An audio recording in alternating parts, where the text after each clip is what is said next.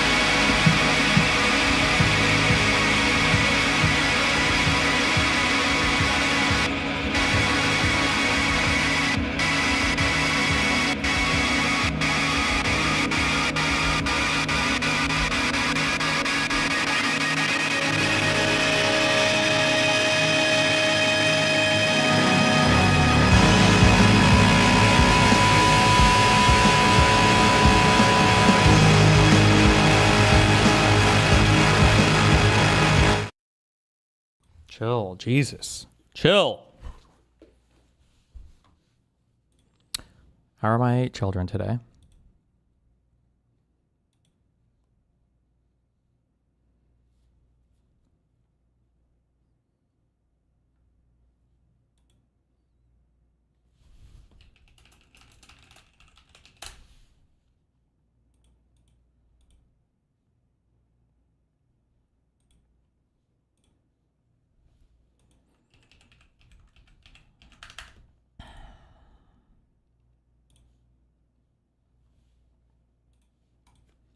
type glizzy. Is that me? Based.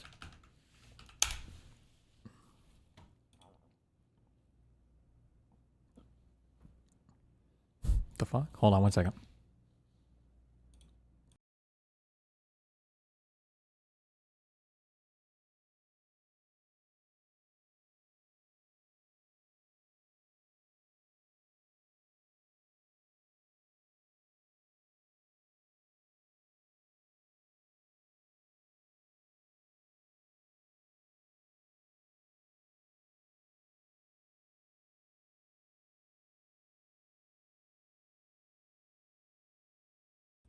Okay.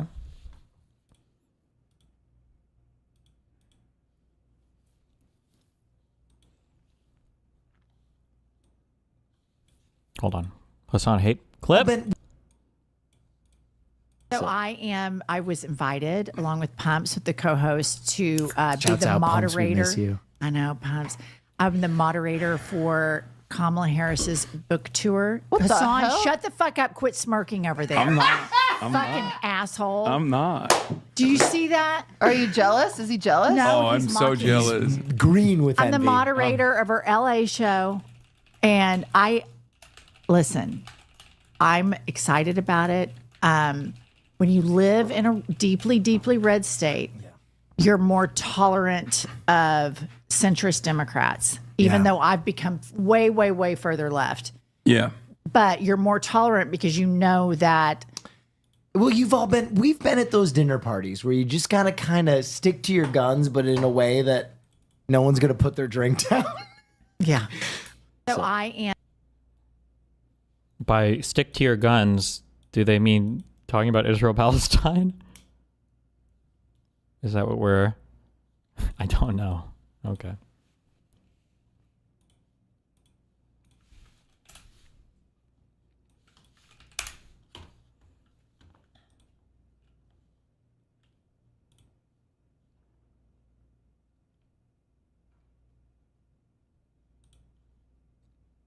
Fuck.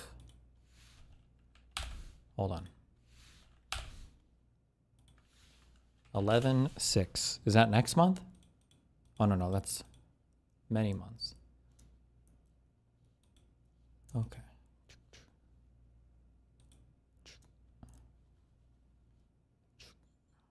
All right. How's life going? How are we doing?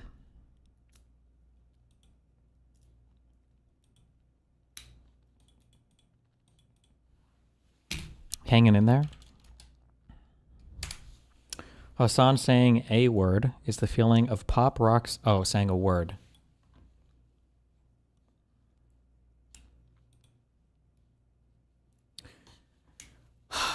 Okay. Question. Did you manage to revive that laptop? I did. And you know what? It's working flawlessly. Okay. I don't know what the last guy did with it. If I had to guess, this is shit that literally no one cares about. If I had to guess, the guy was booting off of some other drive, maybe, that wasn't the internal one. And he had, I think it's AHCI turned on. And so when he removed his drive and sent it to me, there was no way for the laptop to recognize the internal NVMe drive. So I had to go to the advanced boot settings and all that bullshit and then turn a bunch of random shit off. I think it was just that HCI option. I don't even know what that does to this day. I don't know. I just know sometimes it gives you problems booting. I feel like I've looked it up once or twice before. And then sometimes if your shit doesn't work, you just turn it off and then turn it on again. But everything's working on it now. Why buying a secondhand laptop as a rich person in the first place? I didn't know it was used. I thought usually on Amazon, if you're buying used, normally you have to click like a thing on the right for like the used thing. And I don't think I've ever seen like used like do prime shipping before. I feel like I've just never seen that in my life.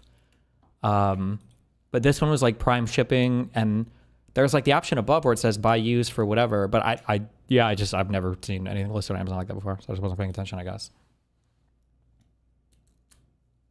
Oh, nice. And I think it was the only one because now it's not available anymore. Based. Yeah, and it was basically new. Like the cost was new. I paid like $2,500 for it. I don't think I would ever buy a used laptop at retail.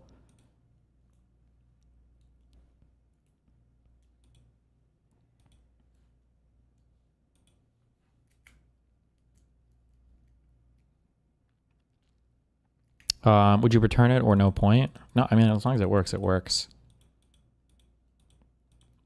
The only thing I'm worried about now that I haven't set up on that laptop, I don't know if I will. I can't. Normally, I love RME stuff. Okay. I have like 2 different interfaces because I use one in the studio downstairs. It's pretty awesome. I use this one up here, which is cool. I bought this one to use portable.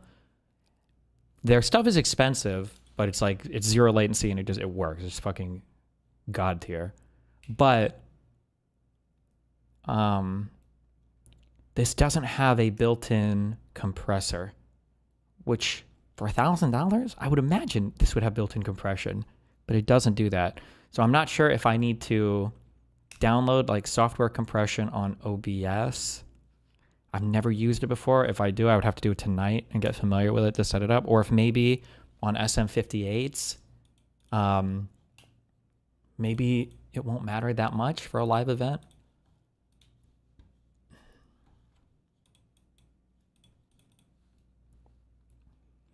The problem with software compression is it adds delay, and you're going to notice that the video and audio aren't synced unless you also delay the video. Yeah, I don't know. I'm not sure.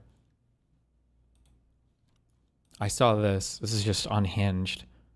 The radical left are going to shut down the government and inflict massive pain on the American people unless they get their $1.5 trillion wish list of demands. The Trump administration wants to keep the government open for the American people. This is not a campaign email. This is not Truth Social or whatever. This is just the housing and urban development.gov website.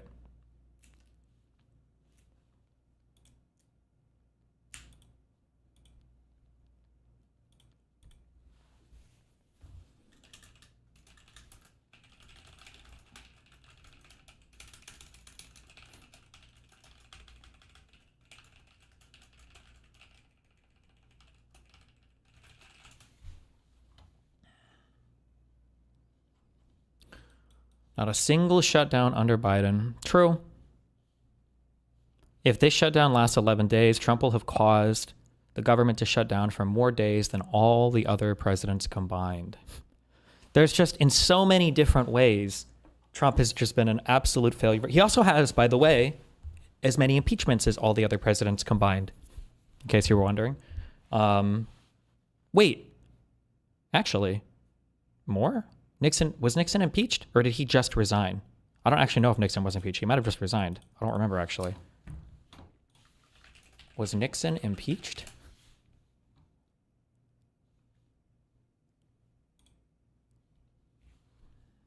Did they actually, like, vote on it or anything, or approved 3 articles of impeachment? They charged him with these 2 things, 3 things. And 3 contempt of Congress. By the House was a certainty. Reached the House floor for a final vote.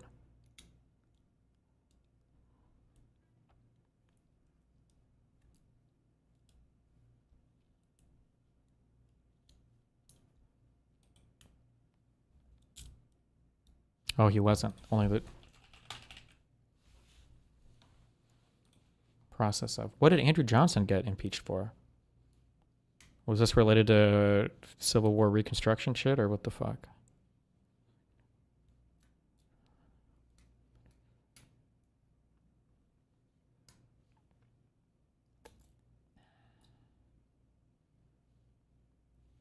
It was Jackson and Clinton? Damn.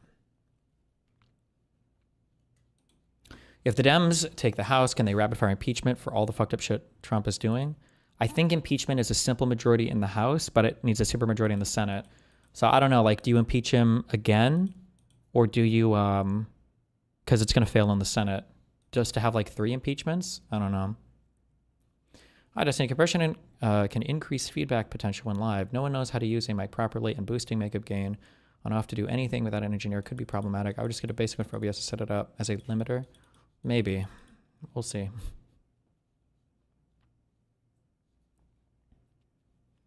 After months of shitting on Schumer and Jeffries for not doing enough, when they finally give a firm no on giving Trump a CR, Ken still finds a way to shit on Dems. This Ken Klippenstein would be met guy, he's always shitting on Dems. I will say, I really don't understand I want to like the leadership so much, especially because I'm such an institutional cuck. But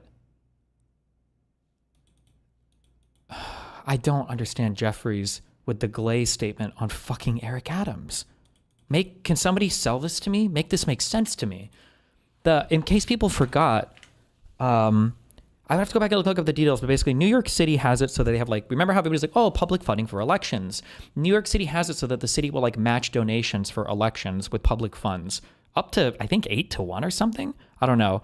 But I think Eric Adams basically took some kind of bribe from a Turkish guy who donated money to get matches from the city funds and basically defrauded the city out of a whole bunch of matching funds for the election thing.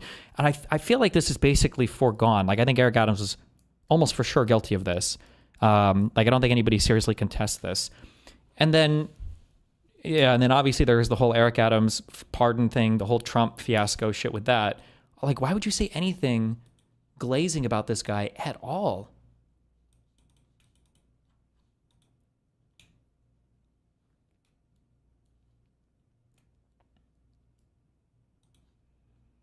Dave Smith's take on Arafat withdrawing from the deal. Why? Israel-Palestine, bro? Who cares?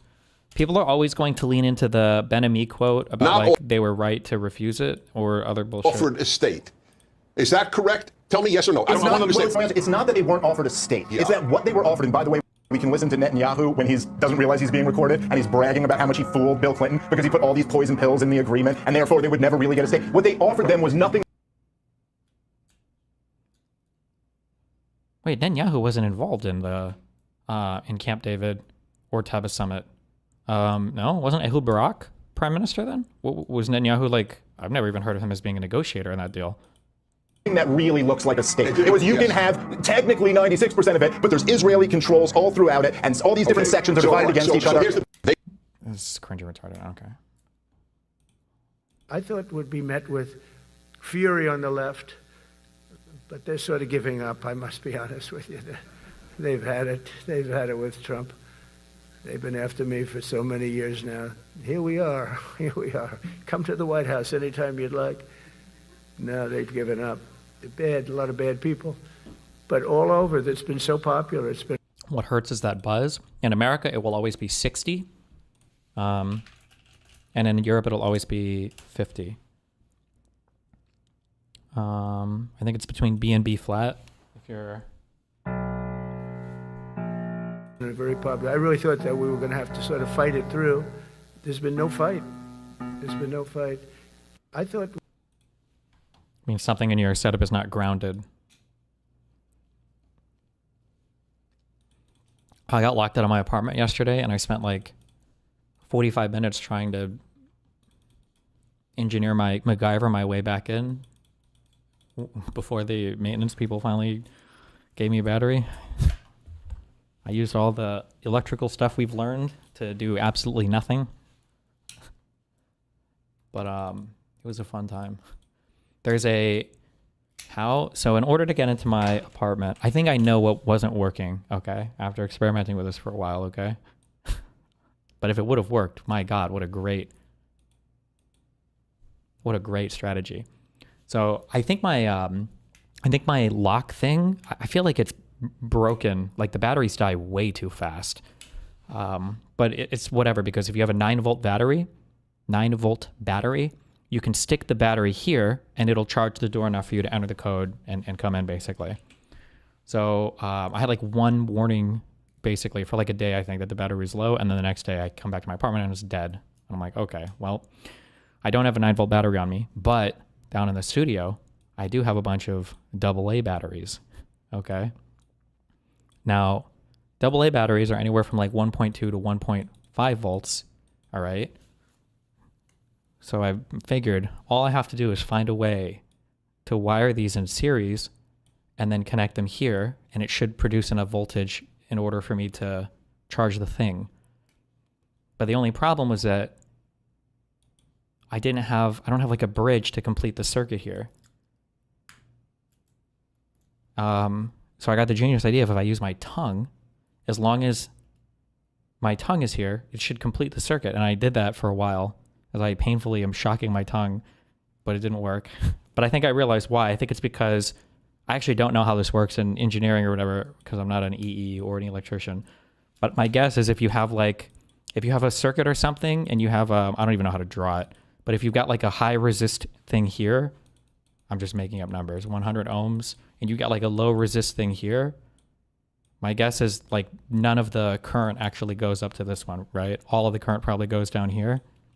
So my guess is my tongue was just absorbing all the current and none of it was going into the door. So I needed to find a way to balance, to increase the resistance of my tongue, but I don't know how to do that. And this is a retarded idea anyway. I actually just went to the gas station after and just bought a battery, but you know what? I was cooking for a microsecond. If it would have worked, it would have been great.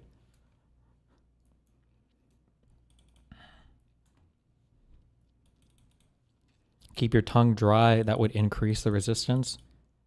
Yeah, but it has to be low enough for however many volts, 9 volts, to bridge the thing.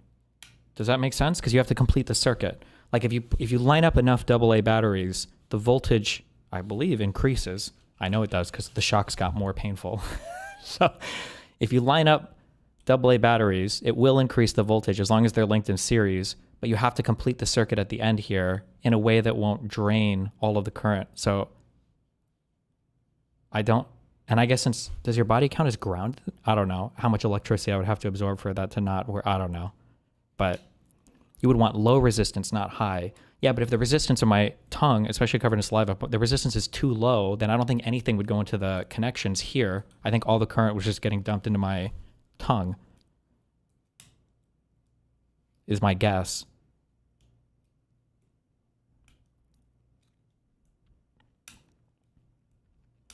Don't you have a metal car key? I didn't have my car key on me, or I would have done that.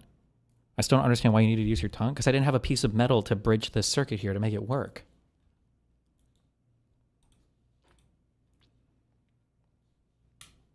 There was no other way, guys. What the fuck do you mean all the current was getting dumped into my tongue? That isn't how current works?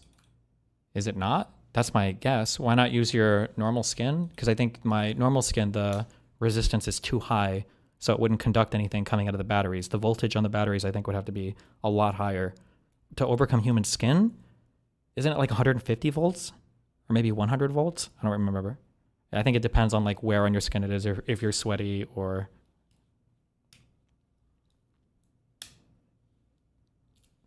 How long did you try using your tongue for? Well, with 6 batteries connected, I could do it for a long time, but at 8 batteries, it hurt too much, so I only did it for like 10 seconds. I was like, okay, this is fucking retarded. I don't think this is charging anything.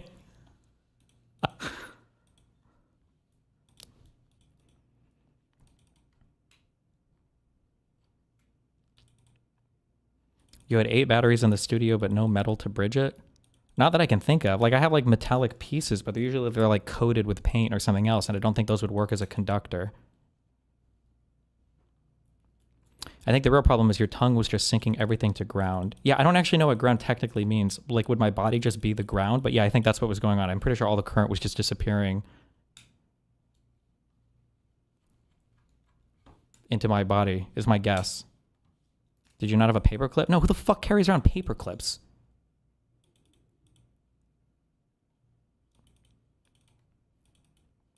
How did you hold all 8 batteries together and lick them?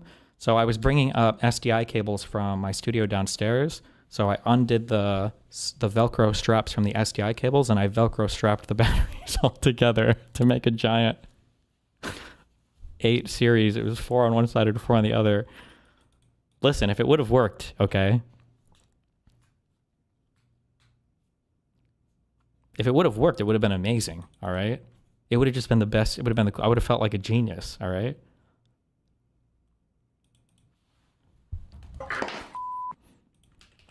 Please reenact this. Tongue decent. Oh yeah, but I think his voltage is way higher here. Mine wasn't that painful. It just, I think at 8 batteries, it was too much to hold it. Like, I was worried that I would like get electrical burns on my tongue. I think with 6 batteries, it was fine. But with 8, it was a little bit too much. The voltage is additive, right? So I think 6 batteries at 1.2, so it was like around 6 to 8 volts or something. With 8 batteries, I think it was a little bit in excess of 10 volts. It was too much. Too much.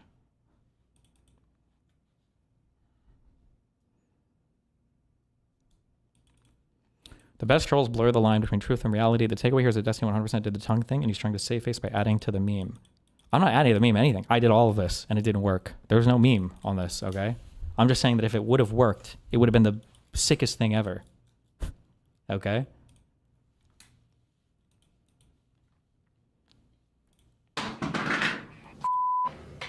Tongue is very low resistance, so the current would be higher. Let's measure it at 3 volts. Okay, tongue at 3. Yes, the voltage is added, but the current is the same since they are limited by internal resistance of the sources, the batteries. Sure, that makes sense.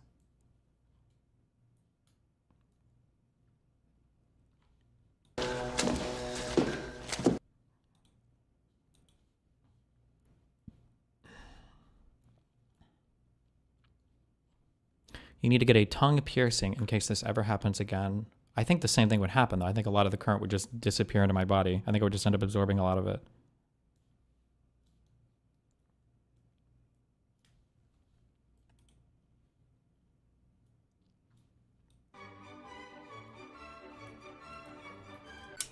Mike Israetel's PhD, the biggest academic sham in fitness. Really the biggest one.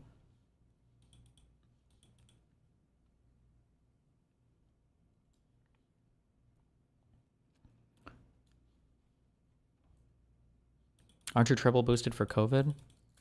Oh, I went to the pharmacy today and I got all my shots. I told them I hadn't taken like any boosters past the first one, so they had to give me like 8 boosters. And I was like, 8 boosters in one arm? And they were like, no. So they did 4 and 4. Hold on, where is it? I got this guy here. My little Band-Aid I had 4 Pfizers here, and then I did 4 Modernas here, I think. I was going to do like 2 Pfizers and 2 Modernas in each arm, but I figure if I like brand it, I can tell now. So like if I get COVID and I'm more sick on the left side of my body versus the right side of my body, I'll know like the Moderna was more effective than the Pfizer, you know? Didn't that cost like $5,000? I'm going to be honest. Those shots are way more expensive than I thought they would be. Damn, they kind of fuck you if you need insurance for this shit. Also, I like how Pfizer rebranded their shit and they call it Spikevax. Like, isn't that like the scariest name to give the vaccine if you're worried about dying? But I think it was like $250 just for the COVID one. I was like, Jesus Christ.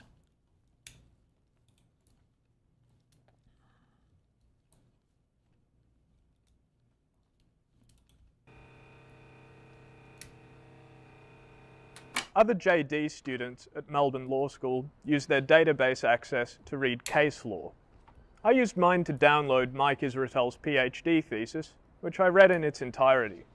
For those unfamiliar, Mike Israetel is a prominent figure in the fitness world. He's a competitive bodybuilder, a highly successful YouTuber, and the creator of the popular Exercise Scientist Critique series. Mike frequently highlights his status as a PhD holder across all his platforms, from his Instagram handle to dozens of YouTube videos. Dr. Mike here for RP Strength. His company website and advertised products. But what about the academic rigor of the PhD itself? In this video, we'll examine just that. I'll conduct a critical analysis of the doctoral research. If you're wearing shoes, your body probably isn't grounded. Okay, I'm going to be honest. I don't actually know what ground means, but I don't think ground means like actual ground. I think ground just means a thing that can absorb like an ungodly amount of current and not get a charge or something, right? Where's my electrical people at? That forms the basis of Mike's credibility as an exercise scientist. In Chapter 2 of this video, I'll provide an overview of Mike's thesis. I guarantee you had the polarity the wrong way whenever you connected the batteries to the circuit. I don't think I had the polarity wrong. I think if the polarity was wrong, I don't think I would have felt it in my tongue at all. I think I would have felt nothing. I think if you feel anything, then the circuit must be completed. You have to complete the circuit to feel a shock, right? Like if I connected the polarity wrong on both sides of my tongue, you would just feel nothing. Chapter 3 will then outline the standard assessment criteria for PhD theses. Building on this, Chapter 4 presents my core. Grounded means that the electricity can travel through it and dissipate in Earth. I don't think it has to be Earth. I don't think there's anything special in Earth. I think it just has to be a thing that has like a massive capacitance for absorbing electricity stuff, I think. core argument that by these standard academic criteria, Mike's PhD thesis would likely fail, or at the very least be sent back for major revisions at any high-ranking university. Chapter 5 outlines why this finding matters, and I can... Your body doesn't absorb the current. Your tongue is not a great conductor, so it acts as a resistor, which causes voltage drop. So you didn't build up enough voltage to trigger the door. I don't know that much about electrical stuff, but I can't tell if everything you're saying is like completely wrong. Because isn't every conductor a resistor? Everything has resistance. Is there a difference between like a conductor and a resistor? Isn't every conductor some kind of resistor?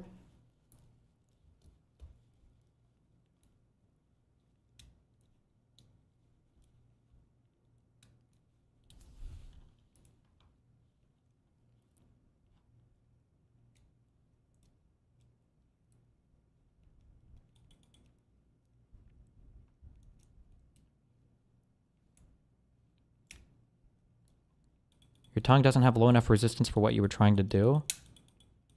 Why, you don't think your tongue with saliva? What is the resistance of a saliva-coated tongue?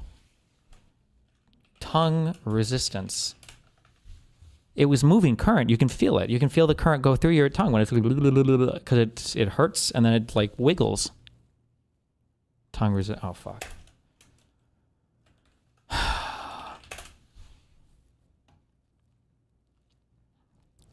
Varies based on moisture, with a wet tongue having significantly lower resistance than a dry one, potentially around 7,000 ohms. Jesus. Or 7 kilo ohms, according to some sources. This lower resistance allows more current to flow, which is why a 9-volt battery can create a tingling sensation on the tongue. Oh, that's what I was trying to make.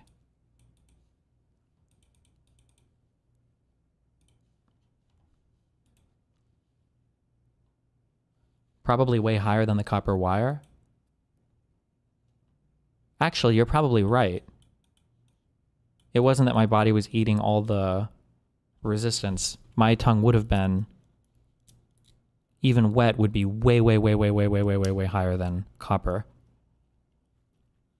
Wait, so then why wouldn't it have charged the other side? If you add a huge resistor on one side, oh, because the current has to flow through the whole circuit, so it was probably moving very little current to the other thing, you think?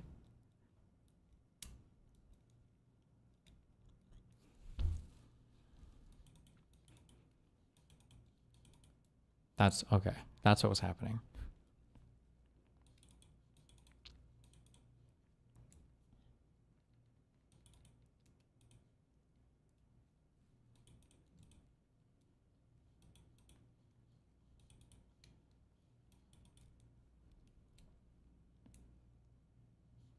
Okay, that's my guess. Do I want to watch an hour video? Is the critique good or does it matter? Or what is the...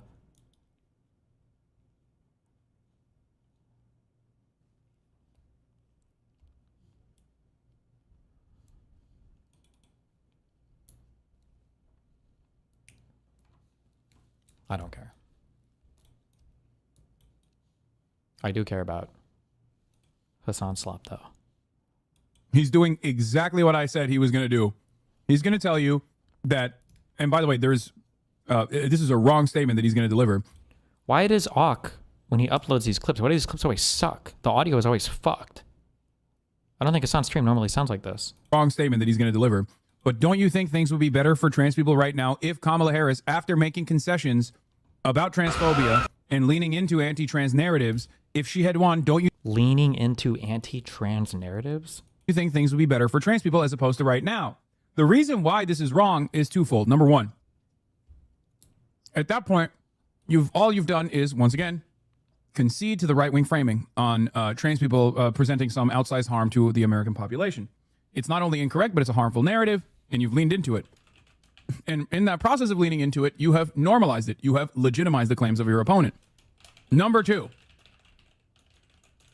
your opponent, in the aftermath of that recognition, will just turn around and say, see, these fucking pro-trans losers even recognize I'm right. Vote for me.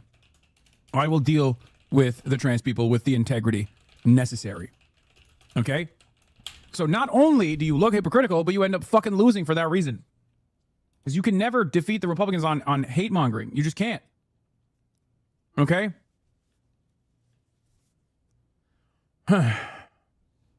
The second part of why this guy doesn't give a fuck about any of these social issues. If you're a trans person and you take any like direction from Hasan, you're actually such a fucking loser. You're like one of the boutique transies who have like the facial feminization surgery and the $50 million body mods and everything.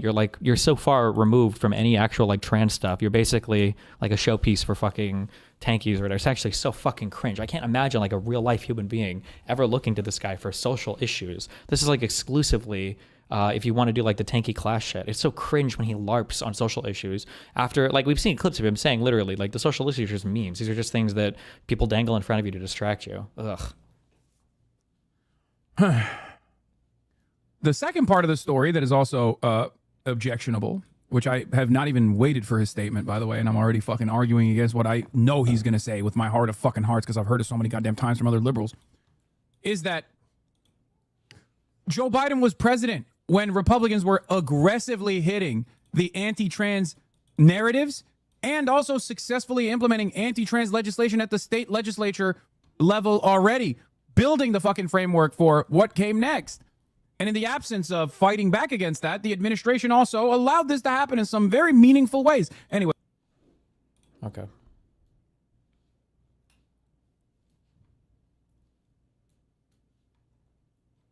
Dude, I saw the cringiest fucking thing. Sorry, this is my only Hasan slot for the day. I don't do much of it at the moment, okay? So I get a little bit. Oh my God.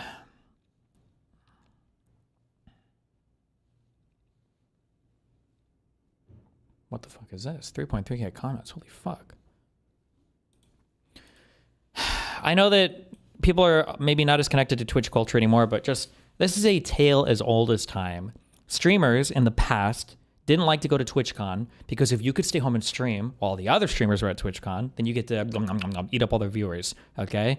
One of the biggest, most triggering moments in the history of all of Twitch streaming, oh my God, the amount of ass pain, okay, reverberated to the streaming world so much. I think this was like 2017, was when you were at TwitchCon and Twitch announced Twitch Prime subs.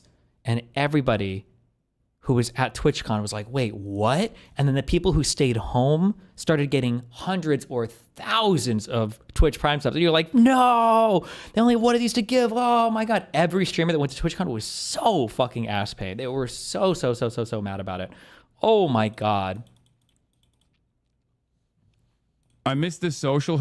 But anyway, yeah, when Valkyrie and Pokemon say like, oh, we don't want to go, we're worried about our safety or whatever, I don't think there are legitimate concerns of safety. It's TwitchCon. There is so much security here. They wand you and they check bags and everything going in. I've never heard of like a crazy thing happening at a TwitchCon. Some people will say, oh, what about that one time people were stealing stuff or somebody got assaulted or whatever? These are like at after parties and shit, which you don't have to go to. Or like at other venues, not at the actual like TwitchCon venue itself. I missed the social Hasan era. There is unfortunately an obvious setback there because of, one, all the political incidents that have taken place, and two, how those political incidents have had some pretty significant consequences in how much I can go out in the real world and socialize with other people. As I said already, I'm not going to TwitchCon, not because I'm worried about my own safety, but I'm literally not going to TwitchCon because I'm worried about the safety of others. I don't want to put them in the fucking crosshairs if some psycho freak decides, like, I'm going to go there. I'm very publicly not going to TwitchCon for that. It's like, he's so cringe. Like, nobody cares about you. Has there ever been like a right-wing violent thing that's happened to him while streaming or while out at some event? I don't think it's ever happened ever. And he's in these huge crowds of people. Like, I don't know where he's getting this idea that nobody on the right wing cares about you. Nobody's going after you. Nobody gives a fuck. Like, all you do is shit on Dems all day long. No one cares about you, bro. That reason. So do with that information what you will. Him trying to present this as like, I'm saving other people. Oh my God, dude. Just say that you don't want to go because you want to stay home and stream, and that's it. That's fine. Just do that.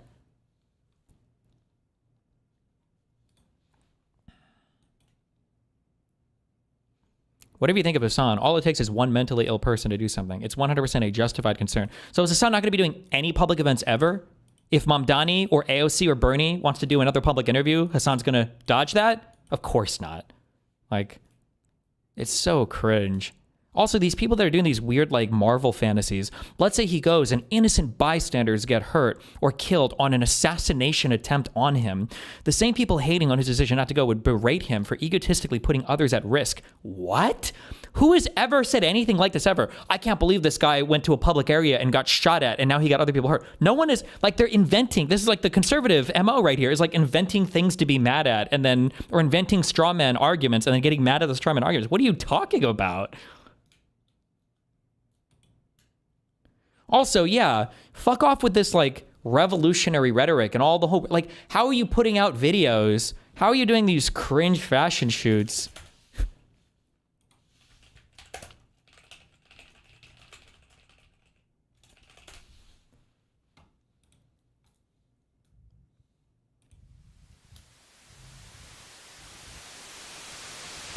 I'm here to talk to you today about music, art, fashion, one of the greatest problems that our generations are facing. The biggest scourge that affects our society. Against all of the cultural and social progress we've seen is the battle against intellectual thought. Are you guys comfortable with that? This is a war against critical thinking, a battle against intellectualism, it's a war against rational behavior. And we're not even aware of it. And that's terrifying. Whew. What kind of an example are we setting? The problem with America is that because of cultural imperialism, we are literally teaching the rest of the world how to think, what to wear. The Kardashians are lying to you. Culture used to be the backbone of the resistance. All it seeks to do is sedate the masses. Culture now seeks to appeal to our primal urges, our base needs. We're now in the age of mediocrity. You can bring about the positive change you want to see in this world. Because the revolution will not be televised. Revolution will not be televised. Only you can bring about the revolution by taking it to the streets. Keep resisting. Billy Joel is going to be sad if we don't talk about fashion. You know what I mean? Like, these are our revolutionary leaders, dog. Like, I can't go to TwitchCon. Like, in that case, you could never go anywhere public ever again. If you don't trust a convention with tons of security, where everybody's being wanded and metal detected going in and out of the door, where you're going to have security on site, like, you will never be at a more secure event unless you are literally custom booking your own security at events. Like, does Hasan even have security with him when he goes out and does his shoots? I don't even know if he does. I don't know. I just think it's cringe. He should have at least one guy with him. Makes sense in this political climate. Oh my God.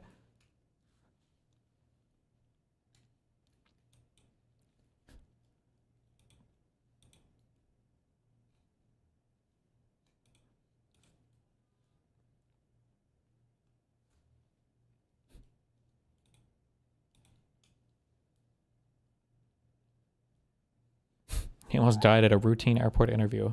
MAGA doesn't need to assassinate him. If they get too close in a red hat, he might just keel over. True. I think it also would have been fine. I still would have made fun of him for it, but less so. If he would have just said, like, I don't feel like going to TwitchCon. I feel like it's kind of like spicy right now. It's like, okay, fine. But this whole, like, I'm just trying to protect the others around me. Oh my God, dude. The takes in this thread are depressing as fuck. Political violence is insanely prevalent, and this guy has been singled out by the White House. What? Singled out by the White House? And people in here still being petty like this is content drama. Y'all should be embarrassed. He's the one who turns all of this into content drama.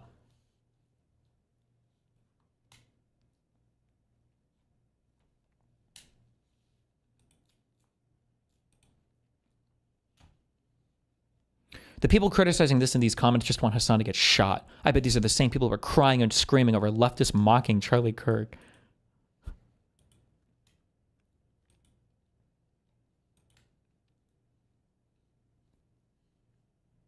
Oh, fuck. Wait, was that actually the title of this? No shot.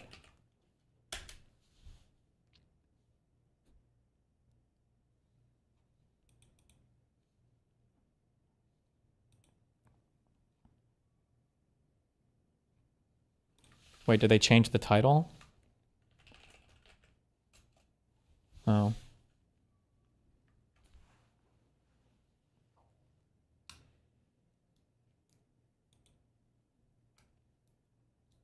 This was right after Charlie Kirk gets killed, too. Wait, what? I feel like a lot of people are far less vicious when they get to see the other person, when they get to be around the other person. And recently, before the internet, before the technological availabilities, that was the overwhelming majority of our interpersonal relationships. It was always in person. It was always face to face. And I think we've lost that. And that's how I try to keep myself as grounded as possible, which is ironic, of course, since political violence such as this one also makes it harder for me to go out in public. But that's why I said I can't let fear dictate my life.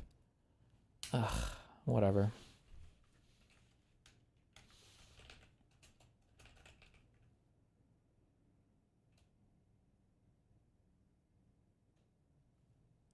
I mean, he kind of hedges here, I guess. I was supposed to be sitting next to this guy 2 weeks from now at a public event. I'll just probably wait it out, but at a certain point, you can't let fear dictate your life. And that's been my MO, in spite of all the death threats that I've received for many, many years at this point. It's just unfortunately part of the process. It shouldn't be. God, it's so cringe. This guy's so fucking cringe. Okay. I think my favorite thing ever was Hassan saying, like, I don't think I can go to Gaza. And I'm like, that's a reasonable position. I don't think I would feel safe necessarily going to Gaza. But then he's like, I can't go to Gaza because the IDF will kill me. Mate. Really?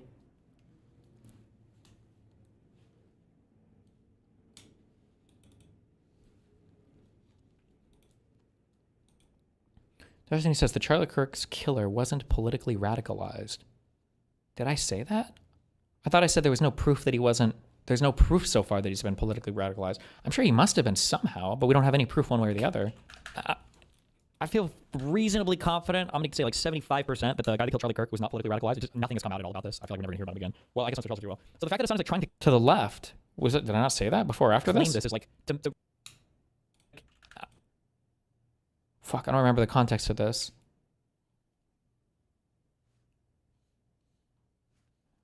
Watch full video. Will this go to the clip? Like, I feel fucking cringe because one. In a pain to protect the flotilla. Erdogan probably watched your stream yesterday. Yeah, he listens to me, dude.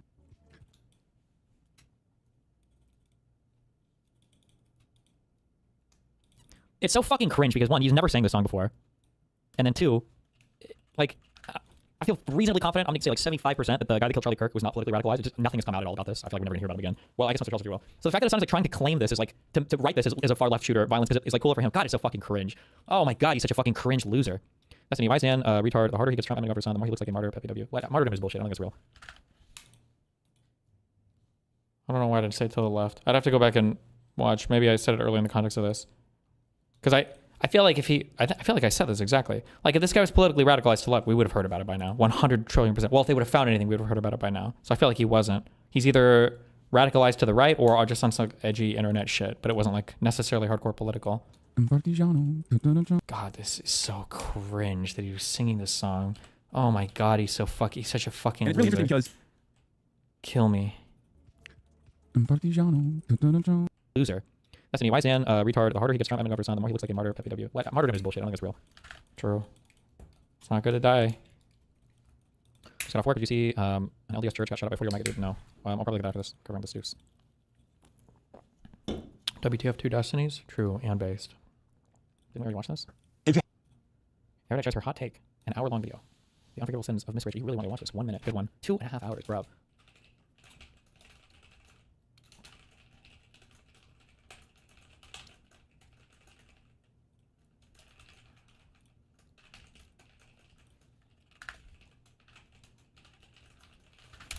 Oh, I saw this. Breaking. Trump posted okay, no one cares. Low, bro. I should have said to the left, but I stand by that. I don't think it was. Or that at least it's still hidden. Yeah, there is no public record of any concrete political belief that this guy has.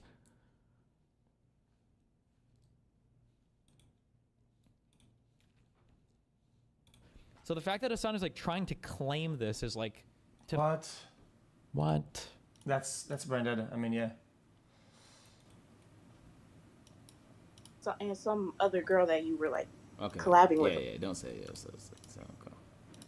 Yeah. But I was. If you kill somebody that does politics, I mean, more likely than not, you're radical. Like what? Like it was just like what? It was that type of obsession. It was like a. I need people to understand this, okay? Most of you guys are probably north of 100 IQ, just by virtue of being on computers, being on the internet, the majors and shit you probably have, okay? I'm trying to warn you, okay? I had this huge problem in my early 20s and probably my late teens. Don't fall for the high IQ heuristic trap, okay? Where somebody who is like above average intelligence thinks that they can just put together the entire world on mental modeling without ever acquiring or gathering any facts. It is literally the stupidest possible way to ever assemble a view of the world and communicate it to other people. Like, XQC is an intelligent guy, and so he has TikTok like obsession. patterns Like, and edits stuff came that on he my uses to TikTok. put together the fucking world, which is okay. fact It's not horrible, but you also need to collect facts and data. Like, yes, if you kill a political figure, chances are you were, my guess is going to be politically radicalized. But so far for this guy, we've seen nothing. Like, why would you counter someone else's take with just a blind heuristic that you're applying? Literally the same as Asmongold. Asmongold is probably the most guilty of this I've ever seen in my entire life. Of somebody being decently fact that it's- intelligent, but being too lazy to do any homework or any research or to understand what they're talking about. And so they just use like pattern recognition to try to put together like these massive views of politics in the world. It's so bad. And some other girl that you were like Okay. collabing with. Yeah, don't say yes. Okay. Yeah. But I was. If you kill somebody that does politics, I mean, more likely than not, you're radical. Like what?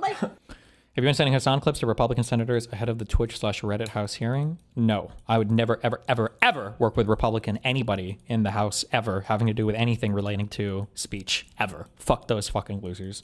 I would protest, as much as I joke about it, I would protest Hassan's deportation by any of the subhuman demon spawns that exist in this Congress. I would protest that a million times over before working with them on fucking anything. These people are actual ghouls. You know, it was just Like like, what? it was that type of obsession. It was like a TikTok obsession. Like edits came on my TikTok, I would Did save you see them, Battlefield and then 6 maybe live later I action would trailer? rewatch them because they just brought me a little bit of joy inside. Guys, killing somebody is radical. Whether something is radical politically or not depends on your motive and the ideology behind why it happened. And you could probably say that targeting somebody who does politics and in a radical manner means you're probably radicalized, more than likely radicalized politically. What about it? It's More than likely, sure, and I would agree with that, but we haven't seen anything yet. Destiny Limeo, you're literally applying a blind heuristic as well. Quote, the FBI haven't made public his radicalization, therefore he probably wasn't radicalized, end quote. What do you think a blind heuristic is? The reason why I'm applying that heuristic currently is because the FBI was publishing and publicizing everything they could about this guy's political beliefs and anybody around him, and then they went silent. That's not a blind heuristic. That's looking at past behavior and assuming it's predictive of future behavior. It's the exact opposite of what you're saying. You're fucking retarded. Kafka, what do we got?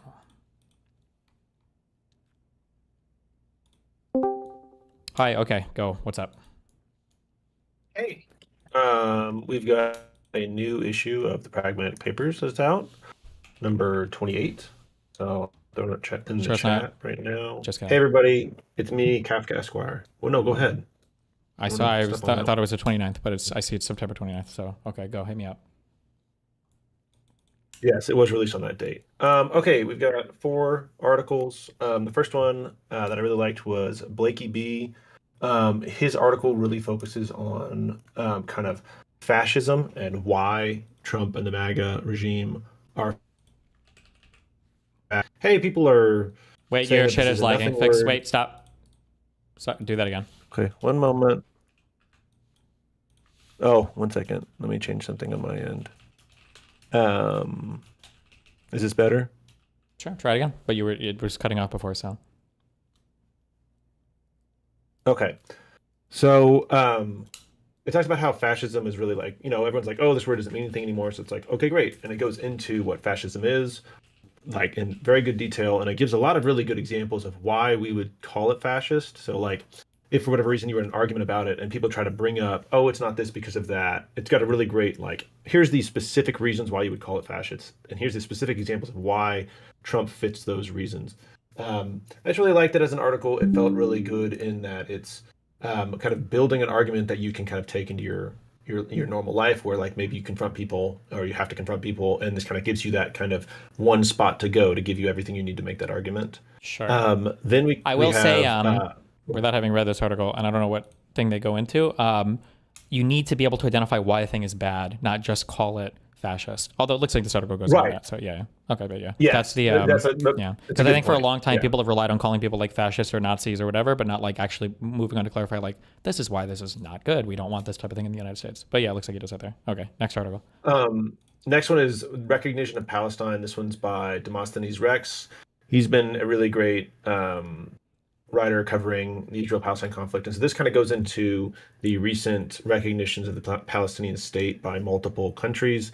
It kind of takes an international look at it and discusses some kind of like disruptions of the status quo, what this means for international relations amongst countries or with Israel, and kind of it points out that, you know, this isn't a fix. It doesn't actually create a state, but it's kind of, it's a big signal, and two, it really forces the conversation to be, you know, at least take a step in a direction rather than just kind of like, I guess we're all just going to watch Israel do stuff while we pass resolutions. Whether or not that kind of pans out to be more is not clear, but it at least feels more like a bigger step than just a resolution at the UN.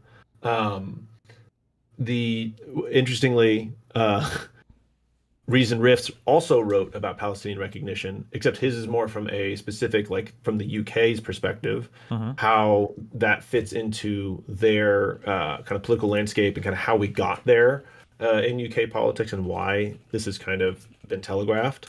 But then it also talks about talking about the settlements in the West Bank, which often kind of go, you know, under the radar whenever we're discussing things because of the Palestinian or the Gaza conflict that's happening right now, and kind of talking about, hey, here's kind of where those settlements are heading towards and like how we need to resolve them and how this recognition affects that resolution. So I think it's actually like two really good perspectives. I wouldn't say they're dueling or like counter to each other, but they both give, I feel like, one is a little bit more broad and one is a little bit more targeted at a specific country that recognized Palestine. And so I think that's just, it's on the news and people have talked about it apparently. So I think they're both really good articles for that. And then our last one was by Miss Agent M, and she did a great job of giving us an article about Charlie Kirk's assassination, goes through the events, does a really good media analysis as always, and then comes in and talks at the end about kind of the environment we're in and why the environment we're in encourages divisiveness and kind of punishes people that are calling for moderation, right? Like, I'm sure that you've experienced this because you are not calling, you are technically calling for moderation, but you are experiencing the most pushback, whereas people that are calling for divisiveness are getting the most praise, right? Sure. And so it goes into talk about like kind of how a lot of apathy by a lot of political actors and voters and stuff allows for that to populate and allows for this to happen, and how we need to come out of that kind of passivity and kind of make sure that people know you need to be out here talking about things need to be moderated. And yes, you're going to get pushback on that, but you need to accept that that's a reality of it. Okay. So those are the articles this week. They're really great. I appreciate everybody went and read them. Real quick, also, ZipZip finally got the video uploaded of our first episode of the E-Court. Everybody go check it out and watch it and give us feedback. It's over on ZipZip's channel on YouTube. It's just named after him. It's ZipZip45. We'd really appreciate feedback on that. We're trying to make something fun over there. And then for you, Destiny, I heard you recently covering the Adam drama stuff, right? Regarding, I'm not sure exactly what it all was about, but in there you were talking about zoophilia and how you think it's hypocritical for zoophilia to be illegal whenever we eat animals. Am I summarizing your position correctly? Or it's funny, I guess, yeah. I don't think there's any like way to logically make it work without like super appealing to just feelings on things, yeah. Okay, this reminds me of our conversation we had about child porn. Jesus. And I feel like whenever let's do this at like some weeks from now. I don't feel like having this convo right before I go to fucking die at some West Coast event. This is not the convo I feel like having. I don't want this to be it's not going to be about that. It's just to be about how even about zoophilia. I don't know why. Like what? You brought it up, and I'm just trying to address it. Is all. So I'm just saying it was more about crime and criminal law. Is all. Okay. We don't need to go into the specifics of those things. I'm just saying. It seems like whenever you look at criminal law, any criminal laws and stuff, the best question is like, why do we have it? In the sense of like, when the lawmakers wrote it, what are they trying to prevent, and what kind of society they're trying to create, whether or not like it lines up with like the morals or is hypocritical with those. I don't think that's that big of a factor compared to what are we trying to prevent as far as like the externalities of the behavior that the crime is trying to address, right? So whenever you see those kinds of laws, there might be some hypocrisy in society as a whole, but preventing that crime really has a lot more to do with preventing the things that result from it, right? So that's all. Whenever you get back, and it would not be, this discussion won't be played. I don't feel like that's always the case, though. No, I feel like a lot of it is just how people feel about the particular thing. I mean, yeah. Like, have we ever talked about like the sex offender registry? We haven't. No. Why the fuck does that exist? Like, if I was moving into a neighborhood, I would much rather know like who's been, convicted of arson, robbery, murder. I would have a much higher interest on this than like who is on the sex offender registry. Like, why do we have one but not the other? Why not like have all crime? I don't know. This seems kind of strange. Well, semantically, I guess the miniature thing in there is you can look up who your people's criminal records. You can see what people have been convicted of. But there's not, to your point, a database that's easy to access to see it all. But I think that there's, with the sex offender registry, it's pretty easy to chart the path of, we want to make sure we know where people are that have committed sex crimes because those are really bad, and we want to protect our children from them. Whether or not the result is like good, I actually have a lot of very strong opinions about the sex offender registry. Okay. Is another question. I think that whenever we're looking at it, it's like, okay, children, we need to protect children from people. If we know who those people are that are going to prey on children, it'll make it easier for us to do it. So we should have a sex offender list, right? Why not just the same answer that you just gave for arson? You can always look up people's criminal records, no? You could, but there is, I think that the interest in protecting property from being burned down is lower than protecting children from sexual assault. I think there's very, very, very, very high interest in preventing children from being sexually assaulted. And so that sex offender registry is a lot easier for people to justify and create laws around. Whereas with arson, there's just not that big, there's just not that I don't want my house, I don't want my shit to get burned down, but okay. Yeah. I mean, I see it. I feel like it's kind of, yeah. But if I'm right now, if I say, Destiny, I think you're an arsonist, people aren't like, oh, fuck. Let's go find Destiny's garage. Let's go look through his shit. Let's go see what he's got. Maybe he is an arsonist. But if you get accused of being a pedophile, I don't know if that's ever happened to you, but people then want to look through all your stuff and they want to be able to see everything you've ever looked at to try and see if it's not true, right? So like people's reactions to that is where that motivation comes from. And then they're saying, okay, these are the kind of things that we're trying to protect or things that we're trying to prevent. And that's where this criminal law, right, comes into play of what we want to do. And so that's kind of I think that it's fair for you to make the critique that it's hypocritical. I'm just saying, like, whenever they're writing these criminal laws and where these criminal laws come from, it's rare for it to be like, we want to make sure that we're like not being hypocritical about things. It's more of a, what is the specific interest that we're trying to protect and things like that. Okay. It was great talking to you. Everybody, go read the Pragmatic Papers. Oh, also, if anybody has ideas on, like, they want to contribute or something, feel free to reach out to me directly. I actually have been helping people workshop their pieces before they submit them. It's really, I really enjoy the process, so feel free to just reach out to me and just, even if you just want to chat about an idea, my DMs are open. All right, you have a good one. I love you, bye. Love you too.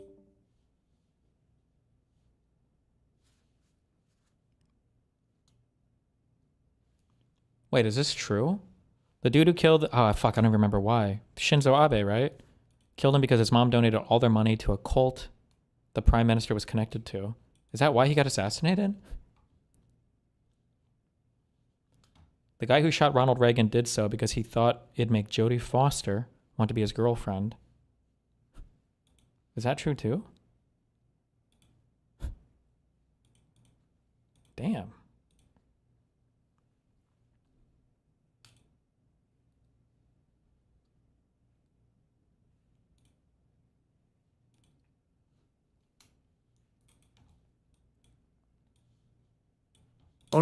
That's what it is. Only in recent decades did politicians somehow come to believe that our job is to police the far reaches of Kenya and Somalia, while America is under invasion from within. We're under police the far reaches and somehow come to believe that Only in recent decades did politicians somehow come to believe that our job is to police the far reaches of Kenya and Somalia, while America is under Have you heard of the Cold War, sir? invasion from within. We're under invasion from within. No different than a foreign enemy, but more difficult in many ways because they don't wear uniforms. At least when they're wearing a uniform, you can take them out. These people don't have uniforms. It's so cringe because he has completely and totally, and he's not even like a white nationalist or like a neo-Nazi type person, but he's like completely managed to co-opt all of the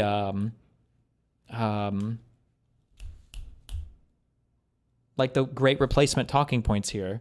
The idea that we're under invasion from another people. They're coming here to try to replace us and to try to, I guess, like, destroy our country. Like, he's managed to somehow get all, I don't know who's he's been talking to lately. That's Miller's. Oh, maybe Stephen Miller could be feeding this to him. Maybe, sure.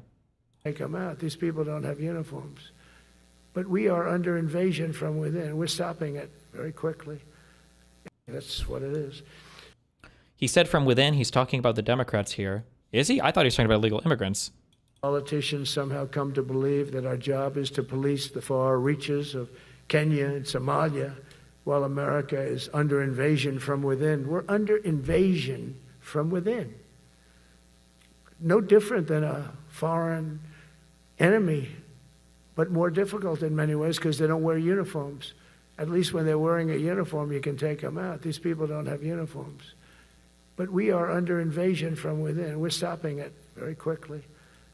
That's what it is. I can't tell. It could be immigrants or Democrats. Immigrants don't invade from within. That's why they are immigrants. Well, I mean, if they come to your country legally and claim asylum, it's like they're invading us.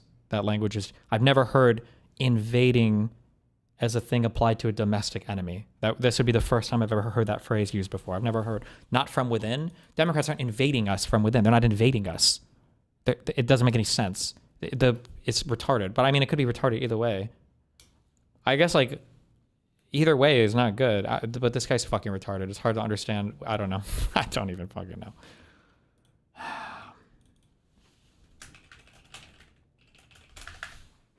Okay, I'm talking to a guy... Totally is Mark. I think this guy's like a YouTuber guy before, or is.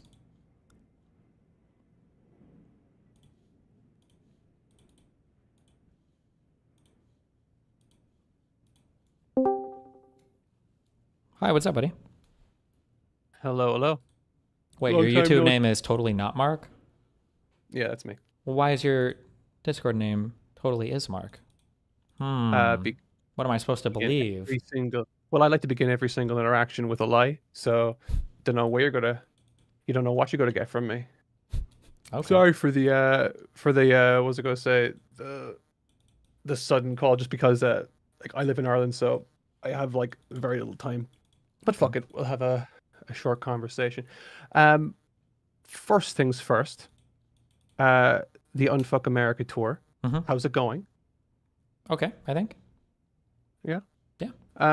The only reason I wanted to call was, well, I was watching a clip from that, and some person who was, I think it might have been a Q&A section or something. I'm not sure of the format of the actual tour itself, but one guy came up and kind of, sort of exploded on you. No, that's not uncommon, but sort of exploded on you on, like, in terms of, rhetoric and the talk of that as sort of a big hot button issue these days. And I'm just wondering, now, I wanted to talk to you about this actually 1 year ago when I was on the Anything Else with me and Dan. Yeah. It was, I think you had me on right after the Trump assassination attempt. Is that right? Was that August last year? I can't remember. But yeah, I wanted to ask you about your position when it came to because I remember way back when. Or not way back when, but a year or two ago, you had like a back and forth with Ben Shapiro, with Jordan Peterson, with a host of more bigger figures in the right wing and stuff. I'm just wondering, you had an approach with them, and then you suddenly changed that approach. Now, obviously, this is a very a boring position to take. I don't agree with your shift away from that. I do in some ways, and I don't in other ways. But I'm just wondering, just on the outset, before I assume or get into anything, I'm just wondering, what's the goal with this sudden, well, not sudden, but change in approach to, because I don't think your politics have changed at all. I just think the way you've approached conversations with people who disagree with you has radically shifted to a more aggressive tone. And I don't think that you're a kind of a person that does things without purpose. So I'm just wondering from the outset, what's the motivation behind that change? So I think that there is I think that there's like a range of what I would call like acceptable beliefs. And I think that within the range of these acceptable beliefs, there's like plenty of room for a multitude of people to occupy different positions, and that we should have, you know, some kind of like reasoned debate on these things. I think that for a long time, I'll say the left is definitely the right now, but at least in the circles that I ran in, like the left was kind of like unwilling to fight on a lot of these things because it felt like they kind of had some kind of position that was just beyond more authority. Yeah, maybe, yeah. But like they had a position that like didn't need to be justified or didn't need to be rationalized, and so they would kind of forego any of those conversations with the right. So for a long time, I would kind of part of what I do, I mean, I've gone back and forth at different things in my career, depending on how I engage with people in terms of arguing about it, and then I think that there are beliefs that are outside of the range of acceptable beliefs. And I think that for these, I think that the way that you approach them is a bit different. And I feel like if you give too much ground while arguing these, I think you end up in a world where you are kind of sane washing them, and then you're not providing like a safe platform for people to feel sane when they're like abhorrently, or when they feel like these beliefs are abhorrent. Yeah, there's a sliding scale. You don't want to treat people who are insane with the same sort of kind of care and consideration you would with someone that has a reasonable approach. I totally get that. Yeah. I think it's more just like the approach that you took maybe a year and a half ago. I'm not sure of the time span, but you know the approach I'm talking about. The goal was to reach people who, like, you're obviously never going to reach people who are fully bought into MAGA, who are diehard, people who buy the alligator Alcatraz t-shirt merch, that kind of stuff. People like that aren't going to be reached necessarily. And I don't think you were under any illusion that you were going to reach those people. But I thought the approach that you were taking was to get people who were more in the middle, to present a left-leaning perspective that ran counter to the radical view that was pushed by people like Jordan Peterson, Tim Pool, Ben Shapiro. And obviously from a viewer standpoint, I understood that particular stance you took and the approach you took. It made sense to me. Since then, there's been like a big shift. And obviously now, I'm not saying what people like I've seen people on the left who are, you know, really being, you know, overly like on the Piers Morgan show. You have people that are like disavowing while not holding their feet to the fire kind of thing. That's not what I'm getting at. I'm not looking for that. I'm just kind of wondering what's the goal of this reaffirmed approach, because so the goal right now is that I have to provide some like level of sanity for people that watch me, and then I have to energize the people on my side of the political aisle, and then I have to put out like a message. Hopefully, this is at all points. I'm going to put a message that I feel like is morally acceptable, I guess. Sure. So like, my go-to are always rape analogies, I guess. But like, imagine there's like a debate in society where should women, you know, work, or should we be hardcore encouraging women to stay at home and not go to college and to be like housewives? I think that falls within the range of acceptable differences of opinions or beliefs in the United States. If I was to show up to debate for somebody who's like, I think that we should be encouraging women to stay home and not go to school and not work, it's like, okay, well, we can argue about this. And I'm going to put forth my view, and I'm going to try not to jump down your throat. I understand where you're coming from, and I want to encourage your viewers to, you know, also listen to me, right? So that's like a thing that I would have that debate on. If there's somebody whose viewpoint is so out there, and they're saying like, and I always have to meet somebody somewhere where they're at, and somebody is talking about how like, oh, I think that you should be able to rape any woman you want, and then in order to meet them in the middle, I have to be like, okay, well, like, shouldn't you at least like use lubricant that's before ridiculous. you rape somebody? But I think that's where we're at for politics. So like my conversation with Ben Shapiro was me arguing that like before you rape a woman, shouldn't you at least lube up first? I think that's what to have him sit across from me or next to me and say that thing, I think the guardrails held, so we should elect Trump again. That is a oh no, it's a ridiculous position to have. Yeah, and to be clear, I just want to reiterate. Okay, not reiterate, but be clear. The the candor you approached and what you talked about and how you talked about it with Ben Shapiro and Jordan Peterson, I thought those were not good conversations from you, and you could have afforded to go much harder on them. Okay. My issue is more nuanced than that, in that I think, so to borrow your rape analogy, Sure. You can use that anime one if you want to. I'm sorry. I fucking hate anime.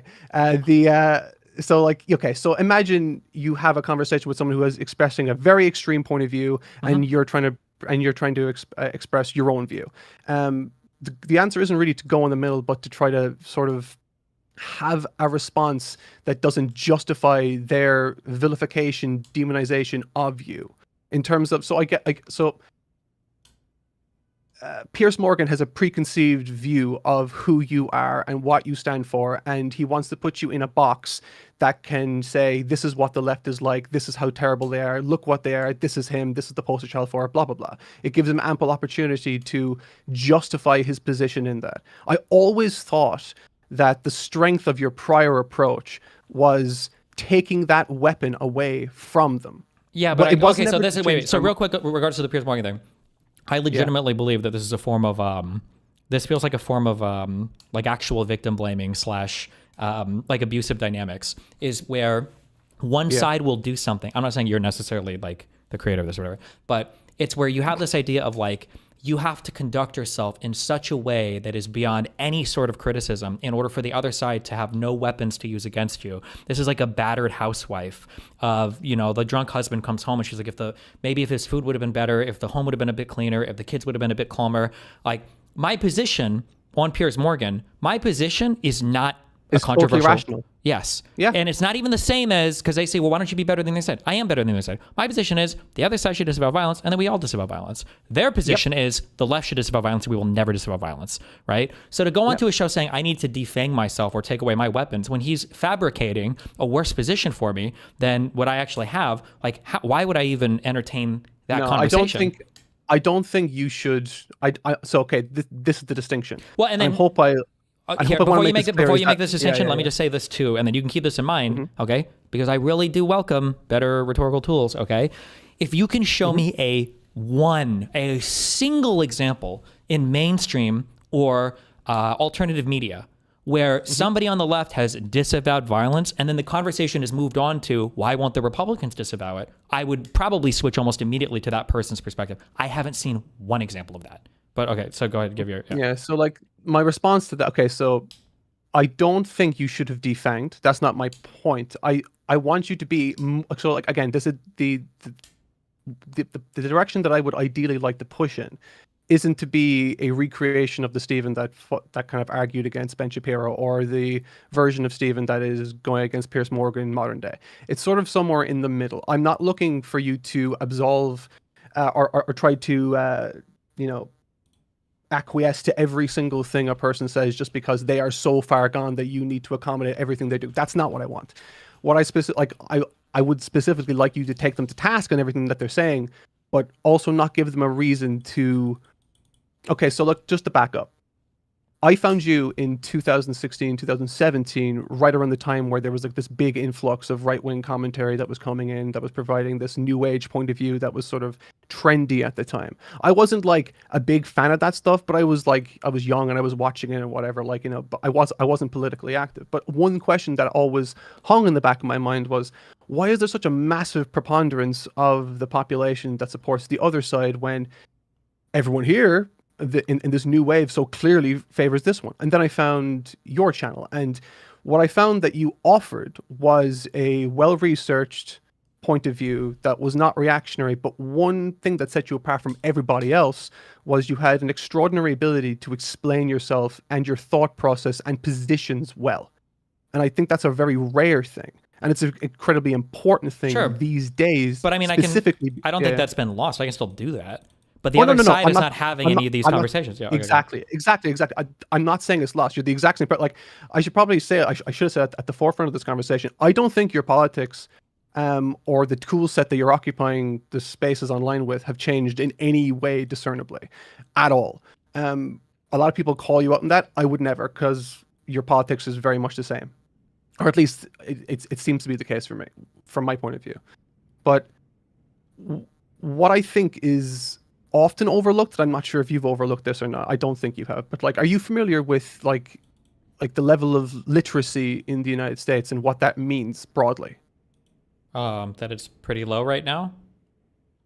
Well, a number that gets touted that is wrong is 54% of the population is like functionally illiterate, which is importantly different from actually like absolutely illiterate. But that's wrong. The actual figure is somewhere around 28%, which is still astonishingly high and shouldn't be that high. But what's concerning about it is that in the last 7 or 8 years, it's risen by like 11 or 12%. And I think that could go a long way to explaining why things feel a lot more tense, radicalized, why it's harder for people to communicate with each other. Because of like one feature of, and I think you've experienced this as well, in conversations, either in real life or over Discord or whatever. A phenomenon that you often encounter is a person's inability to contend with a hypothetical, even though you might think it is, you know, self-evident what you're doing with it. A person who isn't functionally literate, able to abstract Read at a college level or something? Isn't that what the functionally literate or literate? Well, no, that like okay. If you're talking about people who have college level literacy, you're talking like 12% of the population, which is again. Wait, the when more you say read that, I'm sorry. about- Wait. When you say that, what does that mean? Sorry, 28% functional illiteracy would be some Like, 6th can't grade read or s- under. Okay. 6th grade or lower. So like it's when you look, it's like let's say for argument's sake, you're reading a paragraph or a passage in a book or whatever, and you're asked yourself, can you outline the themes, the story, and the progression of the plot? A person with a 6th grade understanding or lower can only really hold one piece of information contiguously throughout the piece. Whereas a person who's reading at a college level can take many forms of abstraction, like what's the author's voice, what's the narrator's voice, what's the purpose of the theme here, the placement within the story, blah, blah, blah. This is specifically narrative. It's actually why I cover narrative on my channel. It's the leading reason. Okay. But when you're looking at the broad population, and there's an ever increasing amount of adults, by the way, adults that make up this 28% that is growing, I don't think they're capable of quote unquote doing their own research. And just to tie this back into my broader point is that I think what I'm asking is incredibly unforgiving for you specifically, just because it's putting a lot of onus on you, but that's only because I think people like you are the only ones equipped to take on that burden. And what I mean by that is that you have an ability to take very abstract concepts, do all the research for them, and not be reactionary, and then explain it very well in a way that people can easily understand. Okay? That's very valuable. Trump, on the other hand, is someone that will live by slogans, and it's why he's so successful. He tells people, this is bad, this is good, I'm going to make it good, I'm going to make it bad. Or Biden made it bad, blah, blah, blah. Very simple concepts, very easy for people who have a low comprehension of the English language to understand, to follow. It's an easy thing. I think you can do that for the left, but the issue is that if you are embodying what they want you to be, I feel like that plays their game. In a very simple, that's as simple as I can put it. I disagree. I disagree. I disagree. I feel like the game is the exact opposite of that. But I feel like people have been mind fucked into thinking that is the game. I feel like the game is, if I call you a thing, the game right now, the conservatives do is they're going to call the left a thing, and they're going to pray to God that the left tries so hard not to be that particular thing, while the right embodies that thing. And they know that it's the more effective strategy. So the right will say things like the left wants to be like totalitarian in their approach to government or whatever. And then the left will do this thing where it's like, oh no, like Biden follows the Supreme Court. Oh no, we would never get rid of the filibuster. Oh no, we're not going to pack the Supreme Court. Oh no, we're not going to do these things. Sure. And then there's no points for that, right? Well, one of the best points that I think have ever come up was, I don't know if it was Tim Miller or somebody else who brought this up. After the conservatives stole a Supreme Court pick from the Democrats, did faith in the Supreme Court go up? Do people in this country on the right have a higher faith in institutions every single time the left lets the right run them over on some bullshit? It's never happened. They don't get any credit for it at all. But they still keep trying to play that game. And I think that's exactly what conservatives want. Conservatives want them to keep playing that game, to continue to cuck out, to continue to be nice and gentle, to continue to apologize for everything, while the conservatives just go as hard as they possibly fucking can. Like, one thing I'm going to talk about today that I just think is absolutely crazy, and nobody else in the media will talk about this on the left or the right, but like this recent church shooting, I think is like it's one of the most like one-to-one lines that you could draw of any shooting ever in the United States, to where a white Mormon killed Charlie Kirk. The left all disavowed. Everybody on the left leadership, all the lawmakers disavowed. The right called for civil war. I saw a billion huge figures on Twitter, I think Megyn Kelly and others, saying things like, if your church hasn't talked about Charlie Kirk, you need to leave your church. No, and now some crazy QAnon, ultra Trumper MAGA dude just went and shut up a fucking Mormon church. That's crazy. But nothing will be talked about on the media connecting any of these guys. I know. Yeah. That's fucked. That is so fucked. So I don't know why you're taking the more cucked position. I just don't understand. It just doesn't seem to work anywhere. I can't show me show me this working anywhere. That's all I want to see. And then I was going to show it. Yeah, go ahead. Well, this is kind of why I wanted this is why I kind of began the conversation by asking, what's the goal of this new approach? Because the goal with the other approach was obvious to me. Maybe it's just less obvious to me what the goal is with this one. Because the goal of the new approach is what I see. What I see in reaction to the approach you're taking is a vilification of you that I think is unjustified by people that could otherwise be more centrist or easily brought over to your side. Now, maybe I'm seeing a skewed version of what's happening, and I hope that's the case. So I just be curious to see what the... I'm okay being a villain against these people on the right now. I will be a villain, and I should be seen as a villain, because these people are fucking crazy, okay? They are my villains, okay? And rightfully so. Okay.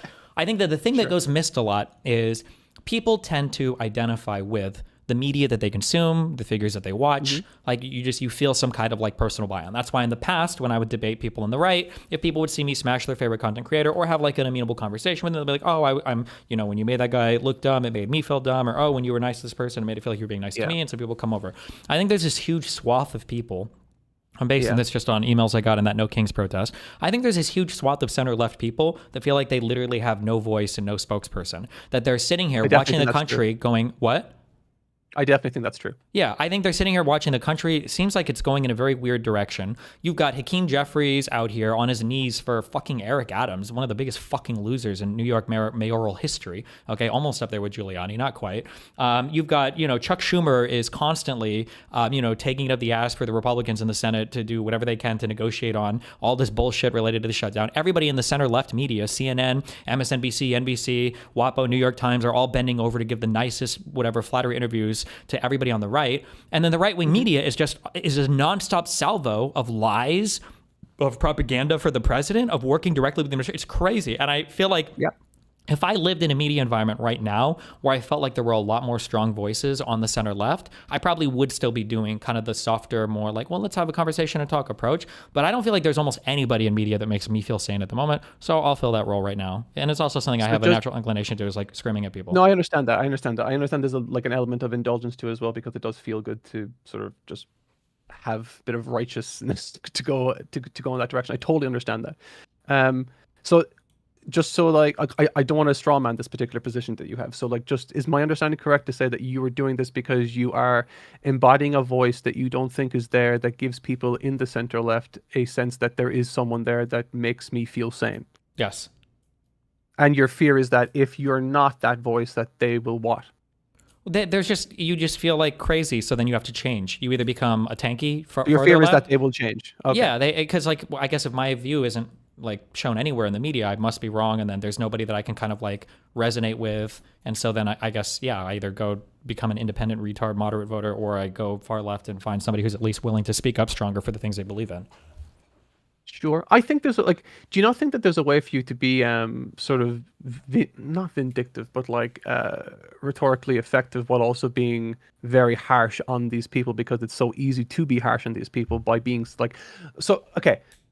I saw something today that almost gave me whiplash because of how different it is to how things are handled today. So do you remember how the media used to cover shootings and all that and all that kind of stuff maybe 3, 4, 5 years ago.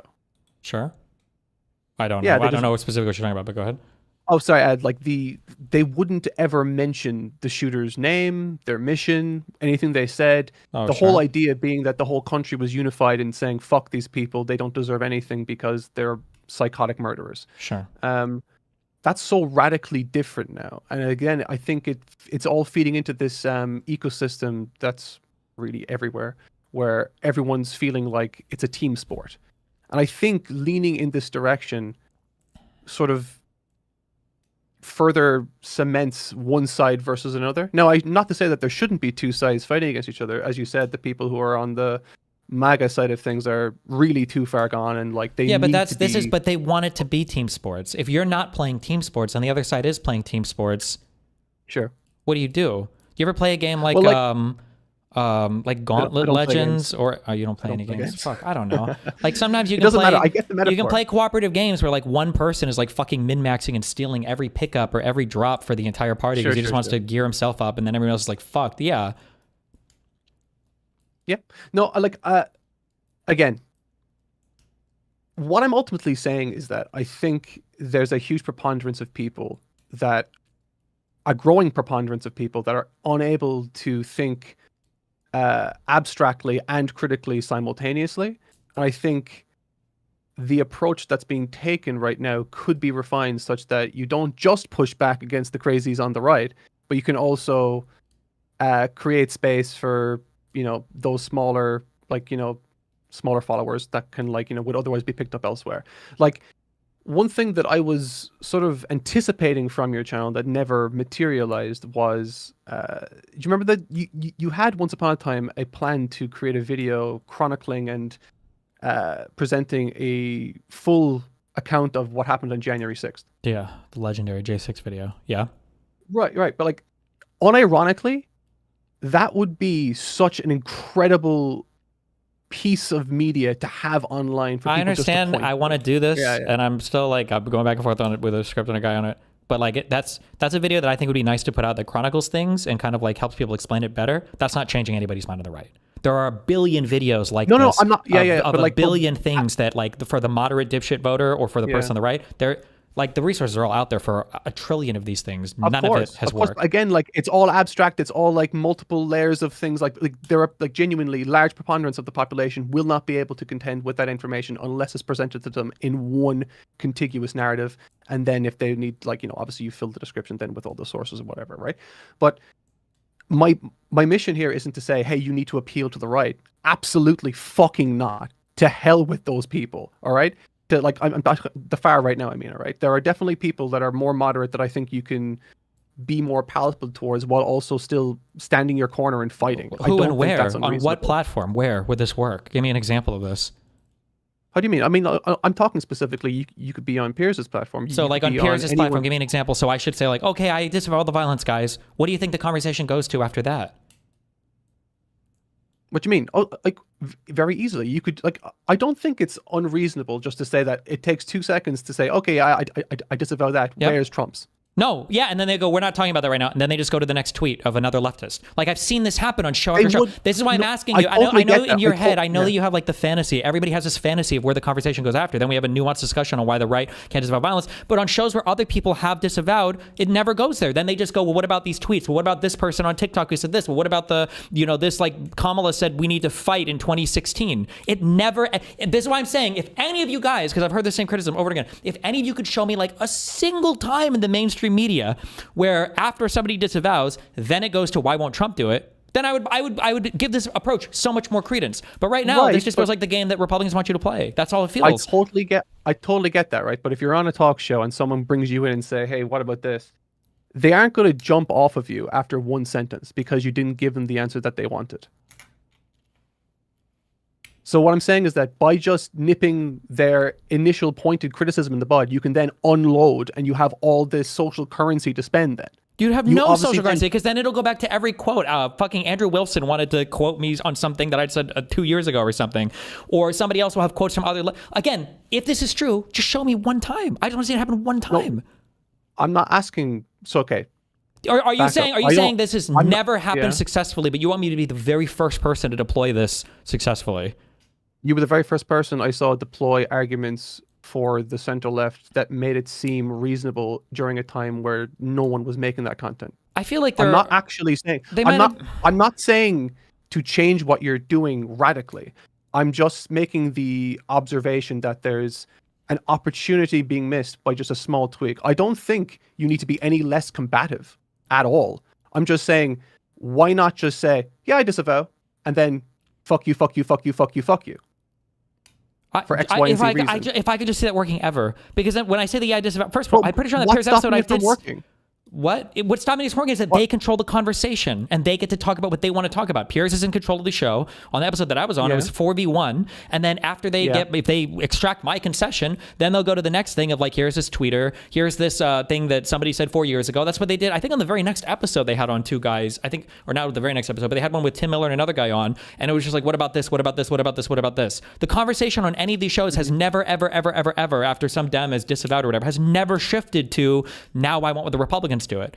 It just shifts. They just go to the next thing that they want to talk about. I understand that, right? And I guess what I'm saying comes off as naive because obviously I'm not privy to every inner working of your mind and every experience you've had. But I then think to myself, what's the alternative here? Because the approach you're taking feeds into exactly what they want to hear. It gives them their messaging. They've already got their messaging, though. I would rather fight on that point. I'd rather have an hour-long episode of them. But you can only control what you say. I'm not asking you to control what everyone else thinks or does with your information. Yeah, but me I'm just saying, making that concession does nothing. So then we just go on to what other people say. But Maybe it costs I won't. nothing. But it costs nothing. It does cost something. It removes me from the temporary crosshairs and it just lets them fixate on some other thing in the left. I'd rather be the one fighting on that point. Crosshairs, then they right, but yeah, what? So you don't think that you can fight on the point? Like I said, right? So let's say hypothetically, Pierce brings you into the conversation. He asks you, "Do you disavow this thing?" And you say, "Yeah," but what's he going to do? Cut you off and just say, yeah, you've had 13 seconds. You didn't give me what I wanted. Let's move on. No, they'll give you your time. But then, but if after I disavow, then what happens afterwards? Then they just talk about To be clear, Yeah. I hate what Cenk is doing. That is not what I'm asking you to do at all. At all. You can do exactly as you're doing right now. I'm just saying, why bother give them anything? Because what you're doing is giving them what they want. Why bother doing that? If this is what they want, then why are they asking me to disavow? How is that not what they want? Well, no. Don't you think they want to hear the left disavow? And I don't want to be used as a token for the next guy they bring on. Well, even Destiny disavowed violence. Why can't you?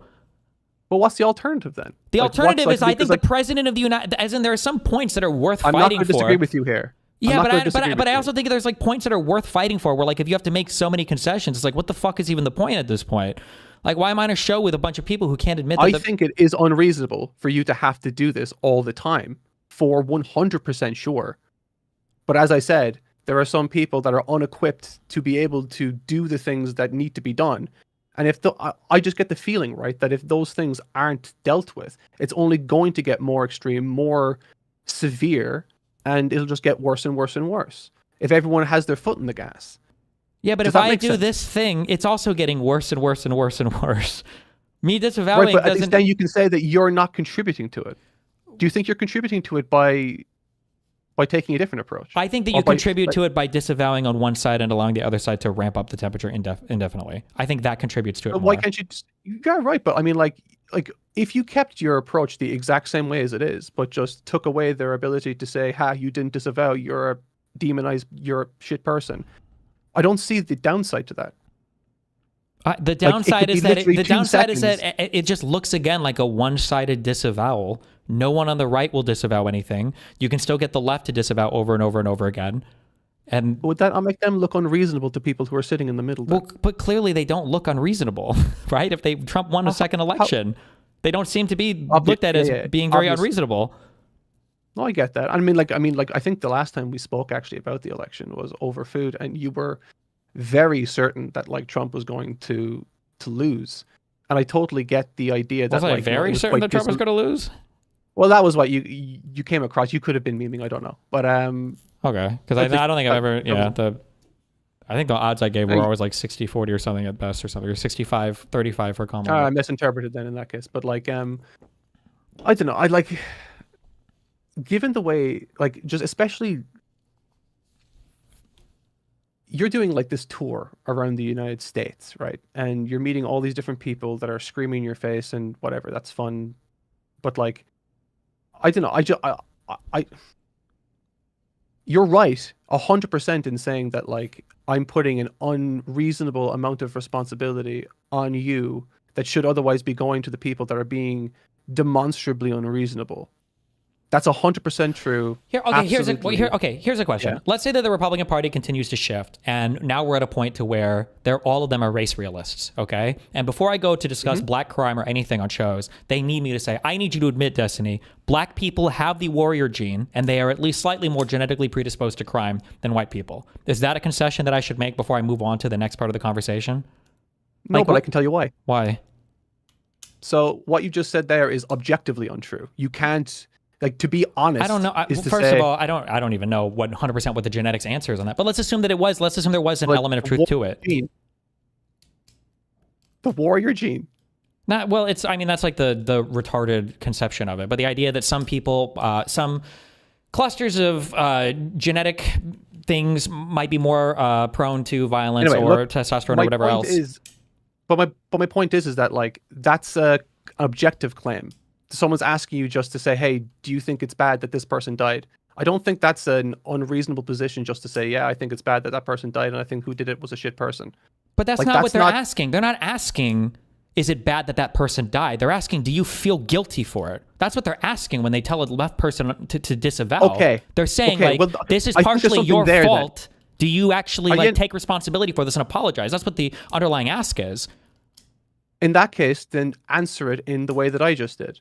Like, what they're asking is, do you disavow? You say, I think what that person did was horrible. I think that person didn't deserve to die. That's not giving them what they want, but it's answering the question in a way that satisfies and doesn't put you in a box, and then opens you up then to unload on them. Like, all right, sure. I can try it. I'll try it in the next. Yeah, I can try it in the next thing.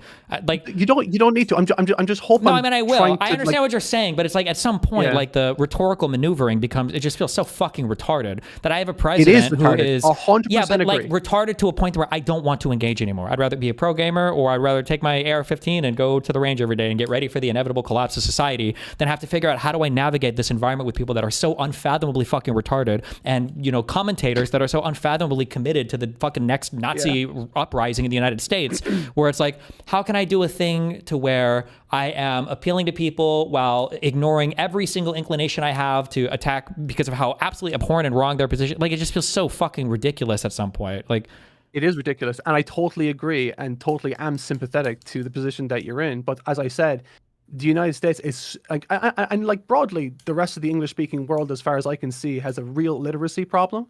And if a person like you gives them a very easy talking point, then the people they always have. I know you don't believe me. I know you don't believe me, and maybe in a year or two or somebody eventually, you keep saying this thing, and it's indicative of an underlying thought process, and it's so wrong. It's the victim blaming part. It's the crazy making part. You keep saying you're giving them a talking point. You're giving them a talking point. That's just not true. They always have the talking point. For some reason, people don't understand that. Nobody else seems to understand this. They will always have the talking point because they will always go to social media to find it. You seem to think that it's just, and I don't know how much longer it's going to be until maybe every single left-leaning person in the country is just fucking hung or hanged, that where people are like, oh shit, maybe they'll always have a talking point. Maybe it wasn't just, we weren't just one disavowal away before we hit, the gem vein in the underground fucking mine shaft. They will always have the talking about. Did you not see the Ben Shapiro Ezra Klein thing where Ben Shapiro was talking about how Ben Shapiro was saying Obama radicalized Republicans because he said Trayvon Martin looks like a black person, and so black people felt like he could have been one of them, and that the was it the Harvard police or the Columbia police or whatever acted stupidly when they arrested Henry Gates, the black man in his own home who was a Harvard professor, because they got a call that was a complaint. That was enough to radicalize people on the right. And for you and other people to sit and say like, man, I wish Obama would have just been a little bit more careful with his speech there. Have you heard Obama speak compared to Trump? It's fucking insane. Oh no. At some point, you have to be able to stake out. Back up. Let me just finish. I don't have any issue. At one point, you have to be able to stake out an aggressive position and fight and fight for once in your life to be able to fight on a point instead of capitulating on every single argument to these inbred fucking retards. You have to be able to do it on one point on anything. Please, God. Please, God. Go ahead. Sorry. Yeah, you're good. So just to, I worry that we're like talking past each other here a small bit, because I specifically don't want you to defang yourself in any capacity. In fact, I thought you could have gone way harder on people like, huh? I understand what you're saying. I hear the words that are coming out of your mouth. But in your mind, you're thinking that there is a huge amount of progress that could be made in some of these conversations if there are small concessions that I make. And what I'm telling you is but like you said specifically that like they have what they want all the time. Yes. Right. Okay. Perfect. Let that be the anchor point for where we pivot to right now, because there might be something that I'm misinterpreting then. So like when they ask you to disavow X, Y, and Z, why are they asking that question if they already have it? Because they're just far more of it, basically. But the goal is then to bring figures on to show. But does that give you an opportunity, Jen? But if you don't give them what they want, immediately then pivot to. But that is what why this is a fuck situation. Then like I don't understand what what I'm asking isn't you to change any element of your argumentation. It's literally just to shoehorn in as disingenuously as you want something that can just say, yeah, I did this thing that you want me to do, but look here, look how shit everyone else is who aren't doing this. That gives you a bigger it's so like the levels of abstraction from that moment are so easy to understand. I just feel like by not doing that one tiny little change, why do you think you're hamstringing yourself? Why do you think the right never thinks about any of this? So you're asking me to take this the most insanely nuanced position on how to approach this. Meanwhile, on the right, the Epstein files are fucking buried. Tylenol is illegal for fucking pregnant women. Vaccines have been like rolled back as much as possible. Universities have come under attack in a multitude of ways. Visas are being restricted because people are saying bad things about Israelis. Funding is being pulled because they've got DEI. Professors' curriculum is starting to be dictated by. Like, at no point in any of these things do conservatives ever have the feeling of, well, maybe I should just give a little here so I'm not a target for them. They paint a bigger and bigger and bigger target. Sometimes they'll even paint a bigger target than other conservatives have painted. Erica Kirk, was like, oh, I forgive my enemies. Trump could have gone on afterwards and built on that. And he didn't. Stupid. Trump said, Trump did the equivalent of me going on Piers Morgan and saying, you know what? Not only do I not disavow, I'm glad Charlie died. That was the equivalent of what Trump did. So why the massively different standard if their mode of operation seems to be so fucking effective? One thing that I want to probably hammer home on, just so that we're on the same page, is that my goal with this conversation isn't to victim blame, though I can totally understand why you. Nobody's goal is to victim blame. That's how victim blame works. It just happens accidentally. Well, I mean, some people's are, but whatever.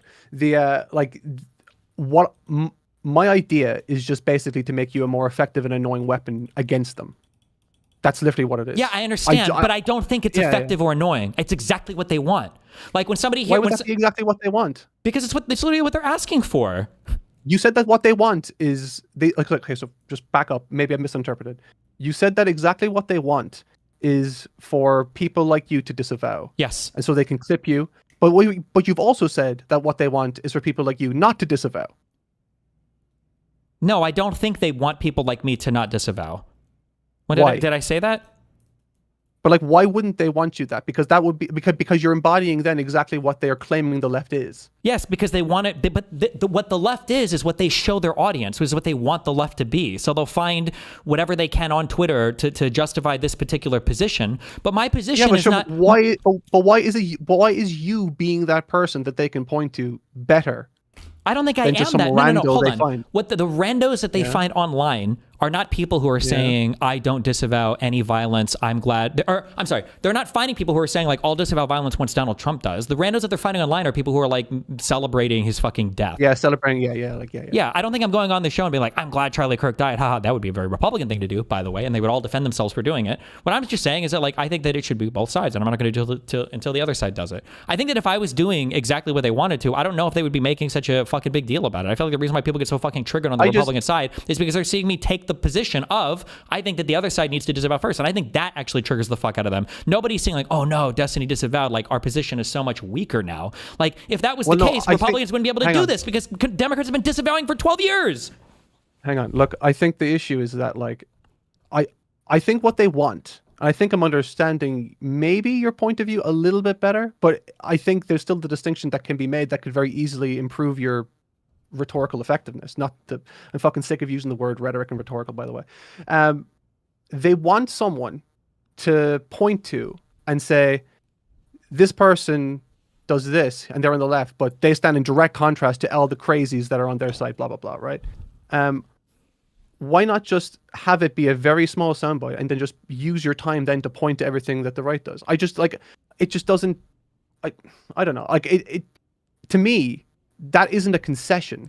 Because if I give them that soundbite, then that episode and nothing I say there is sound bitten. Nobody cares. It just moves on to the next thing. If I'm willing to fight on the point, then that becomes a soundbite, and then might try to make me sound crazy or whatever. But then I would rather have that conversation of Destiny says that it's crazy for the left not to disavow unless the right disavows first. I'm okay with that conversation, and I think every person on the left should be having that conversation. But disavowing and then moving to isn't the right crazy? Okay, no one talks about it then. Boom, that episode's forgotten. There are no clips. No one gives a fuck. That's gone. All that, you don't even need to be on a right-leaning show to have that point. Shouldn't everybody disavow violence? Right. You know, I agree. But in that case, couldn't you just say something like, you know, like Piers could say, hey, do you disavow this? And like, you could say, I have. You don't need to do it there and then. I guess, but then what about, but then the next thing is like, oh, well, then what about this tweet that you made a year ago? Or what about what this other person says? Or what about what this Well, then that gives you an opportunity then to kind of hold other people's feet to the fire for things they said X, Y, and Z month, a year ago. But they're never held accountable for it. I've done this on shows where it's like you tweeted about, you know, Paul Pelosi. I literally, it's not though. Look at the Dave Rubin thing. I literally was on Dave Rubin and I literally asked him, I was like, hey, well, what about the January 6th stuff for you? And then Dave Rubin immediately pivots off. Piers Morgan doesn't say fuck all about it and they just move on to the next topic.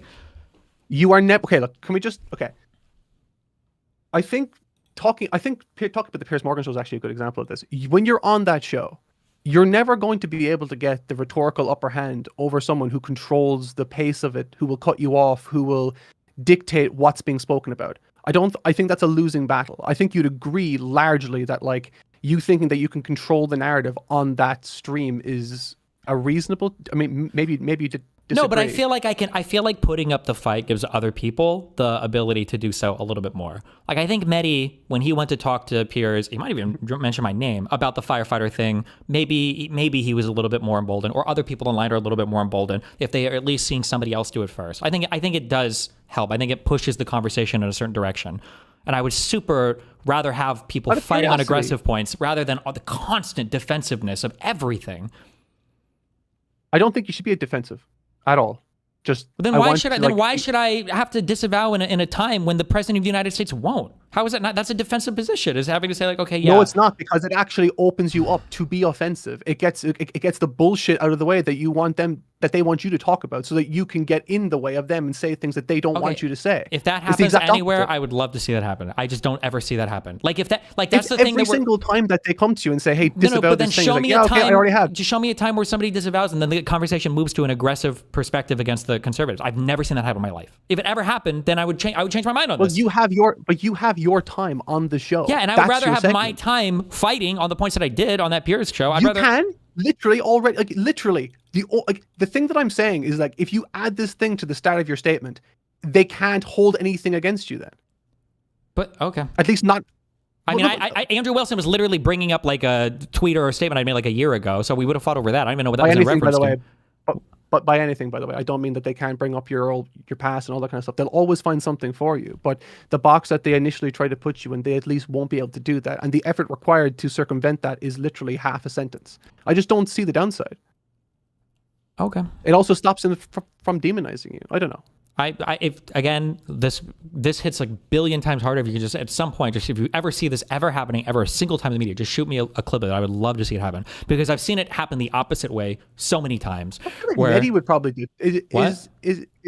Does Mehdi disavow and then move on straight away, or does he just not disavow? Mehdi might, but I think it's because Mehdi is usually in more control of the platforms where he's on. Like if I'm hosting something, he's on Piers. No, He's on Pierce. He is, but he's way more of an equal, I think, on Pierce than the other people are, especially because they have history. But like, if I'm on a show that I'm controlling, or if I'm talking to you right now, I have no problem disavowing violence. I don't think anybody should be violent in this environment. I think it's fucking crazy. Obviously, but I don't think you're a bad faith. Well, not that there are no stakes. I just think that you're going to take me for my word, and we can have an actual conversation about what we should be talking about, and you're not going to use it to just like assassinate the rest of the conversation on me, right? Yeah. So I have no problem doing that here, right? And Mehdi doesn't. I sure on the shows that he does or that he hosts on. I don't know if I've seen him talk about this on Piers Morgan yet. I don't know if somebody has a link for it, but it just, man, I don't know. I feel like his approach would probably be something more akin to what I think you'd be quite good at. I think you could actually stand to be more aggressive by taking that approach personally. To be clear, the approach that I'm vouching for here is one that I would hope would yield an opportunity for you to be more aggressive, to be more effective, to be more scathing, and all that kind of stuff, all that good stuff that you enjoy indulging in, that people like watching. Like, I think it just creates more space for that. Personally, I think that if that's the approach that I take, then I don't think that Elon Musk and Trump Jr. and the two different senators that tweeted the FBI, I don't think any of them would have made those statements about me. I think I'm missing. Just a bunch of crazy people on, I think it was a few Congress people. Trump's kid, Elon Musk, a couple, there were people that were doing huge tweets about me being a violent person or whatever. I don't think any of those people would have given me that attention or would have cared much if I would have just said oh yeah, I disavow violence. Why won't you guys? I think the conversation would have ended there, and then they would just move on to the next thing that you have to disavow. Because that's what every other episode I've seen is what happens. That's what happens. Are you saying that you got the attention that you've gotten because you've been so? Would yeah, you say I think that so. What you've I would said say has so. Been intentionally inflammatory. No, because that's a retarded way of conceptualizing it. It's not intentionally inflammatory. I'm just asking. I'm not actually. No, I know, but my point is correct. It's a correct point. You're asking me to move off of a correct point to be more rhetorically effective. I don't mind taking a lot of heat for an inflammatory statement that is correct. The correct point is that the president of the United States should lead with disavowing violence. It's not even a controversial point in a country where people's brains are. Okay, so maybe we don't agree then. So I don't think you need to abandon that point. I think the point that you're making remains the same. It's just if the president is unwilling to disavow violence, then the opposing party should not disavow violence. That's my point. I don't know if you agree or disagree with that, but I think that's a fully reasonable point. I think it's insane that I even have to say this statement, because in the past, this is just not a thing that you would ever think about, because the idea that the president of the United States wouldn't be telling everybody in the U.S. to calm the fuck down is just inconceivable. But that's where we're at. So, I think that's where we should be at. And again, you can see the difference. This also goes along with my statement that everybody got ass paying, I guess YouTube demonetized before, that conservatives should have more fear about a violent society. Right now, they seem fearless. It seems like they're inviting civil war, or they're inviting political assassination, or they're inviting this type of violence. I just don't think that, I don't think it serves you well to go to that level. Okay. I think that's where because what they're doing is bad. Why would you try to do the same as it? But it's not the same thing. There's a difference. No, stop. Because I know you can try to clarify your sentences, but the way that they come out, I know what is happening in your mind, right? When you say it's the same thing, you think that me and Trump are making the same statements, but we're not. Donald Trump is saying the enemy are the Democrats and they are evil. And I'm saying, and Trump is saying that when this is almost, it's not a verbatim quote, but off that Fox and Friends thing, he's saying that when the radical left commits violence, it's like terrorism. When the radical right does it, it's because they're tired of the terrorism, right? My statements are not anything even remotely similar. My statement is the president of the United States should disavow all violence. And then once he does, I'll disavow all violence. I want to, okay? I don't want to get killed at some fucking event. That's lame as fuck. It's not the same as the president. Yeah, but it's not the same as the president. Our positions aren't even remotely the same here. Yeah, no, again, okay, I agree. Maybe I've misinterpreted it at some point, but that seems reasonable. I definitely think that obviously you want to hold the president's feet to the fire, and anyone that isn't is doing the wrong thing. Maybe there's a way of answering the question that they bring to you, because I can't get past the initial implication of you not disavowing, because I just think that it's not something that I personally care about. I know you disavow this shit. That's not something that I'm trying to kind of please disavow it. Well, I'm curious. Do you think that nuclear war is bad? Of course. Would you support the United States unilaterally disarming all of their nuclear warheads? Nope. Why? Isn't that Wait, sorry. I thought you were saying something else. Sorry. Well, it depends on if everyone else does. Yes. So what's the difference between what you just said there and what I'm saying? Like, I don't think the statement that you made was that radical. I think it was a totally understandable and a totally reasonable statement. Yeah, you're not going to disassemble all your nuclear warheads if Russia doesn't, everybody else doesn't first. Right, but if someone's asked, like, yes, but if someone's positioning you, like, realistically, obviously you know this, when you're put into position by Piers Morgan and he gives you a very loaded question, he's looking for something specific. Just don't give it to him. But also take the heat off of yourself and then point as much fucking heat and shit to the person who needs that shit pushed at him. Realistically, I don't know. Like, I get where you're coming from, and I agree that the situation you're in is ridiculous, but you can only control what you can control. And I don't know. I think you can afford to not change anything regarding what you're saying versus... I mean, even on that Pierce show, I'm pretty sure I said twice that, like, political violence is not acceptable. I'm pretty sure I said that twice, but they wanted, like, a more specific statement on, I think, Charlie Kirk or something. Sure. I don't know. I didn't watch that. I'm just assuming based on, like, a couple of clips that I saw. But sure. Like, I just think the noteworthy things are, one, I think the left needs to be able to fight more on things, and two, you will never ever find the right trying to take these positions of like strategic disavowal or whatever. You'll never ever see them take these positions, and it seems like they are dominating the media landscape and the rhetoric landscape. Well, okay, yeah, that's the point. I just think this would make you more effective.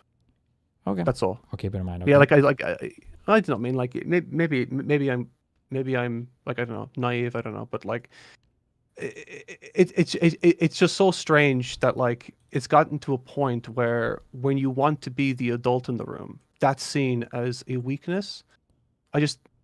That's not being the adult in the room, though. Unilaterally disavowing things is being the child who thinks that an author is guiding the story to the correct end. Like, that's a thing, thinking unilaterally. That, like, sorry, repeat that middle part again. That one person in one side disavowing violence because that's some virtuous thing by the fact that they're saying they disavow violence. But I mean, like, you're the anime guy, right? Have you seen all of, like, what? I use anime as a proxy to try to teach about narrative theory. Sure. It's like have you seen combat of literacy sure. kind of thing. You've seen Batman, right? Have you watched all of, like, Rurouni Kenshin? No. Fuck you. Okay. In every anime or in every superhero story, I feel like you're a bigger anime nerd than I am. Maybe. In every anime or in every superhero story, whatever, when there's some guy who, like, promises to never kill his opponents or he's got some rule like that, notice how the way that it's written narratively, there's always some kind of thing that bails the main character out and actually kills the enemy without him having to do it. It's always that way in Batman. They get locked up indefinitely by the police and they don't have to worry about him, or someone else shows up and kills the bad guy. But in the real world, it might not work that way, right? In anime, I feel like actually you could argue maybe Spider-Man, although that's not really the same thing, where he lets the one crook go, but he didn't let him go for virtuous reasons. He did it because being an asshole. But, like, the idea that, like, if you don't kill some opponent and then he actually comes back and he kills a whole bunch of civilians, I think that people would view that interaction as being far less virtuous. And right now, there's this very naive virtuosity that's attached to this idea of, like, oh, everybody just has to tell everybody to calm down and disavow. There's no virtue in that if the other side's not doing it. If anything, I would say that's a lack of virtue. You're engaging in a vice there where you're too weak or unwilling to take a stand against something that's clearly immoral and clearly not right. And there is no virtuosity, or there's no is it virtuosity? There's no virtue in, there's no virtue in standing in that and saying, like, oh, just keep turning the other cheek until they kill us all, LOL. I don't want you to do that. I want you to attack them. So how is that? Sure, but I'm saying that in the general conversation of, like, the Democrats need to disavow, I'm saying that there's no virtue in continuing to disavow, and somebody that views that as being some, like, attack point, it's like, no, you're president. No, I don't think it's an attack point. I don't think it's an attack point. I just think it's a common decency point. But what is? Like, think about what you just said. What is common decency? What does common mean there? It's something that the president specifically isn't doing right now. Yes, so both sides have to share it. It's not common decency when just one side does it. But for you to be able to present that contrast, that if I can do this, why can't the United States president why can't he do it? Barack Obama's done it. Joe Biden's done it. Kamala, every single large leader of the left did it. Why would it matter if I do it? It doesn't make any sense. Because you're the one who's talking on these shows, not them. I think if they cared about that, I think that they would look to all of the leadership doing it. And if they cared about that, then their own side would be doing it. They don't care about that. That doesn't mean anything to them, because if it did, they would be demanding from their own side. Okay, look, dude. Yeah. I'm not saying spend 10 minutes just deep throating whoever's talking to you and giving them everything that they want. That's not what I'm looking for. I'm just saying, hey, look, yeah, I disavow, but fuck him for doing this. Fuck him for doing this. Like it. You don't think that we would be having the same conversation if I disavowed, and then the next question from Piers was, well, this tweet got 452,000 likes, and then this. If you and me would have the same conversation. No. If you and me were having the conversation we're having now, okay? Let's say Piers, let's say I disavowed a meeting. Let's say, well, why won't the Republicans do this? And then Piers said, well, but Destiny, well, what about when this guy tweet here and he gets 100,000 likes? Isn't this bad that the Democrats are celebrating this, that the liberals on the media are celebrating this? And if at that point, I were to go, no, I'm not going to speak for them or disavow what they're saying. The president should disavow. That would be the next fight point for the whole show. And then I feel like you would be coming on here saying, why don't you just say that tweet is unacceptable, just like you said in your own statement that violence is unacceptable? Why wouldn't you just say that? You don't think so? I think it'd be this exact same conversation. So here's the thing, right? Before this conversation, I did actually ask myself that question, because I did want to figure out where's the line, because obviously I'm aware that there's a sliding scale there, and like I'm very aware of like them being unreasonable people to talk to. I totally get that. And so yeah, I would draw the line there. You've done what you needed to do. You don't need to bend the knee anymore. I don't even think it's bending the knee to them. It's just doing what people should be doing. And yeah, I definitely wouldn't be asking for you to do anything more than that. Genuinely speaking. Yeah. Okay. Well, if you see any examples of working in the future, shoot it to me, and maybe I'll try to incorporate this. I get the feeling that Mehdi would probably employ a similar strategy where he would just get the fucking shit, boring stuff done out of the way in like a quarter of a second, and then just bulldoze them straight away. Yeah, but then the question is, talking point. Yeah, but I want to see it take away the talking point, not him trying to bulldoze and then them taking ignoring away him. A talking point. That talking point being you are a bad person. Okay. That's the talking point. You take away that one, they can move away to the next thing. You can't control that, but the one thing that you can control is this one thing here.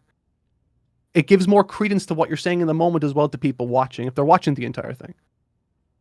Okay. I think show it to me. I would love to see it, and I'll keep this in mind for my next few conversations, okay? Maybe I'll try it just so I can say I told you so, okay? I mean, like, I don't know what you're like. I don't think there would be a massive change in how they react to you. I don't think there would be any change, in fact, in how they would react to you. Well, the massive change is they're really mad about what I'm saying right now, which I'm okay with, because I think my point is correct. The only difference is if I move on to the next point, will I garner any attention trying to hold their feet to the fire, or will it just be another forgotten show, because then they move on to the next thing and we never actually talk about that? Right. I'm talking more specifically just about like capturing the people that are just kind of watching, that don't really know what's going on. I just think the more reasonable that you seem, the better the chances, really. That's all I'm kind of saying. Yeah, I don't think it makes me sound reasonable. If people are coming in, it doesn't make me sound reasonable though. It just makes me sound guilty. Like if somebody comes in and it's like, don't you disavow? I think that's if you want me to come, like if you want me to message you something, a response that doesn't sound guilty, that doesn't the response that I want you to give isn't one that takes on guilt for what's happened, because that's absolutely not what should be happening. It should just be saying, yeah, that was fucked. Like it doesn't need to be you taking in any responsibility for this. Fuck that. I understand that you don't have to say that, but I'm saying that any concession there, I think, is going to be perceived as, especially if none of the others, like if 3 people on the show are saying the radical left violence, the radical left violence, the radical left violence. Destiny, what do you have to say about this? I agree. All political violence is bad. It's bad. That like nobody should be getting killed for political disagreements in this country. It's not good. I mean, like, what is the? I know that you and I agree on that. Obviously, I know, like, which is why I'm having the conversation. Or bothering to have again. I appreciate sitting down to have the conversation, because obviously it's a very boring one. Like, the position that I'm occupying is really boring. But like, yeah, I don't know. I just think you could be more. I think if you did take that small tweak, didn't take on any fucking responsibility that you think they might be trying to levy onto you, and just move on.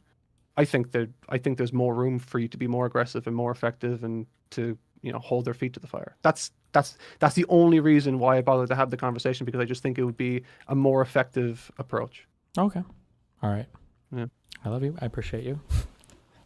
Okay. Any other thoughts? Okay. Stay safe. Be careful. Yeah, later. Bye. Bye. Damn.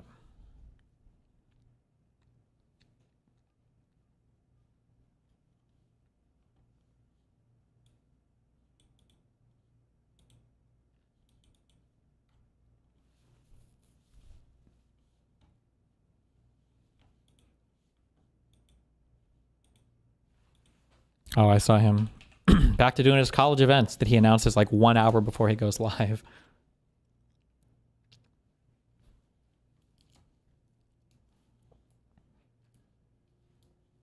Steven Crowder has changed my mind today. The left is violent.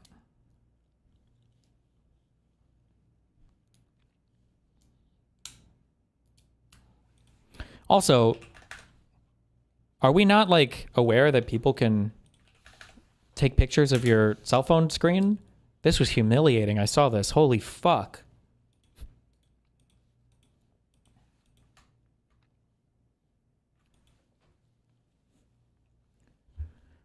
This is apparently shows the Treasury Secretary reading a text from the Agriculture Secretary. Is this finally just a heads up?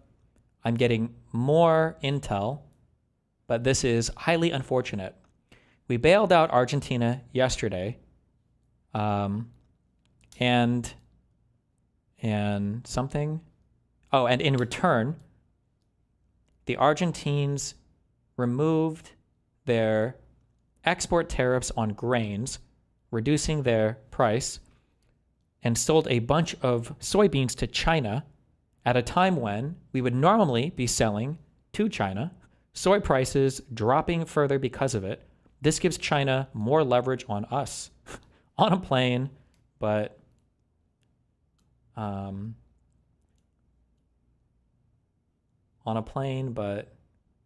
Scott, I can call you when I land something. But yeah, so fucking stupid. Our government is so incompetent right now. In parentheses, it's Besant. Art of the deal, so fucking retarded.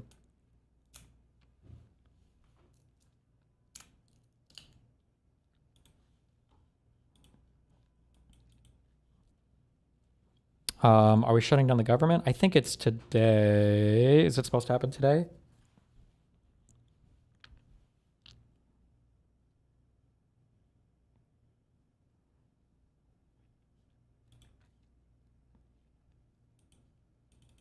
(12:01 a.m.) based. I'm gonna follow up that last guy. Maybe tomorrow.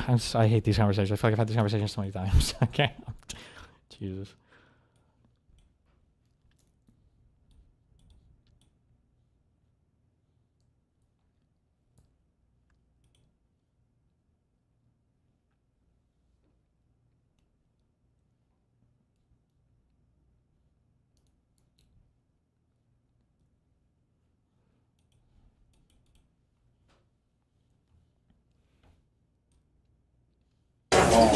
We allowed in here, y'all? That same agent. You good?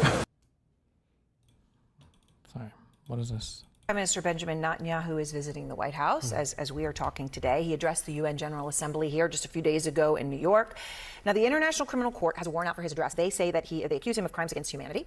You have called, as I mentioned, Netanyahu's actions in Gaza genocide. It's going to become not just a rhetorical, but a question rooted in reality if you are mayor.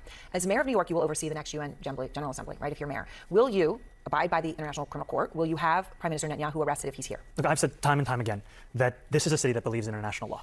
This is a city whose values are ones that deserve to actually be reflected in our commitments. And I think that our city should uphold the warrants the International Criminal Court issues, whether it be for Benjamin Netanyahu or Vladimir Putin. And also, I am not Donald Trump. I will follow the laws as they are, as opposed to bend them to my own will. So we will pursue every legal avenue to ensure that that accountability is present. And the reason for that is that the context we are speaking about, this is a man who has orchestrated a genocide that has killed one Palestinian child every hour for close to 2 years. This is someone whose conduct I hear about from New Yorkers across the 5 boroughs. And they come to me with a horror at what they have witnessed. And for some New Yorkers, a horror as to what they have lost. There was a Palestinian New Yorker who spoke to me about losing 85 members. Is like New York City going to be a signatory to the Rome Statute? I don't even know how you would do this, but I don't know, whatever. The problem is, for Ezra Klein... What is this?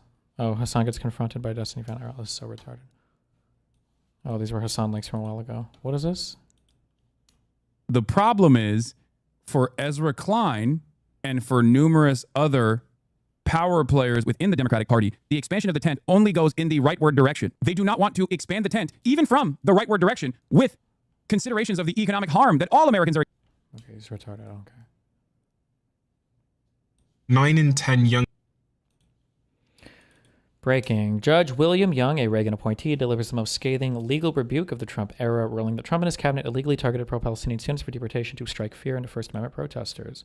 Conclusion: for all these reasons, this court finds this fact and concludes as a matter of law that Secretaries Noem and Rubio and their several agents and subordinates acted in concert to misuse the sweeping powers of their respective offices to target non-citizen pro-Palestinians for deportation, primarily on account of their First Amendment protected political speech. They did so in order to strike fear into similarly situated non-citizen pro-Palestinian individuals, proactively and effectively curbing lawful pro-Palestinian speech and intentionally denying such individuals, including the plaintiffs here, the freedom of speech that is their right. Moreover, the effect of these targeted deportation proceedings continues unconstitutionally to chill freedom of speech to this day. What level court is this?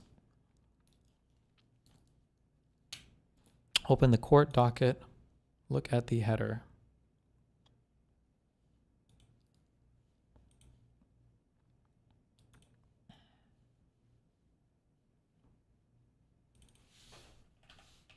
Does this? I don't know I did that. I don't have the docket here.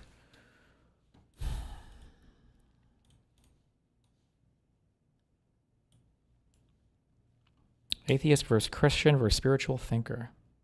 3 hours and 21 minutes. What the fuck? Did you see this statement by Mr. Evil?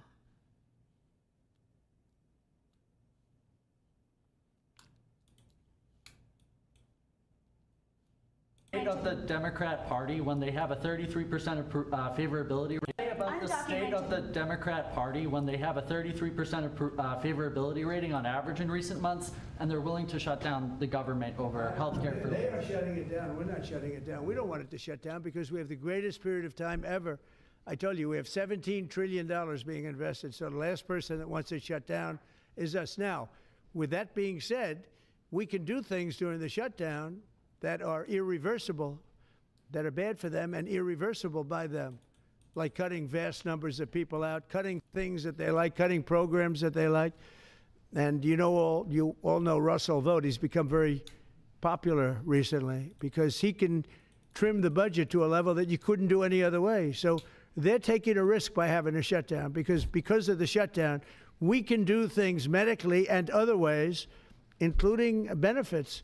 We can cut large numbers of people out. We don't want to do that, but we don't want fraud, waste, and like, would you talk like this if you really thought you could get away with this during a shutdown? Wouldn't you then just welcome the shutdown? Abuse. And, we're cutting that. But they want to have illegal aliens come into our country and get massive health care at the cost to everybody else, and we don't have it. And that's I would say, the number one reason that they want to strike is to get illegal immigrants health care. And, Gavin Newsom wants that, too, in California, and it's destroying California. We can't have that. We're not going to let it happen. It's retarded. No one is asking for this. You're just a fucking loser. What is this? Is that you and I did cross paths once before, and as a matter of discretion, I never talked about it, but you actually decided to talk about it on your show, and I just wanted to play that clip briefly of where you described our interaction. Do you have that clip? Glenn Greenwald. Hey, Glenn Greenwald. Excuse me, brah. You excuse me. Glenn Greenwald passes by me. He's in this is a gay club, by the way. Don't ask me why I'm there. This is a gay club because Glenn Greenwald's here. Don't ask me why I'm there. I'm there to kill everyone. I'm kidding. Kidding. It's a joke. Whoops. So you did request several times. Don't ask me why I was there. I've always deferred to that. Since you're a guest tonight, I'm going to continue that policy. Epic. Glenn Greenwald. Good one.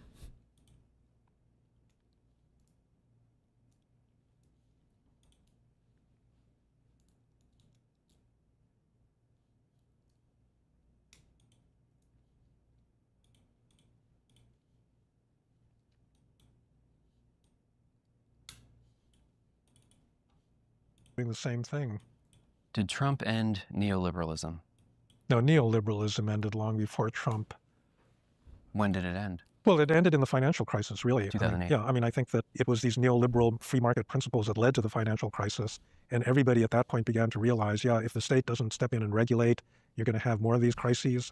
And so the move away from neoliberalism, I think, really began there. That's the point also, that people were really aware of the increasing inequality in the United States in terms of income and wealth, and that was also going to become politically destabilizing. And then, you had a big academic literature. Wait. I'm a little behind, but what's up with the TNM guy? How can you not understand what Destiny's saying? He's completely wrong too. No, I mean, I understand where he's coming from.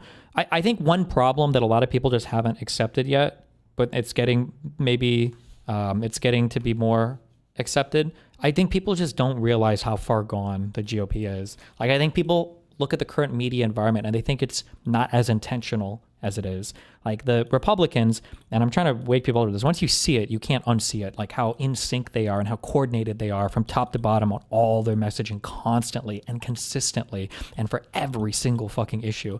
I think that once you start to wake up to this a little bit, I think you start to see, because it looks like, okay, well, this is just like somebody tweeted a bad thing and they're responding to it. Somebody did this and they're responding. No, it is way, way, way, way, way more coordinated and way more intentionally crafted than I think a lot of people are seeing it as. About the effect of, China's entry into the WTO and the way that globalization, this is one of these kind of, in retrospect, very annoying things because, when I taught at SAIS at Johns Hopkins, we indoctrinated everybody into free trade, liberal economics, that was the way to go. Mm-hmm. And at that time, all of the economists said, well, okay, so not everybody is better off under a free trade system. Some workers lose out, their jobs go to Mexico or China. Manufacturing. Yeah, manufacturing. But we can always compensate them. We can retrain them. And that's the part that never happened. Right. And that's why I think people are legitimately angry about, the results of free trade. And I think, I don't know of very many economists that won't admit now that was a really big problem. Right. That they had been advocates for a kind of ruthless kind of free trade that made a lot of empty promises to the workers that were going to be hurt by it. And the society never, followed through on those promises. And so I think that process started really a lot earlier than Donald Trump. So I find that very interesting because the theoretical proofs, the scholarship at the time, said that if we move manufacturing elsewhere, maybe American wages go down, but the goods get so cheap that everyone's living standards go up, right? And that was, you run all these theorems, that was the macroeconomic consensus.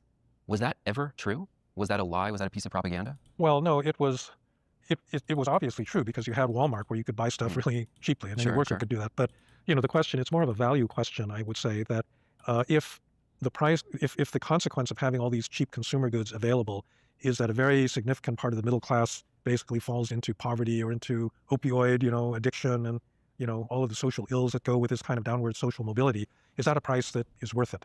Right. And I think a lot of people have decided in retrospect it wasn't, that there's a certain dignity to work, even if it's not the most efficient, even if you could do the same work in another country for a lot less, people still want to have pride in what they do in their communities, and therefore it's legitimate for the government to protect this. And by the way, in different countries, they didn't go in for this kind of neoliberalism to the same extent. So one thing that's very noticeable, if you go to either Japan or France, which are the two countries I think about in this regard, there's a lot of little restaurants, mom and pop shops.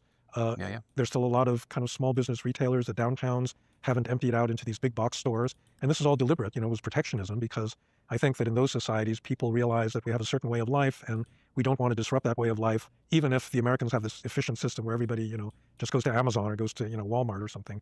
And so I do think that there are alternative ways of, dealing with the social side that reflected, a different set of values that was conservative in the sense that we don't want to disrupt and undermine, our existing society more radically than we have to. Doing the same thing. Did Trump end neoliberalism? I don't think I necessarily disagree. I don't know why you're listening to this. What is this? Last several months, you've maintained the zenness. Like, you're not frothing at the mouth in anger, but like you are becoming increasingly provocative in a way which I really like. Like, this is almost like Mockler ungloved. This is Mockler, off the chain. So is that a deliberate choice, or are you just getting fed up with the current state of affairs? Why are you more provocative now than you were in terms of making these really salient points?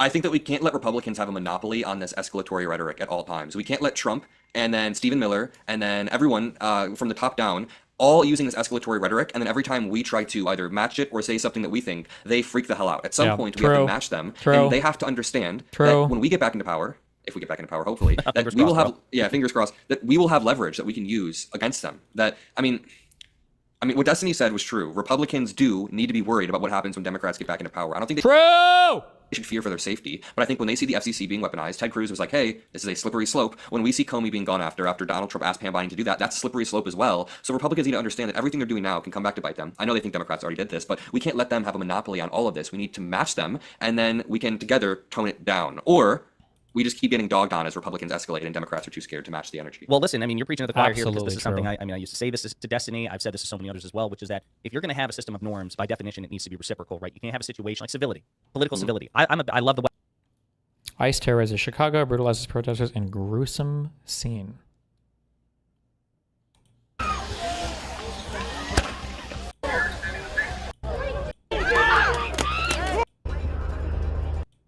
Michigan. See you in Nevada. Thanks to people. They haven't done like a huge deployment to Chicago, right? This is just ICE doing shit.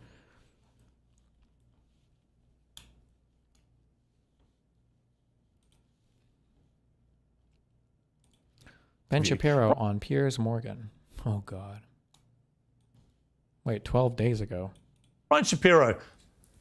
I was sickened by what happened to Charlie Kirk. Let's just. Brian Shapiro. Shapiro. I hope we can all agree it was sickening. Although I had Destiny on the other night who couldn't bring himself to condemn it because Donald Trump hadn't said the right thing for him, which I think is a lamentable piece of moral cowardice. So let me just start by asking you, I presume you condemn and were horrified by what happened to Charlie Kirk.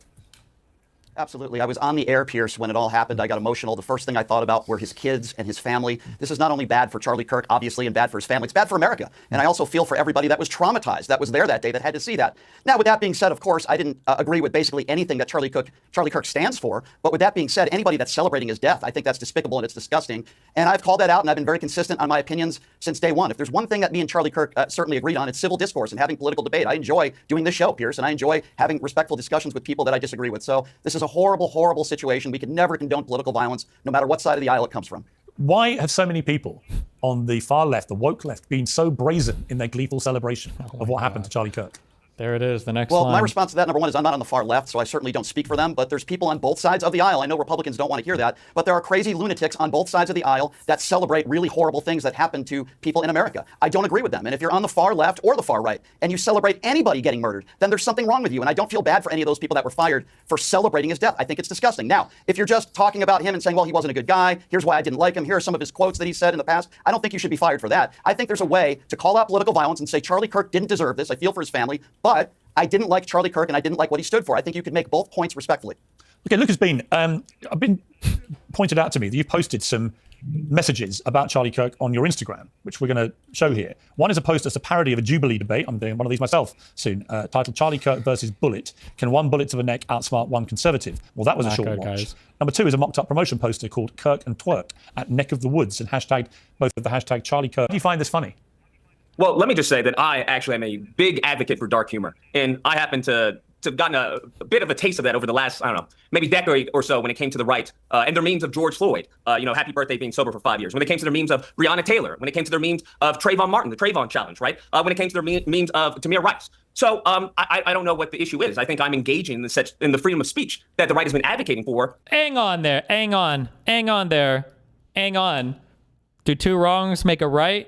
May for these last 10 years and mocking and making light of Black Death, something that Charlie Kirk himself did time and time again. As a matter of fact, I would argue that if Charlie Kirk, instead of focusing his time on Black culture and Black on Black crime, if he had spent a modicum of his time focusing on the white youth, that perhaps he would still be with us today.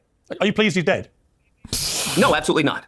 How did you feel about it? I don't think. How did you feel about it? We said no. Well, but how did you feel about it? Did you cry? Wait, did Piers ask me that question or was that somewhere else? Did he ask me that on a show? It's like, did you cry when Trump won? It's like, what the fuck? Are you gay? Are you okay? What kind of question is that? What? His murder. How do I feel about his murder? Yeah. Well, I think a quote by a great author sums up the sentiment of millions of Americans around the world. And that is, some cause happiness wherever they go. Others when they go. And I think that's a sentiment that is palpable amongst many Americans around the world due to the hate and vitriol and bile that Charlie Kirk sowed. So I think there was a just to be clear, just to be clear. Were you sad? Then you are happy he died. No, I don't think as far as happiness is an emotion that you literally just read me a quote which implies you're happy. You talked about some people death bring happiness. The purpose of the quote was to say that there are some people who have caused harm and death and turmoil to other groups of people, such as Charlie Kirk, whether it's black people, whether it's, trans people. No, I heard the quote. The list Just to be goes on. clear, you said that the quote ends in that their death brings happiness, but you've denied that you were happy. And when you tell me a quote I don't disagree that when you there tell are me a quote people like who that, are- I presume from that quote you're implying that actually you are happy he died because he deserved it. He had it coming. Jesus. No, not at all. I Christ. don't think those are ever words that I've ever mentioned verbatim ever. I think there is a sentiment that when someone who lives their life in evil and wickedness, according to the scripture, the power of life and death is in your tongue. And the hate and the bile and the venom that he spewed, I don't know what to tell you. As the scripture says, as he professed, you live by the sword, you die by the sword. I think his focus should have been on a community that, clearly is in problem. That I find it interesting that there's more scrutiny on people who may make memes that they've done of George Floyd and other black victims than on the white male youth that did this tragedy, as some would call it. Why would you be offended about the memes to people like George Floyd, which I found contemptible at the time, if they're the same ones that you're talking about? Why would you profess to be offended by those if you're quite happy to do the same kind of thing yourself? I think the point that I'm making by the means that I'm putting out, which clearly has caused outrage and triggering, I find it a bit hypocritical that the people for years who said fuck your feelings are now overwhelmed with feelings at the moment. But the point that I was making was to point out the hypocrisy that the right has on a variety and myriad of issues, as we just saw with Pam Bondi on the freedom of speech. I think the issue is that they have scapegoated people like Pam Bondi for what is the crime of Donald Trump. The same thing they did with Anthony Fauci. We saw this when it came to the Second Amendment. They banned bump stock ban. They had a bump stock ban under Donald Trump while they were fear-mongering about Biden take away your guns. But as we saw, there was no outrage, there was no protest, and we come to find out that it was unconstitutional. So I think this hypocrisy is ubiquitous within the right, and I think my memes expose that hypocrisy. And what about your own personal humanity? I mean, hashtagging his widow in a mocked-up promotion poster of Kirk and Twerk at Neck of the Woods. How do you justify targeting? Hang on. How do you justify targeting his widow? I think that's a bit disingenuous to use such hyperbolic language as targeting. I think it's more of a... This is like the fucking... I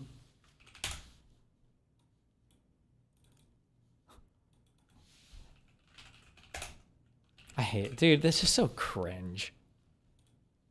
Right, with no equipment, no rope. Like, I feel like it's literally this... Don't tell me you don't know how to do. Like, this whole fucking conversation...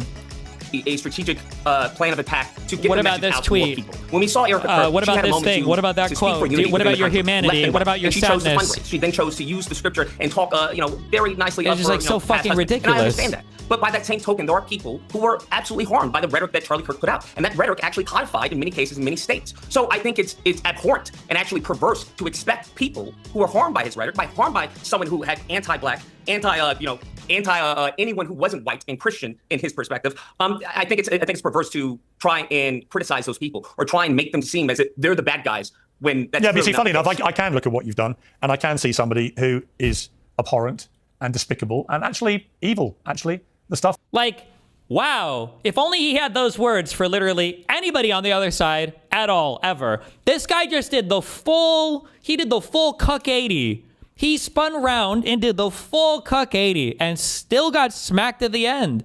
When you target someone's widow as she grieves and Once tries again, to I protect disagree her with the two word children. targeting. No, I'm talking about me personally, my view of what you've done. I don't care about your motivation in terms of other people's inappropriate memes, many of which I may well agree with you about. But that doesn't mean that I then go and do it myself or worse, because that makes me even more inhuman and abhorrent. And by your definition, I disagree. I think there's a I know you point- I think disagree. there's a point I'm just when telling it comes you. to Republicans, when it comes to conservatives, I know. that they have to I'll let see, you have your I think, say. I'm a mirror I'll let you have of your what say. they have shown. I'll let you have And your if they say. don't like what they I'm see, telling then you. they should actually Fine. detour I'm from their using your wicked own. path I'm using your own and show justification compassion. to tell you what I think of you and what you've done. Right? That's my free speech at work. Let me bring in Gillian Absolutely. Michaels. I mean, Gillian, look.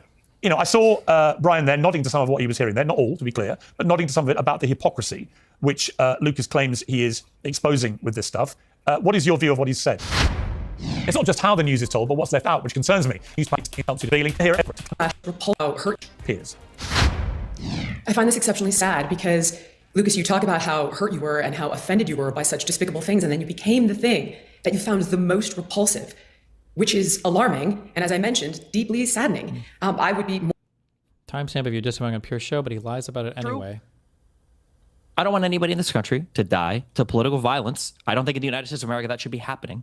I don't know why it's so hard for the president to say the same. I think it'd be the easiest thing in the world as president. Biden did it for 4 years. That's why everything was way cooler when he was here, like in terms of temperature. The Clintons have no problem saying it. Barack Obama has no problem saying it. Kamala Harris has come out and said it. Every Democratic lawmaker and leader has basically come out and said it. But for some reason on the Republican side, it's just civil war, civil war, civil war. And the Republican president of the United States, who has presided over more violence politically in this country, more large protests than any president in all of U.S. history, for some reason can't bring himself to say, all of us need to calve down. And So it's did not Trump happening. deserve the There's no bullet? reason allowed to say it. Did Trump deserve the This bullet? is all you care about are the political hit Just jobs. It's answer the absolutely question, insane to me. bro. Did It's Trump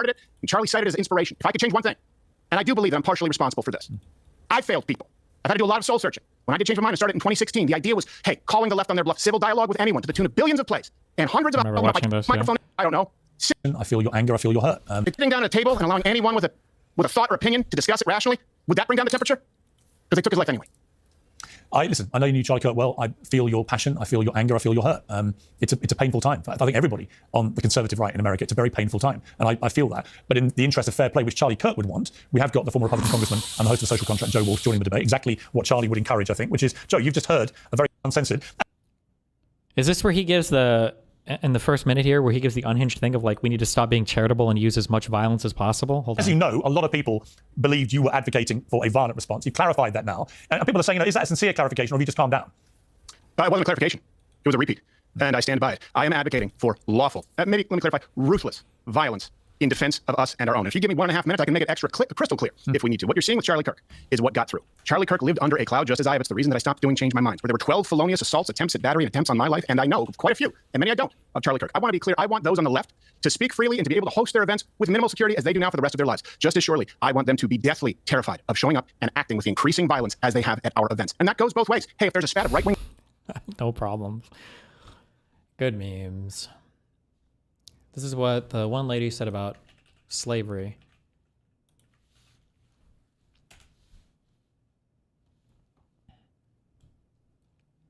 Smithsonian, he's effectively now has some on into the Smithsonian. He's effectively now has some random person deciding what is appropriate for the Smithsonian to teach in terms of American history, things that don't offend parts of the MAGA base, right? So we're now literally reviewing parts of American history and parts of American culture to make sure it comports with Dear Leader and what the MAGA Can we address some of those things that are in there? Because have you looked at some of the things that are being reviewed? Yeah, slavery was a bad thing to talk about. Okay. Like, He's not whitewashing slavery. So he's not. No, okay. he's not. And you can't tie imperialism and racism and slavery to just one race, which is pretty much what every single exhibit does. But let's talk about the fact that when you look at slavery, let's talk about the fact that slavery in America was. Do you realize that only less than 2% of white Americans own slaves? It was a system of white supremacy. You realize that slavery is thousands of years old? Do you know who was the first race to try to end slavery? Well, what's controversial? I'm very surprised. This is an extraordinary exercise in historical revisionism. I'm really surprised. Do you realize that? Jillian, I'm surprised that you're trying to litigate who was the beneficiary of slavery and I'm who not. was not. What I'm trying to tell you is in the context of American history. In the context of American history, what are you saying is incorrect by saying that it was white people oppressing black people? Every single thing is like, oh, no, this is all because white people bad.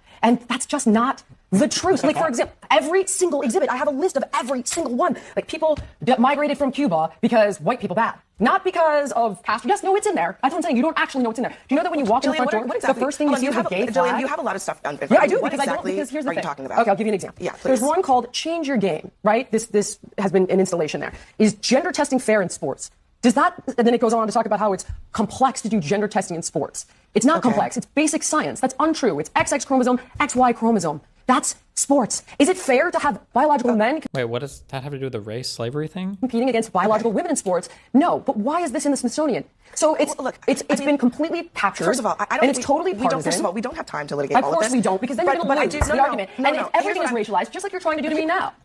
Excuse It's me. like, I can't believe you're trying to suggest, that just slavery to is be a clear, good thing. you brought up race. No, this was a conversation about the arts, and you brought up race. It isn't. You though. brought up. But the whole point of this is that the issue you brought up slavery, and you brought up the question of whether you brought up the question of whether or not slavery in the United States is about race. The answer is yes. I did not Slavery in the United States don't is straw man about my argument race. because that's not what I said. So what are She you brought talking up about? slavery, and what I was talking about is that this isn't really about that. When you make every single exhibit about white imperialism when it isn't relevant at all, that is a problem. So when you're talking about Cubans leaving Cuba and you make it about white people bad, that's not accurate. Can I just say, That's my point. We're going to move on. I would say on the arts thing, I think why this is I can't have a strong opinion on this because I don't know what the underlying exhibits or whatever were. Like sometimes people are cringe on that. I just have no idea.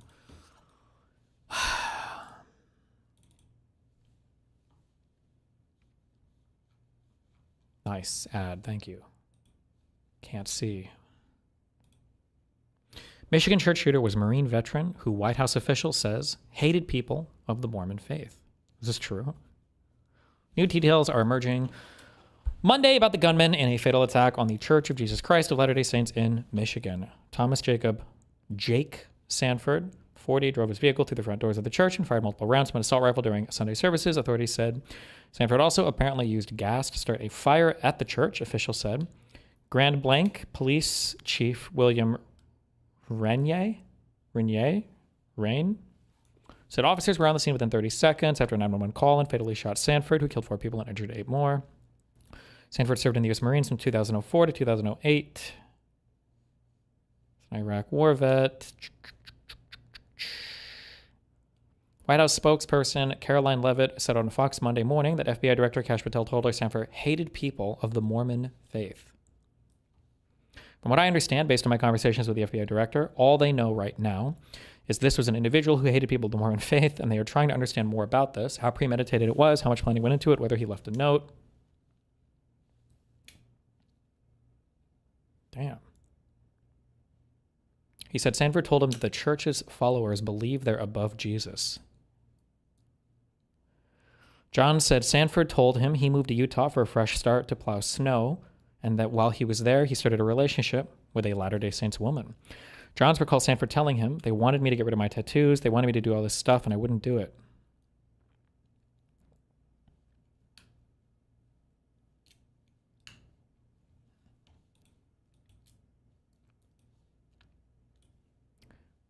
Everyone, this is Pastor Mark Driscoll, a wolf in sheep's clothing. He is a hypocrite and a liar. Even with the death of innocents, he cannot separate his bigotry from his faith. In his mind, divorces the Mormons from the... Who is this? What is this?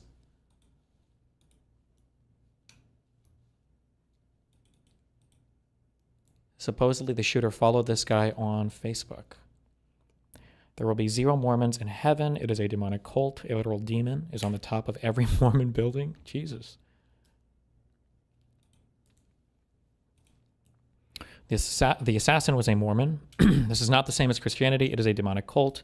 Mormonism's Jesus is no closer to the Christ of the Bible than Islam's Jesus is. The murder of innocent people is evil, no matter if they're Jewish, Muslim, Mormon, or Christian. Speaking about Charlie Kirk.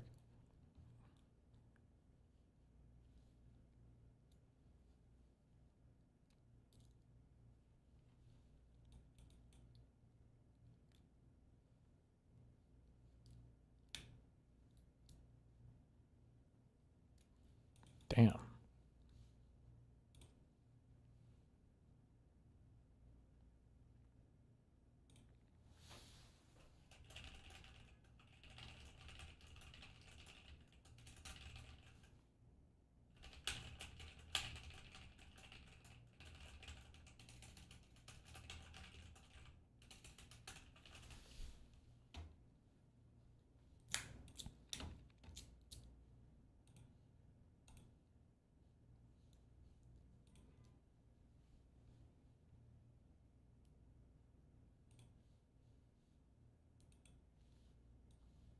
Well, this morning, houses of worship on alert after a gunman rammed his car into a packed church in Michigan, shooting at the worshipers and then setting the building on fire. So at least 4 are dead in the attack, and law enforcement feared that the death toll could grow.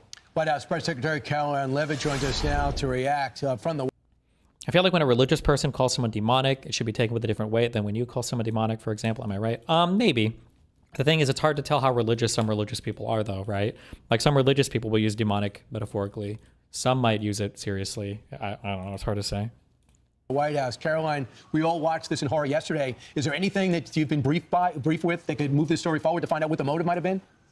Well, first of all, I want to express our sincere condolences to the victims and their families and all of the members of this church who were gathering on a Sunday in the United States of America to worship Jesus Christ. And a crazed gunman rammed his truck into the church and started firing at these innocent Americans. And our hearts break. The president was very quick to put out a statement completely condemning this and assuring the American people that the FBI is on the scene. And I spoke with our FBI Director, Kash Patel, bright and early this morning. He assured me and the American public that the FBI is currently executing multiple search warrants at the residences and the family homes of this perpetrator to try to get to the bottom of why he would commit such an act of evil. And the FBI is working with both state and local law enforcement, providing the full support of the federal government. And I just want to commend state and local law enforcement for their swift and incredible response. Local police officers were on the ground of this scene within minutes and neutralized this shooter, no doubt saving lives. And they should be commended. Our police officers are heroes, and this president will always respect them and support them. They definitely were. They were there in 32 seconds, Caroline. What did the FBI director tell you about the shooter? What do we know?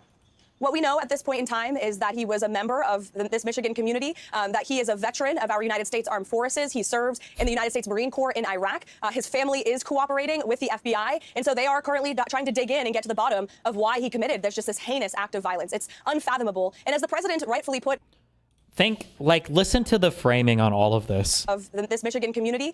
Shooter, what do we know? What we know at this point in time is that he was a member of this Michigan community, that he Member of a Michigan community, okay. is a veteran of our United States Armed Forces. Veteran of the military. He serves in the United States Marine Corps in Iraq. Marine Corps in Iraq. His family is cooperating with the FBI, and so they are currently trying to dig in and get to the bottom of why he committed this heinous act of violence. It's There's heinous act of violence. Unfathomable. And as the president, Unfathomable. We have no clue why. Nothing. Right? Notice the unwillingness to speculate on any of this. But on the Charlie Kirk shooter, immediately it was a leftist. Immediately we knew why he did it. And then after digging and digging and digging, now it's, oh, he had a trans roommate. Maybe. That's definitely why he was radicalized. Definitely why he did it, right? Immediately we know the answer there. But on this, absolutely no speculation. Put in his Truth Social yesterday, this appears to be yet another targeted attack on Christians. And the Trump administration is fully committed to not only investigating these crimes, but prosecuting them to the fullest extent of the law. Also, do most people consider Mormons Christians? I mean, they are technically, but they also have like their own book, right?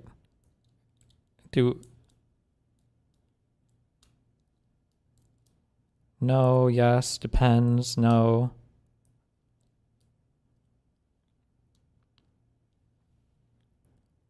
My ex-Mormon friend said yes. Very religious Christians don't consider them Christians.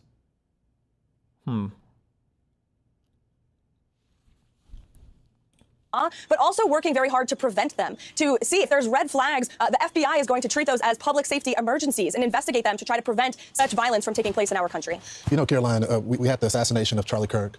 We had the attempted assassination on ICE officers in my hometown. I like how they framed was it 3 immigrants that were killed, or was it 1 killed and 3 shot or whatever? I like how they just frame that as, they just talk about that as like an attempted assassination of ICE agents. They don't mention the fact that who actually died. Back there along with Bobby and what is this stupid shit? Down, you have to do layoffs, so more executive orders. Wow. Hook up the artificial intelligence with all of the other things that we have at hand, that we're going to come for answers. And these young children who are just really, some are absolutely better and others are getting better. You're all going to be better very soon. So they won't even need it, I don't believe. I want to thank Secretary of Health and Human Services, Robert F. Kennedy Jr., who we see a lot of lately. You've been really active. It's been very active. Secretary of Education, Linda McMahon, who's so fantastic. And I guess we reached a deal with Harvard today, so we'll see how that, all you have to do is paper it, right, Linda? Just paper it out. It'll be great, though. It's going to have to do with something that's very important to everybody. CMS Administrator Mehmet Oz, FDA Commissioner Marty Makary, Director of the National Institute of Health, Jay Bhattacharya. Is that good, Jay? That's pretty good. Right? I'm getting better. That's part of getting better. Science and Technology Advisor, Michael Kwatsios. AI and Crypto Czar, David Sachs. You're doing great, David. As well as a friend of mine, Stephanie McMahon, and her incredible husband, Triple H. You all know Triple H. I'm not going to fight that guy. He's one of the greatest. I also want to thank all of the brave young people who are with us today. And they've gone through a lot, but it's really coming out very good. And I just gave them a beautiful coin. And we're going to save that coin, right? A beautiful coin. In 2019, I was proud to launch the Childhood Cancer Data Initiative. And I think Stephanie was a big factor, right, Linda? She was a big factor in what we're doing right now. Absolutely. Which invested $50 million a year into pediatric cancer research. And today, in line with recommendations made by Secretary Kennedy and the MAHA Commission, we're doubling that investment, adding another $50 million to Childhood Cancer Data Initiative. We're doing that immediately. And we have a lot of money coming in with the tariffs. We've never had money like this coming in. We're a rich country again. We were a dead country 1 year ago, and now we're the richest country. We're hot. We're a hot country. So it's an honor to do that. In honor of all of you, we're doing that, okay? With this order, I'm also directing the federal government to fully utilize artificial intelligence to supercharge pediatric cancer research. It's pretty amazing what's happening. For years, we've been amassing data about childhood cancer, but until now, we've been unable to fully exploit this trove of information and apply it to practical medicine. Using cutting-edge AI, we will empower scientists and researchers to discover new treatments, cures, and prevention strategies. AI can also make groundbreaking trials and therapies, and it's just going to be so accessible to everybody, families all across the country. So it's going to be amazing. What's happening is amazing. And we have more AI. We're leading in AI. We're leading China by a lot. We're leading everybody by a lot. They're creating their own energy. We let them build their own energy plant because we don't have the energy. Nobody does to feed them. The amount of energy just the AI needs coming into this country is double what we have right now. Wow. So we're letting them go out and create their own energy plants and their own electricity. And they're doing it. We're giving them permits to build electric plants. They're becoming sort of a utility. Maybe they'll do better with being a utility. Who knows? They'll do better with being a utility than they will being AI. What do you think of the chances that I hope I'm wrong about that, or they made a bad bet, right? So anyway, but I want to just say that we're going to defeat childhood cancer once and for all. And I'd like to ask Stephanie to say a few words. She's a very special person and very, very much involved in this. Thank you very much, Steph. My mother's my case. That's right. Well, Mr. President, thank you very much. You've already acknowledged this incredible team here, and all of these people standing behind me were inspired by the story of a little boy named Connor Mahalik. He was a little boy who didn't want to hug me because he gave choke-out hugs. He booed his favorite nurse when she came to give his chemo, and he always worried about his dad because his dad was Connor's best friend. Connor was a WWE fan who I met after one of our big events, the Royal Rumble. You could tell he was sick. He had a big scar that was running up the back of his neck and a lump on his head, but you would never know it from his personality. He told me about the t-shirt that he was wearing that was dragging on the ground because WWE superstar Sheamus, who's 6'5", had given it to him. Underneath that was his Daniel Bryan t-shirt, and underneath that was his Skylanders t-shirt because that was his favorite toy. And as I stood up from my aforementioned chokeout hug, Connor's dad told me that he didn't have long to live. And I didn't want to believe that. I kissed him goodbye on his soft little cheek, and when he looked back at me, I made an unspoken promise to fight for him and kids just like him. Kids shouldn't even know what cancer is, let alone have to face it, and this incredible team believes that too. This executive order makes kids with cancer the first focus of AI innovation across healthcare in America. If there's one thing in the world that could bring us together, please let it be our children. Because I can almost guarantee, if your child was diagnosed with cancer, you wouldn't care what party their doctor belonged to, you would just want the best. And President Trump is doing just that, enabling that every child with cancer gets the best care possible. And we couldn't be more grateful. Thank you, sir. Thank you, sir. Thank you very much. She's done that before, hasn't she? Bobby, please. Today, President Trump signed an executive order that makes an historic promise. We will harness America's innovation in artificial intelligence to find cures for pediatric cancer. We stand here today because of Stephanie McMahon-Levac, who never wavered in her 11-year commitment to give every child a future free of cancer. She proves how one person's courage can change what is possible. Cancer is now the leading cause of chronic disease-related death in children, and its incidence has risen by more than 40% since 1975. We cannot accept that. We must act with urgency. The MAHA strategy report released earlier this month directs HHS to focus on research that harnesses AI to uncover causes, identify risk early, and take action in childhood and young adulthood to prevent cancer. Now, this executive order directs... Thank God we're finally using AI research. That's what we need. Thank you. The MAHA Commission, working with our nation's top science and technology leaders to deploy AI to transform cancer care and research. We will accelerate progress in the Childhood Cancer Data Initiative that President Trump launched in 2019, and that means building stronger data systems, using AI to decode complex biology, designing better clinical trials that deliver faster, more effective treatment for kids. The order doubles federal investment in the Child Cancer Data Initiative with an additional $50 million just this year. NIH will expand research while the private sector and universities will bring their best tools to the table. Together, we will ensure that every innovation, every breakthrough goes to work for our children. The order guarantees that AI will be integrated into HHS interoperability networks. We will make electronic health records and claims data work for patients and researchers. We're already doing that, and always with parents in control of their child's health information. No family should have to fight cancer with outdated tools or without access to the very best science. For too long, families have fought childhood cancer while our systems lag behind. President Trump, thank you for your leadership in changing all that. This executive order is about action, unlocking cures, empowering families, and giving every child the chance to grow up healthy and strong. With American innovation and leadership, we can make our children healthy again. Robbie, do they know why this quite an increase that's taken place over the last number of years? Do they know why that? Do they have any idea why this? We are doing that research, and Jay Bhattacharya can talk about that. We're doing that research now for the first time. We're focusing on that, in particular colon cancers and these cancers that never affected children before, and suddenly are epidemic in our children. And we're going to find the causes. They're environmental. What are these cancers? I like how everything ties back to this like retarded conspiratorial view on the world. These cancers that never, ever, ever affected kids, and now they're magically murdering kids. Is this even true? What about I thought the leukemia survival rates were like at unprecedented highs now for children. Are there other cancers? Causes. Or can identify them and work to eliminate them. Thanks, Bobby. Jay, go ahead, please. Well, thank you, everyone. Thank President Trump for signing this historic executive order directing your administration to use advanced artificial intelligence technologies to cure childhood cancer. By signing this executive order, the administration is advancing the NIH Childhood Cancer Data Initiative's coordinated pediatric, adolescent, and young adult rare cancer, first launched under President Trump's direction in 2019. When I was a young medical student in the 1990s, I had the privilege of spending a month in a pediatric cancer ward treating children with cancer. And I have to say it was the most difficult month of my life. I left for home every day in tears. Watching little children cope with a deadly disease is hard. They should be playing with their friends, going to school, living their best lives. But instead, they bravely face cancer. These are the bravest kids I've ever met. I have tremendous admiration for the scientists who devote their lives to finding cures for kids with cancer, the doctors and nurses who take care of them, and for their parents who suffer alongside them, care for them, and love them. This year, nearly 9,500 children will be diagnosed with cancer in the U.S. In the mid-1970s, the 5-year survival for cancer was 58%. Today, the cancer survival rate for children with cancer is 85%. This is because of... Oh, yeah. So doesn't that kind of super contradict? Wait, what the fuck? Wait, what? This guy just said there were all these new childhood cancers murdering children everywhere. Yeah, the childhood cancer survival rates have increased dramatically. The tremendous investments we've made in treating childhood cancer and researching it. And it's worth celebrating this achievement. But I say that 85% is still too low. We need to be at 100. We still have a long way to go. The treatments these little kids undergo involve therapies like chemo, radiation, that put them through hell. Even with 85% will be cured, the therapies themselves can cause health problems as kids age into adulthood. Nearly 60% of cancer survivors experience severe life-threatening complications in adulthood because of these treatments. And so we need better treatments so that we can raise the survival rate and reduce the side effects. This initiative builds on the CCDI's mission to gather data from every child, adolescent, and young adult diagnosed with cancer, no matter where they receive care. It aims to develop a platform of tools to bring together clinical care, research tools like molecular characterization and genetic information, tools that will improve preventive measures, treatment, quality of life, survival for childhood cancer. By uniting families, clinicians, and researchers, by harnessing the power of AI, CCDI will accelerate diagnosis, inform treatment, and develop the next generation of life-saving therapies.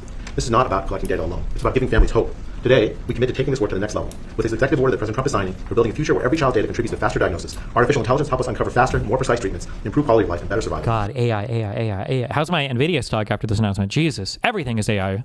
Yes. And finally, let me extend my sincere congratulations and gratitude to President Trump for his leadership and vision in giving us this opportunity to make America healthy again, to rigorously push the boundaries of science and bring hope to millions of families. Thank you very much. It's very nice. Appreciate it. Director Kratsios, please. Thank you, Mr. President, and thank you, Secretary Kennedy, for your leadership on this issue. I am thrilled that our Maha strategy prioritizes utilizing AI in the fight against cancer, and this executive order is putting a priority to this action. Thank you for your commitment, Mr. President, to the United States for maintaining its global leadership in artificial intelligence across models, data sets, applications, and to issue an AI action plan to do just that. Your foresight in the first term, leading you to establish the CCDI to gather, harness, and share data on childhood cancers, has positioned us today to leverage AI in a way we could never imagine before. With America's pioneering models, American researchers now have the best tools in the world to turn the CCDI. DeepMind won the Nobel Prize in Chemistry last year for AlphaFold. Why dismiss AI use for medicine? Who the fuck is dismissing AI use for medicine? No one in the medical field is looking to Donald fucking Trump or the retarded US White House for guidance on using AI in research. I imagine there's probably a ton of different implementations and implications for AI when it comes to research. I'm sure researchers are already utilizing it. Nobody's waiting for Donald retarded fucking Trumpo to make the decision to allow people to do it more. Data into the building blocks of life-changing breakthroughs. So I and my team at OSTP are thrilled to partner with our teams at HHS and NIH and with David to empower the development of gold standard applications for the pediatric cancer research and to play our very small part in trying to protect the health and happiness of America's children. Thank you very much, President. David, please. Thank you, sir. Well, first of all, I just want to thank Stephanie McMahon and all of us for helping to bring us all together here. For years, they played villains on TV, but they're actually very nice people in real life. But it's because of your passion that we're all here today, so thank you for that. And thank you, Mr. President, for your leadership on this. First of all, you did have the foresight to create this childhood cancer database way back in 2019, and that's what's going to power the AI. It's going to give us the data to find all the patterns in. The other thing you've done is you've made it your policy of this administration to support innovation, support infrastructure, support energy. Thank God. Because of that, we have an AI boom going on right now. 4.8% growth rate in the last quarter in GDP, and a big part of that's because of the AI boom that you've unleashed. So thank you, sir, for doing that. And I think that we can see today that this AI boom is not just going to be about dollars and cents, but about saving lives as well. We're going to get some miraculous cures out of this. So thank you to everyone who's here today. Thank you. We just had a meeting, and Oz was at the meeting, and really was a dominant factor along with Bobby. And maybe you could just say a couple of words about our past meeting where we're going to be lowering drug prices by 50, 100, 200, even 500%, even 1,000. We have 1,000. How has nobody corrected him on this stupid percentage thing? Is he really that surrounded by sycophants that nobody will say, hey, Trump, when you say lowering prices, giving percentages that are like over 100 doesn't really make sense there, Chief? Like nobody's taken the time to tell this to him, or... Also, we have one coming up next week, a big one, 1,000% reduction in price. Do you want to give just a couple of words on that? This is my president. Oh, my God.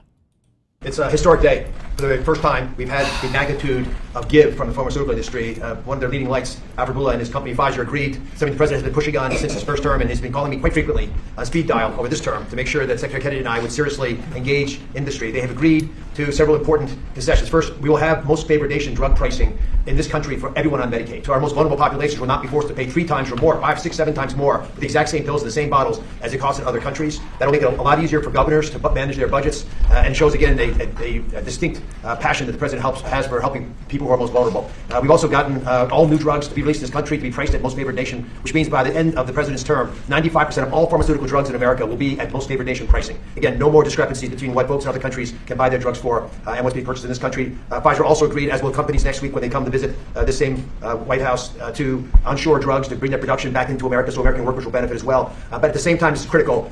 It allowed Pfizer, and we believe for other pharmaceutical companies, to maintain their innovative edge. We want America to continue to find cures like the ones that saved the lives of some of the children that I'm looking at right now. Those beautiful faces and smiles are here because American innovation was not dulled, not blunted. But we can solve that need and thread the needle by also making healthcare affordable so Americans no longer, including children like this, be forced to make a difficult choice between groceries and pharmaceuticals. And I must say, Mr. President, since this morning, if you just look at the stock market, there's been support of this decision made by the CEO of Pfizer. Their stock has benefited. So I think it's the right thing for the company, the right thing for the policies of this administration, which is a pretty cool place to work. But most importantly, it's the right thing for the American people. Thank you very much. And maybe we'll just finish it off with Linda because she's been such an incredible cabinet member and done such a good job. Maybe you want to say something about your unbelievable daughter and son-in-law because they worked very hard on this. Well, thank you, Mr. President, for the opportunity to do that. I don't think that any mother could be any more proud of all of the efforts that Stephanie's made in support also of Paul. Stephanie first talked about this 10 or 11 years ago after Lil Connor. And I remember one of the things that she said to me was, I really would like to somehow convene the people and the scientists who think outside of the box, because research is done in very standard terms. You do this, and yes, you have to do that. But she said, I really would like to tap into some of the most creative and inventive minds in the country to be able to look at research differently for pediatric cancer. And she did that. It took her about 10 years, and she kept tapping in and calling people, being pretty relentless about it, driven herself by a mother's heart. And I couldn't be any more proud of the work she's done. I'm happy to stand by and be a supportive mom and be very proud of her today. Thanks. Good job you're doing. Thank you very much, Linda. Okay, any questions, please? Mr. President, as we inch closer to a government shutdown this morning, you said you might do a lot of layoffs. If DOGE is already reducing the federal workforce, why is it necessary to link more federal jobs cut to a shutdown? Well, the Democrats want to shut it down, so when you shut it down, you have to do layoffs. So we'll be laying off a lot of people that are going to be very affected, and the Democrats, they're going to be Democrats. As you know, this country... Firing people because of their political party? What? How does that even make sense? Okay. No country can afford to pay for illegal immigration, health care for everybody that comes into the country, and that's what they're insisting. Where did this new retard talking point come from, by the way? I always try to figure out, like, whose brain they took out of a microwave last and inserted it into some Republican talking head. Where did this point of, like, Democrats want unlimited health care for every illegal immigrant? I've heard this pop up over the past, like, I don't know what, like 2 weeks maybe? Where did this come from? And obviously I have an obligation to not accept that. That would affect everybody. You know, when I see what we're doing with AI and all the plants that are opening up in the country, $17 trillion is coming in. If you compare that to Biden had, in 4 years, less than $1 trillion. We have $17 trillion, more than that. I think it's going to be much more than that, David, by the end of this year. I think it's going to be far over that. It's a record. It's already a record in 8 months. It's a record by a lot. And so we're doing well as a country, so the last thing we want to do is shut it down. But a lot of good can come down from shutdowns. We can get rid of a lot of things that we didn't want, and they'd be Democrat things, but they want open borders. They want men playing in women's sports. They want transgender for everybody. They never stop. They don't learn. We won an election in a landslide. They just don't learn. So we have no choice. I have to do that for the country. Yes. You mentioned a deal with Harvard, Mr. President. What is that deal? Will they be paying the administration? Well, we're in the process of getting very close, and Linda's finishing up the final details, and they'd be paying about $500 million, and they'll be operating trade schools. They're going to be teaching people how to do AI and lots of other things, engines, lots of things. You know, we need people in trade. We're going to have AI trade school. What the fuck?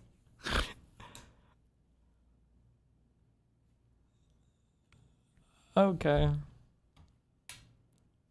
Because I remember when I went to school, I had some people that weren't particularly good students, but they could take a motor or an engine apart blindfolded and put it back blindfolded. But they weren't too good at other things, and many of them ended up doing better than the people that were.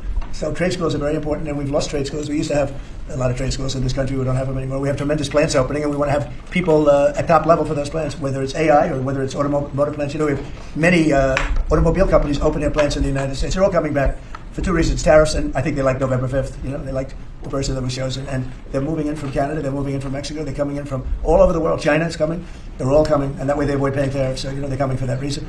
So by opening up trade school, because we're going to need employees, we're going to need people with skill, and I think I can say, Linda, you feel the same way. By opening up trade school, this would be a giant trade school, series of trade schools. It would be run by Harvard. Now, this is something that we're close to finalizing. We haven't done it yet. Harvard Trade School for AI.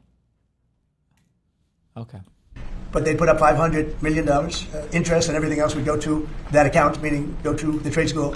And, you know, it's a big investment in trade school, done by very smart people. And then their sins are forgiven. So we have a good chance of getting that close. Yeah, please. Thank you. I've been looking at this chart that you showed us earlier, since we left the Oval Office earlier. U.S. prices for brand drugs are 422% higher than comparable countries. You know, I'm young, maybe I'm inexperienced, but I think a lot of Americans are wondering, how did we even get here, being one of the biggest buyers? You got here by incompetent people sitting behind this desk. You had a lot of incompetent people. I did it, as you know. I started it. A lot of incompetent people. You realize that you were the last president before the last one, right? Like, what are you talking about? Hello? In my first term, we rebuilt the military. We got the largest tax cuts in history. We did all these things, and we had the best economy in the history of our country during my first term. And by the way, this is blowing it away based on what we're seeing. But we got it by having people allow that to happen. And as you know, I started the process, but then when COVID came, we focused on COVID, not on this. And I said, if I ever go back and do it again, I'm going to make this a primary thing, because other countries are paying a fraction of what we pay for the same exact drug, same exact pharmaceutical, everything. And I said, no, that's not right. And the drug companies actually came along. You know, don't forget, they make 30, 40, 50 million a year, these people. They're very smart. And they had a lot of people convinced that, you know, that's the way it has to be. They talked about research and development. We had to pay. I said, well, why isn't Germany paying? Why aren't other countries paying? And they always had a good answer. But just restaurant 1 second. It got to a point where I didn't like the answer anymore, and I said, we have to do this. And we did it. The team that we have with Oz and Bobby and Chris and all of the people that we have working on it. And I must tell you, Marty's been a big, wherever you may be, Marty, but Marty's been a big factor. We have a great team. There's never been a medical team like this. And I said, let's go do it. And then I did. As I said, I would bug them every single day, every week. Because I said, we have to have, why should we be paying 10 times what another country's paying? And that was just an excuse, research and development. We do research and development. So now we're going to be paying whatever the lowest price is, we're going to be paying that price. So it's a great thing. But there won't be anything that can have the impact on Medicare, Medicaid, Social Security, anything where you need pharmaceuticals, medicines. The numbers are going to come way down. Even Obamacare, which is terrible, it's not been good, as you know. It's a weak form of healthcare.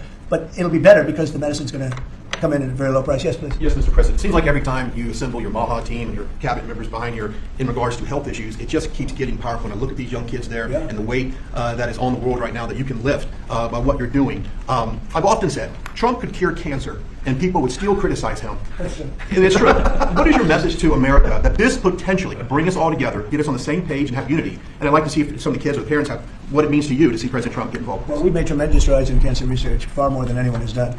And we have the greatest minds, the greatest people working on it. And childhood, they call it childhood cancer. It's a very specific thing, and we've really made a lot of progress.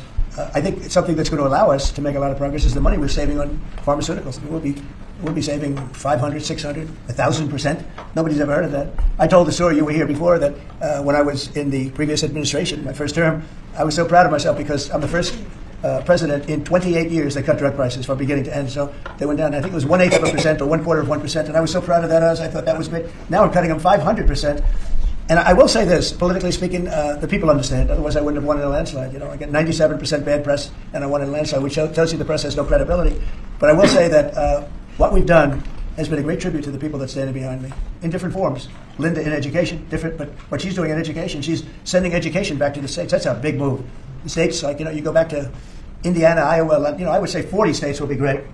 45 will be, the 5% of them will be pretty good. And then you're going to have Gavin Newsom and some other people that aren't going to do a good job. But, we'll help them out. I want to help them out. And we're going to have safe cities again. We're going to be very safe. We're going to be going to Chicago pretty soon. Because a friend of mine, a great guy, the head of the Union Pacific, he said, "Sir, you have to save Chicago. It's going bad. It's going bad fast. And it's a great city." He's right. It's a great city. I know it very well. And we have to save Chicago. So we're going to Memphis, Tennessee right now. We've had a home run in D.C. You can walk out. Brian, you got mugged here a long time ago. Yes, sir. And the mugger must have felt some pain because you're a tough cookie. Well, he had a gun, and I wish I would have had Triple H with me as well. If he had a gun, all you can do is say thank you very much. Yeah, no, but it's everybody here. I mean, you were here in the room when I said to the reporters, who got mugged in the last year? And like half of the people raised their hand. Now, if you said who got mugged over the last 60 days, nobody. No killing, no nothing. And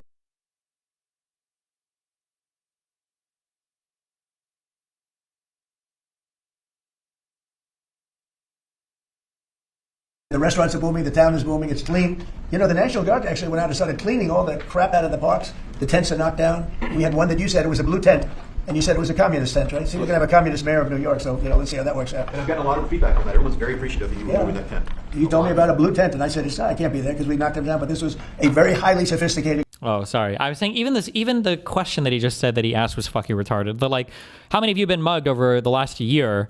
And then later on, he's like, how many of you have been mugged over the last 60 days? And the 60-day answer was way less than the year. He had no shit. What a fucking even as a hypothetical that I know is bullshit. He's lying about all this. But even the lies he tells are so fucking stupid. What the fuck? Group of people that had permits and all the other thing. Well, the permit expired. We knocked it down. It took, 24 hours less, maybe. Yes, sir. So I appreciate you telling me that. No, we have a great thing going. The country is doing incredible. We are a hot country. We're the hottest country in the world right now. Do the parents of the kids have anything they'd like to say? Yeah, that's a great question. Would you like to say something? I would. That's a good comment right there. That's the best comment you've made in a long time. Mr. President, good evening. I'm Josh Armstrong. My name is Josh Armstrong. I'm from West Virginia, and I'm the father of this amazingly brave and resilient little 6-year-old, Laurel. Laurel was diagnosed with leukemia when she was 2 years old, just before her 3rd birthday.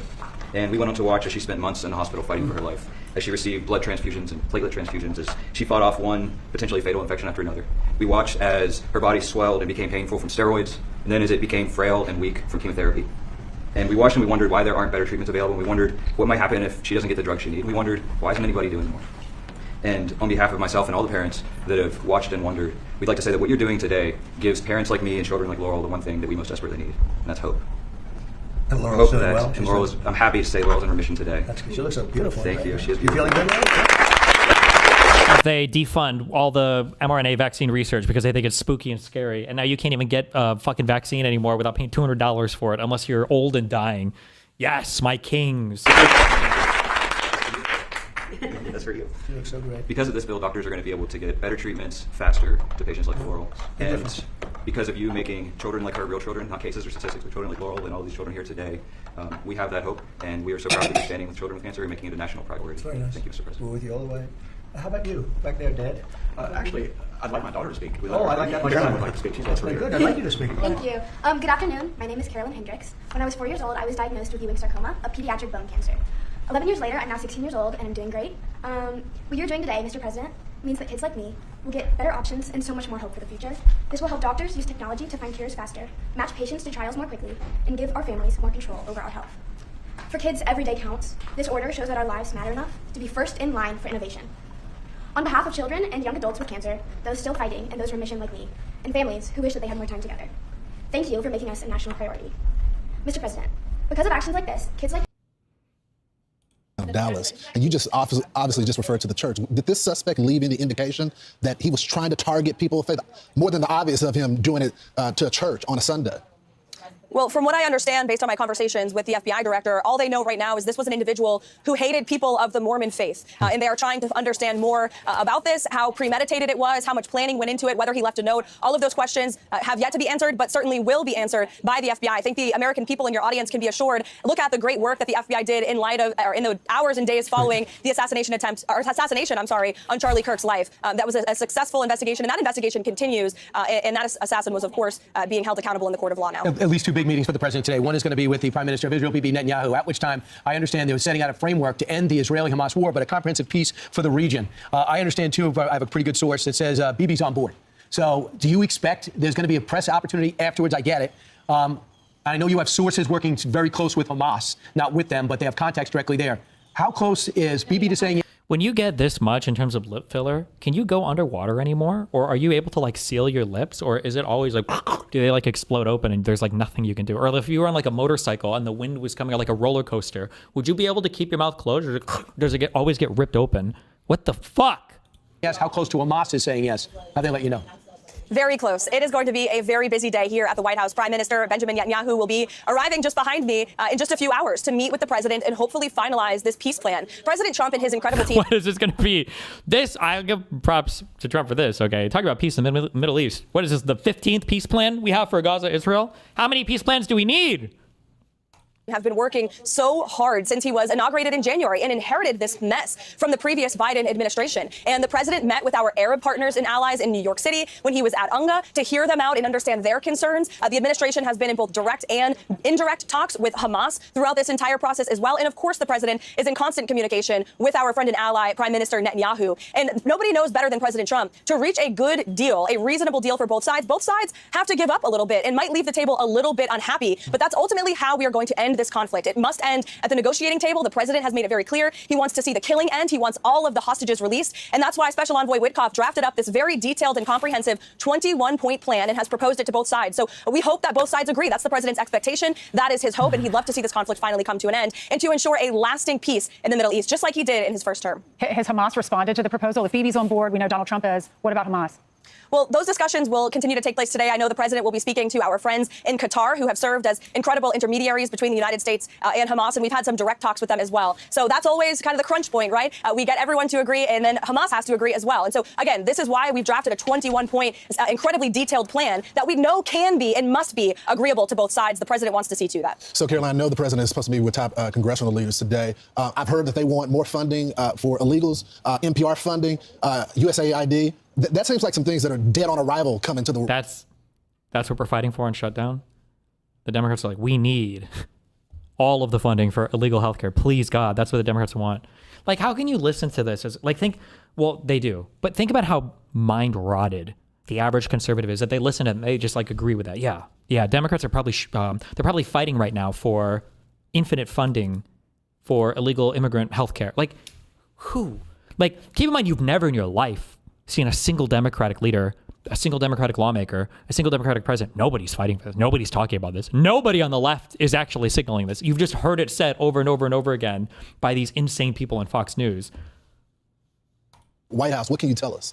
Let me be very clear about the president and the White House's position. All we are asking for is a common sense, clean funding resolution. Common sense, a continuing resolution to keep the government open. This is a bill that keeps the government funded at the exact same levels as today, just adjusted for inflation. So there is zero good reason for the Democrats to vote against this, especially when the Democrats have voted for this 13 previous times as recently as March. And so this is the reasonable and common sense thing to do. The president is giving Democrat leadership one last chance to be reasonable, to come to the White House today to try to talk about this. And now is not the time to try to get political points against Donald Trump. Now is the time to do right by the American people and keep the government funded. Our most vulnerable in our society and our country will be impacted by a government shutdown. Everybody knows this, and that's why Republicans and the president want to keep the government open, and we welcome Democrats to join us in that effort. So, Caroline, the president usually comes in with leverage, or he always has something, whether it's a country or it's a group. So is he having this meeting just to hear them say, I want this, and he's going to in turn come back and say, I'm not giving it to you, I had the meeting, and be done with it? Like, what could he give? For example, could he agree not to have any more rescission packages for 6 months?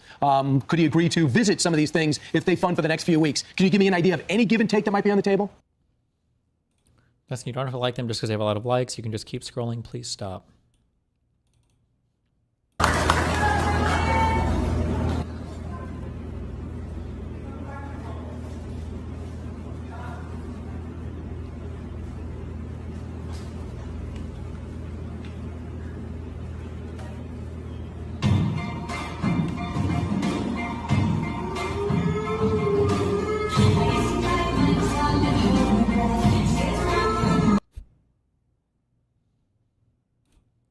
Stop. Well, look, Brian, the leverage is in the president's hands because the overwhelming majority of the American public people voted for him. They all voted for him. Wants to keep the government open. I mean, it's not even close. Democrats and Republicans, independents across the country want the government funded because they want our military and our troops to be paid. They want TSA agents and Border Patrol to be paid. They want food assistance programs for women and children in impoverished communities to continue going out the door. All of that will come to an end if Democrats vote against this clean CR that Republicans are proposing. And might I just add, Chuck Schumer and I love all the adjectives that they add to things, like the one big beautiful bill, the clean CR, not like the other dirty filthy CRs. This continuing resolution is clean. Kino clean. Jeffries are on the record multiple times in their past political lives stating that they too believe a government shutdown is bad. In fact, I quote, Chuck Schumer just last year in 2024 said a shutdown would mean chaos and pain and needless heartache for the American people. Well, we hope that Chuck Schumer and the Democrats won't cause chaos and pain and heartache. We want our country to continue to be funded. We want our government to be open so we can continue doing the business of the American people. Caroline, thank you so much for coming on. Yeah. Thanks, Caroline. Yeah. Besides that, not much happening at the White House today. Very busy today. Wow. Want even more Fox News on YouTube? Become a Fox News. Schumer and Jeffries' strong message on the shutdown. We said to him, renew it so that people aren't. Hold on. I know it's early, but I need to eat fresh. 1 second. Hurt, and then we can discuss what other reforms you want. But you got to renew it now. Yes. Now that you've presented these issues directly to the president, would you propose or would you support a 7 to 10 day CR? No. So there's more time. No, we have to do it now. The time is a wasting. We have to do it now. We've delayed and delayed and delayed. As I said, as Martin Luther King once said, later means never. They don't want to do this, the Republican leaders, because they're right wing. It'll divide their party. Their right wing hates ACA altogether. But we have to get it done. And the president, the way to do this is the president, who is really listening to us, tells the Republicans to do it. You make a point about timing. Yeah. House Democrats are here. Senate Democrats are here. The Senate is ready to act.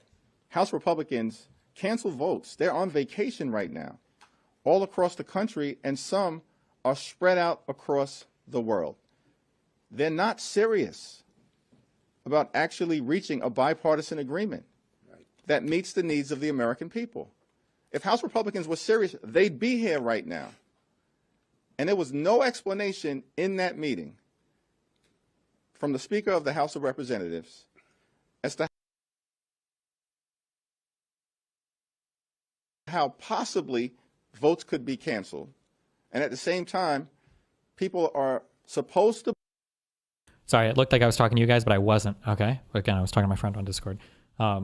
Did they have a strong statement on the shutdown, or was this cocked? I couldn't hear. I was in the room. Believe that Republicans are serious about addressing the health care crisis that they've caused, but simply want to kick the can down the road and expect us to take a Hail Mary promise. That's unreasonable, that's unacceptable, and it's... Also, I don't know if they've picked up this talking point yet, okay? But listen, the dumbest thing that I saw, I swear to God if they fucking do it. Oh, thank God. Okay, if somebody was right in chat where they said no stopgap funding, I don't know where this thing comes from of like, how about 10 more days so we have time to figure shit out? Excuse me? You've had time. Why do you need 10 more days? Have you not been doing your fucking job? What about all the days leading up to? What about the last 10 days? Like, it's not like this is a magical deadline that just popped up, right? You've known about this since the last continuing resolution was passed, I imagine, right? So how is it that you now need 10 more days? What the fuck? That's what Schumer said? Oh, good. Okay, good. He said exactly that. Thank you. Discuss what other reforms. Okay, we will listen to it. Sorry. Now. Yes.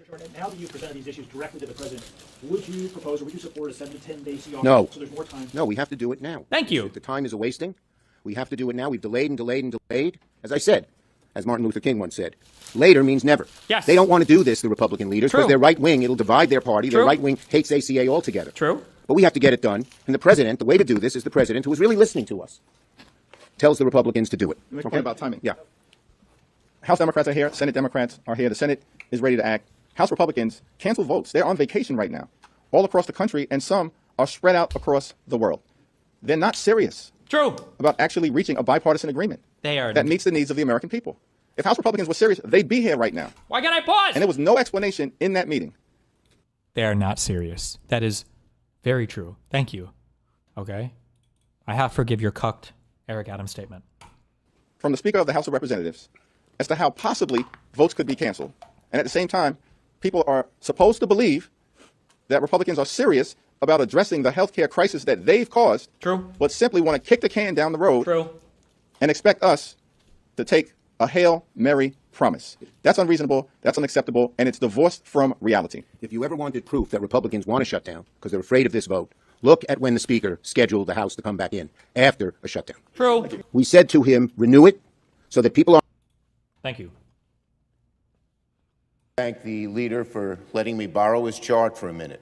So he's pointed to each of these bar graphs, percentage of Democratic senators who supported Biden CRSs. Yes, that's How many of these involve bipartisan negotiation, though? true. Guess why? In each case, Democrats negotiated Thank you. with The Republicans, yes. and said, let's have a bipartisan bill. The leader says it's a clean bill. It's a partisan bill. Not once were Democrats asked for what input should be in the bill. We were not told about it. We were not asked about it, etc. Nor did Speaker Johnson talk to Hakeem Jeffries. You cannot pass legislation in the Senate when it comes to appropriations unless it is bipartisan. So the leader will say it's clean. No, it's not clean because there was no discussion. Every one of these times I went to the Republican leader and said, what do you need? What do you want? And in many cases, we had to significantly change the bill. One of our bills had aid to Ukraine. The Republicans didn't want it.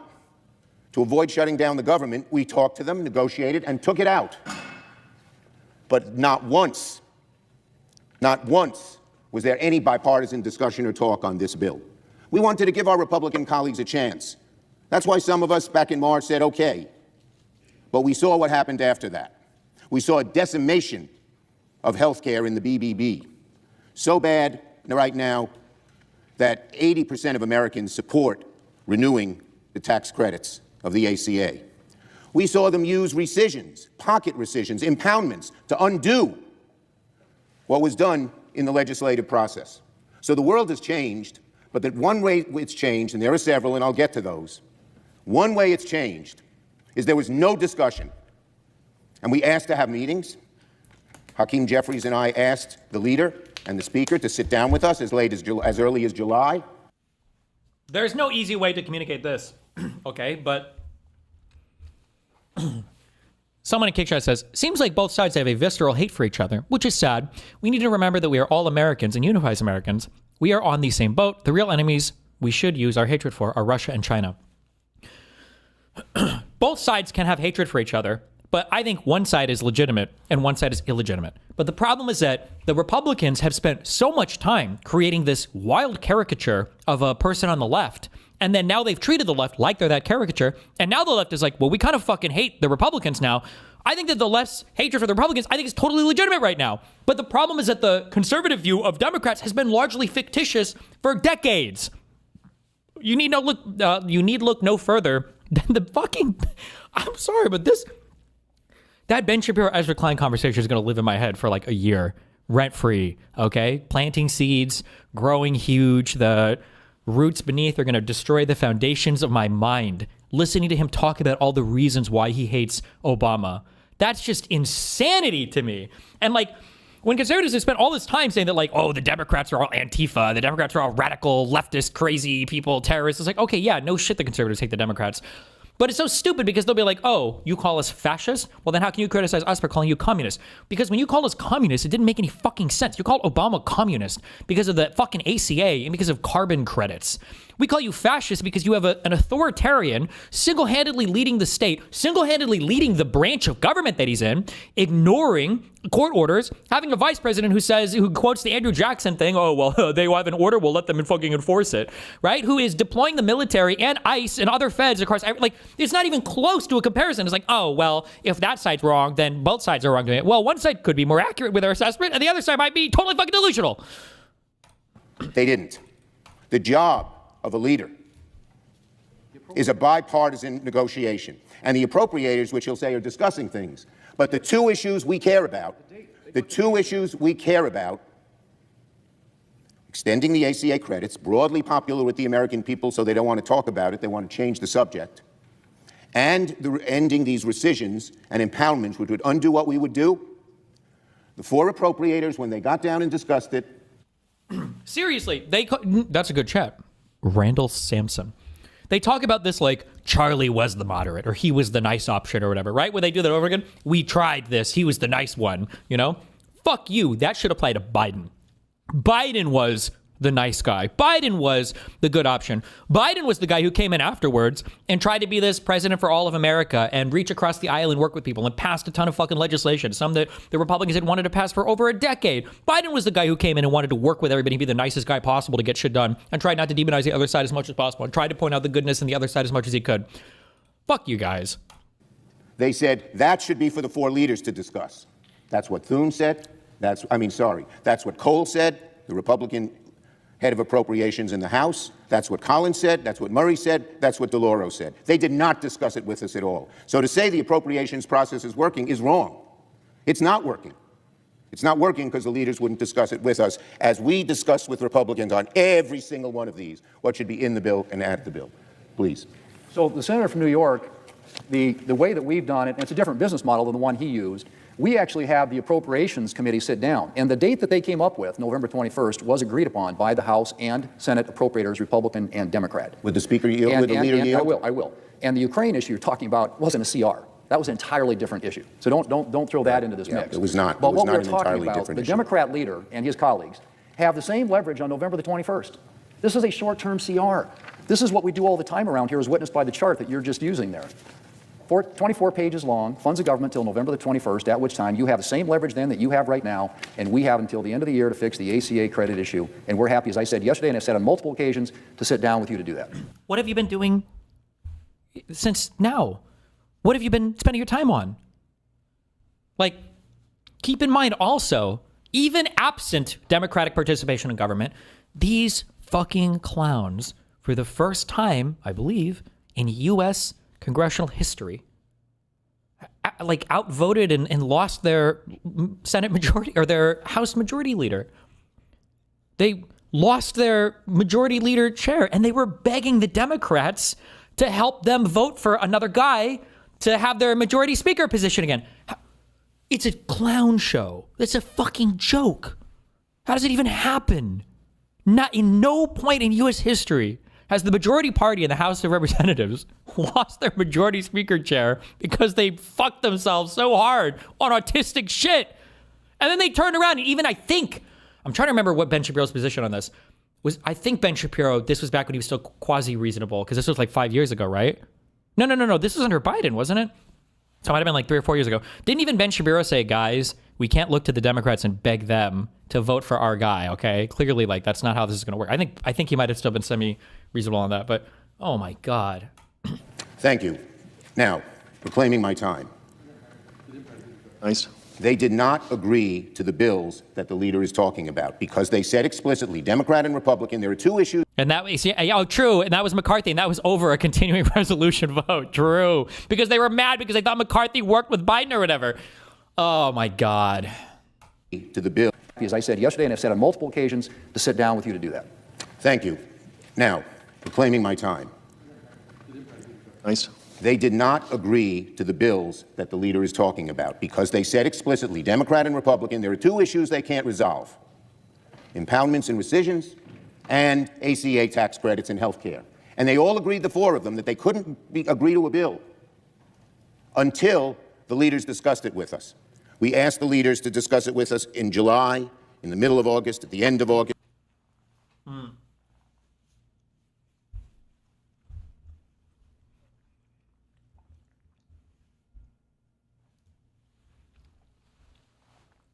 Can you explain the speaker chair thing? Like, procedurally, how did Republicans lose? I don't remember exactly, but I do remember it was either McCarthy or some other crazy MAGA dude. They changed the rules of the House. They did something so that one person could force a vote to oust the majority speaker. I don't remember why they changed this. Was it Gates that did this? Or was Gates the one that called the vote? They changed it so one person could call a vote and then oust the chair. And I think they ousted it because they felt like he worked with Biden on something and they didn't want him to. But then they couldn't agree on who should be the majority speaker afterwards. So I think, how long was it? Was it a month? I don't remember how long it was where they didn't have, where the seat was basically just unfilled. Was it really that long? There's no way it was that long. Was it 2 weeks, 3 weeks?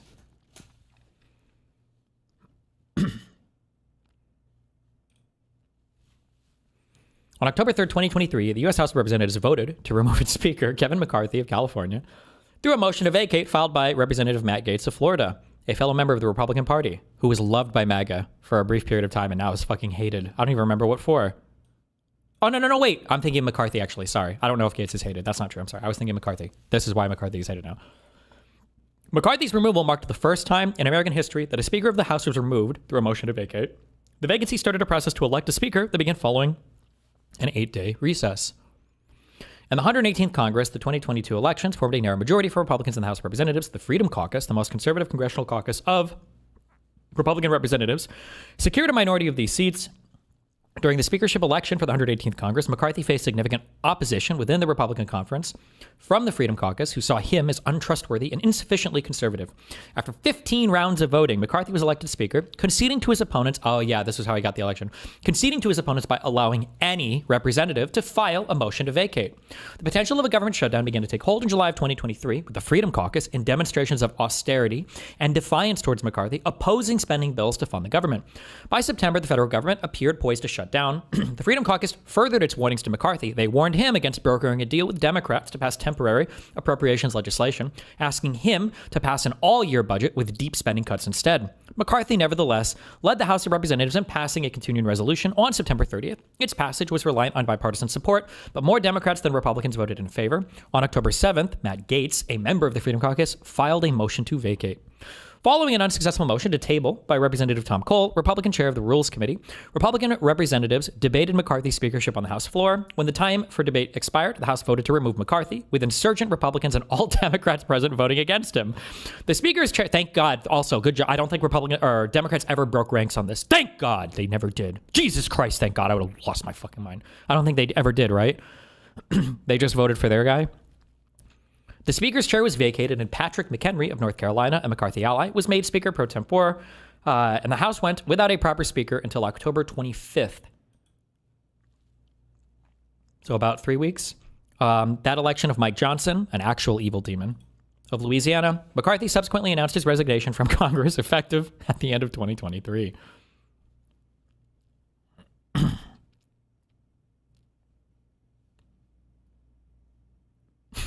It's so crazy, dude. Just in September, they refused. And now he says, give us another 45 days. Well, frankly... Jeffrey says the most votes for Speaker in history because he got 200 plus votes all 15 rounds. Yeah. The Republicans have had 45 days since March. 145 days, another 45 days, another 45 days. Thank you. And in the room yesterday, Johnson said he doesn't want to do it at all. He doesn't want to have any compromise. So the time to do it is now. And the idea that we can do it till January, when we talked to the president yesterday, he didn't understand this. But I know that the leader does. On October 1st, in a day or two, millions of Americans, millions. What does the Speaker do? I don't know. I can't even tell. I'm sure the Speaker probably sets the agenda, decides what votes are allowed to be held on the floor or not, decides what legislation you're allowed to take a vote on or whatever. I'm sure probably does something with appointments or rules or some bullshit, but I think they're basically like in control of like the overall agenda or scheduling of what goes on in the House. They speak for the majority. On October 1st, in a day or two, millions of Americans, millions, are going to get notices that their insurance premiums will rise an average of $400 a month, $5,000 a year. A middle-class family can't afford that. We want to renew those credits, among other things in health care, but renew those credits so that people won't pay that horrible... Sorry, somebody says the majority leader is not the speaker, different position. Is the majority leader not normally the Speaker of the House? Or are those usually different roles? Increase. You can debate health care all you want, but the overwhelming majority of Americans... People said they're always different. Okay, never mind, my bad. Democrat, independent, and even a good number of Republicans want us to renew those credits. And the impoundment rescission, I mean, what does the leader think? That we should go along, come to an agreement, and then let them undo it unilaterally as they've done once and now have asked to do it more? No way. That's not how you deal with this, and we never had another president who did it. I don't know this sentence. If everything was 50-50 and your job is to unite the people, would you act like you have been in the past 2 months at Destiny? If everything was I don't know what that means. So I repeat, I love this chart. Democrats negotiated with Republicans. Democrats negotiated with Republicans. Democrats negotiated with Republicans, and on through the whole chart. Didn't happen this time. Leader Thune did not come once to me and say, is this bill acceptable? What do you want in the bill? So they call it clean. We call it extremely partisan. Not one discussion, House or Senate, between the two leaders. That is not how you negotiate. And that is not how you pass appropriation bills. And the Appropriations Committee is stalled by their own admission because the leader will not come and talk to us about it. Now, let me make a few other points. Republicans are heading us into a shutdown. We stand at the precipice of a government shutdown because Republicans are not serious about keeping the government open. If you want... You also have to ask at some point, how is there so much fuckery with Trump as president over and over again? The massive protests, the riots, all the political violence, the government shutdown. Somebody said in chat earlier, if this shutdown lasts for 11 days, then the government will have been shut down under Trump longer than every other president combined in U.S. history. But this guy, remember, it's not even what Democrats called him. What did he call himself? The great deal maker. This is the great deal maker? Has basically no legislative accomplishments, the most divided America and Congress of all time, and can't even keep the fucking government funded? How? One glaring instance of that, Speaker Johnson sent his people home. They're home right now, even though the government will conclude at midnight. There's only one conclusion you can draw when the Speaker sends the House home, that he wants a shutdown. He doesn't want to negotiate. All they want to do is force us, try to bully us, and they're not going to succeed, into taking their partisan bill, take it or leave it. That is not how this place works. And that's why we're headed into a shutdown, because Republicans refuse to negotiate a bipartisan bill that deals with the health care needs of the American people, which they care about. Yesterday, Leader Jeffries and I went to the White House to meet with the president and Republican leaders about finding a way out of this impasse. It was a frank and candid discussion. It was long overdue. As I said, we'd asked for it for months. We asked the president to meet with us when Thune and Johnson wouldn't. He said yes. And according to all reports, Johnson and then Leader Thune, who just followed what Johnson wanted, said don't do it, and the president withdrew. So on Friday, I called Leader Thune and said, let's have a meeting, and we did, but it's at the last minute. There's still a chance. It's only the president who can do this. We know he runs the show here. And he's got to say to our Republican colleagues, deal with this ACA issue so that people don't get $400 premium increases. Deal with this impoundment and rescission issue, which when we told him about it yesterday, he seemed not familiar with it, but now he knows. And we can solve this problem. But Johnson won't, Thune won't, and so the president is not going to be able to persuade them unless he tries at the last minute. That's the only hope here. Look, sitting in the room with the president, it was very clear that the president hadn't fully grasped the magnitude of the disaster he's causing when the government shuts down. As health care costs go up, as people lose their health care, rural hospitals are already closing. Speaker Johnson in the room said to me they're not, and I pointed out to him that Tim Kaine just informed us that 3 rural clinics in Virginia, Southwest Virginia, were closing. Wait, hold on. Wait, I just looked this up. Am I crazy or am I misunderstanding? The Speaker of the House is the presiding officer of the U.S. House of Representatives. By custom and House rules, the Speaker is the political and parliamentary leader of the House, and it's simultaneously its presiding officer, de facto leader of the body's majority party.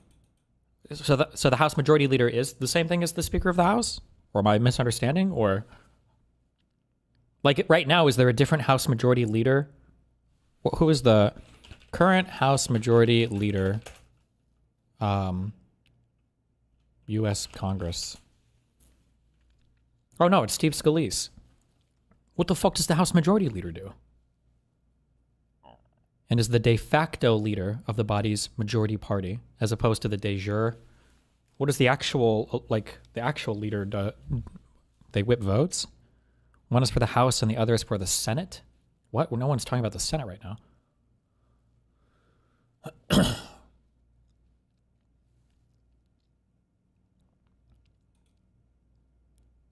They just whip votes? What was, wasn't Nancy Pelosi usually the Speaker of the House? Or am I crazy? And didn't she also whip votes? Or is there like a formal vote whipper?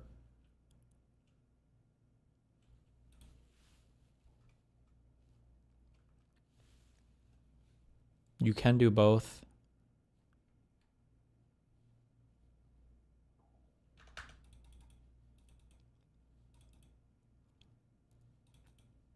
Which is party leadership structure? Oh, okay. And the head of those clinics said it's because of the bills the Republicans passed. The so-called BBB, which we know is not beautiful. The American people know it's not beautiful. And so they know, our Republican colleagues know that the American people are fully behind us when it comes to lowering costs, but also when it comes to health care and making sure that those premiums don't go way up. And then I spoke to Speaker Johnson directly in the room.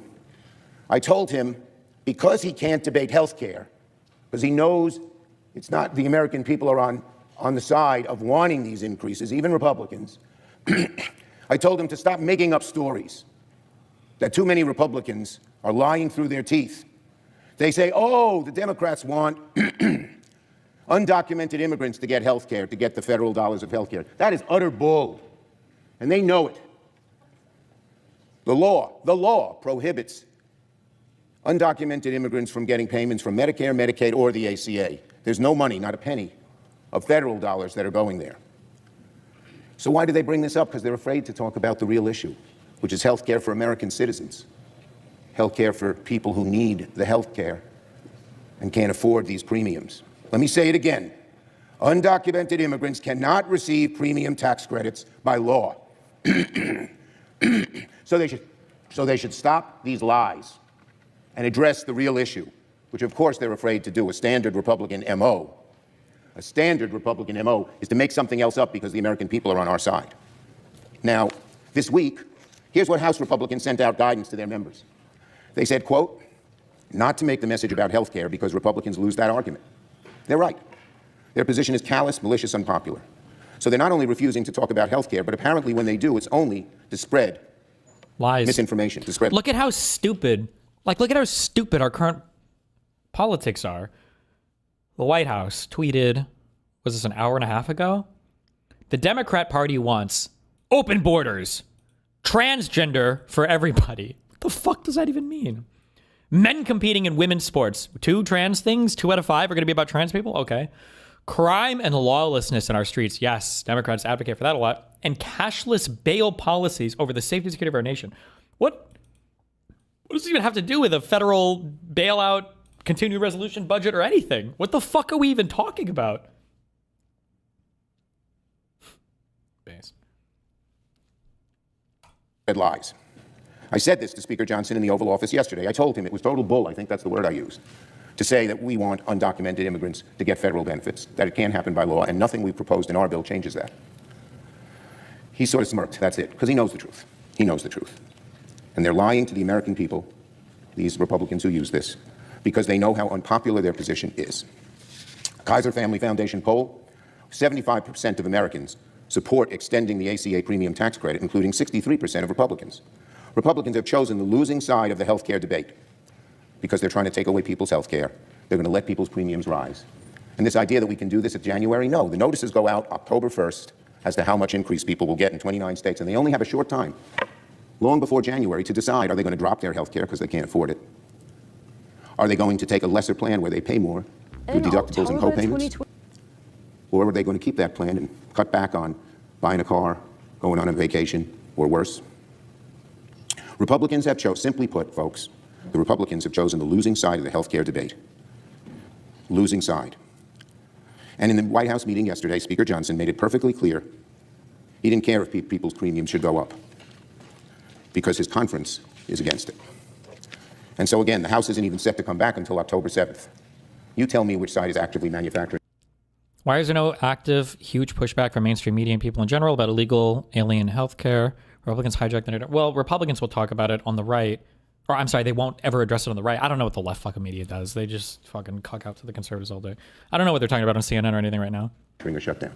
Why did the House do that? Because they wanted to negotiate? I don't think so. They wanted to jam it through, but they're not going to be able to.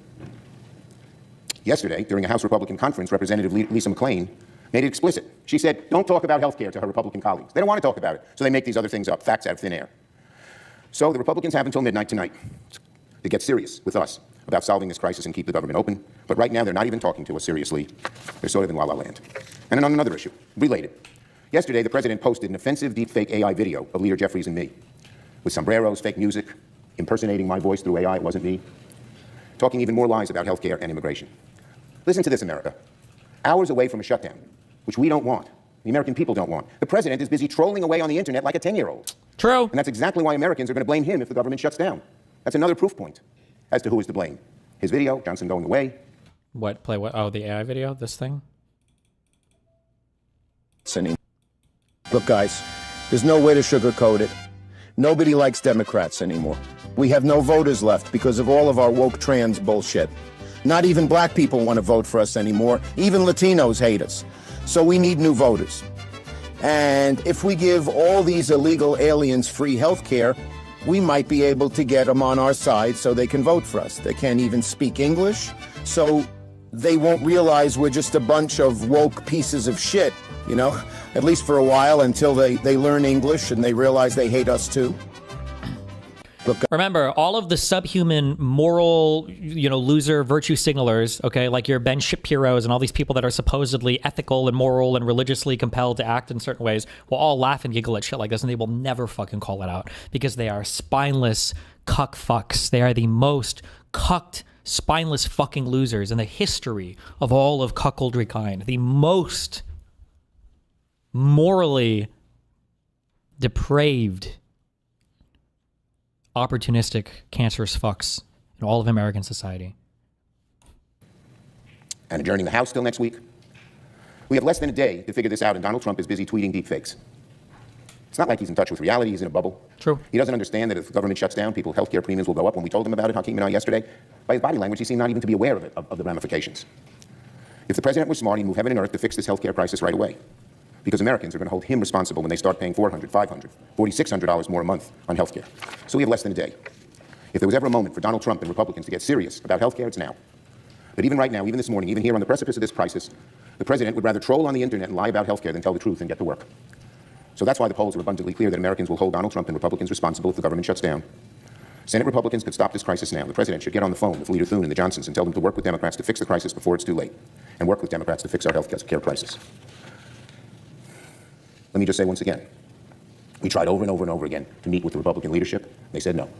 The appropriator said they couldn't resolve the issues until the leaders met. So we asked the leaders to meet again, and they said no, because they didn't want to negotiate. They wanted it their way or no way. Their way or no way. That's not how the Senate works. If Republicans cause a shutdown, they'll probably keep lying and distracting because they know we're on the side of the American Democrats are on the side of the American people. But we will continue to focus on health care. And the American people will be completely on our side. Yield the floor. Yield.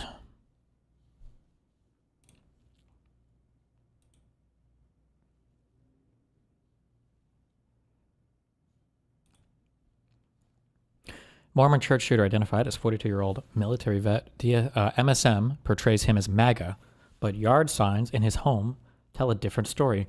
Bro, people were trying to publish so much like fake shit about this guy. Like apparently there's a picture of him with like a big Trump thing on his shirt, and a bunch of weirdos online are trying to push up like a photoshopped version of him without the Trump thing, claiming that that's the real picture and the other one is photoshopped. It's actually so unhinged. And I think there's like a Trump sign in his yard, and people are trying to say actually it was a stop Trump sign. That like, yeah, I don't know.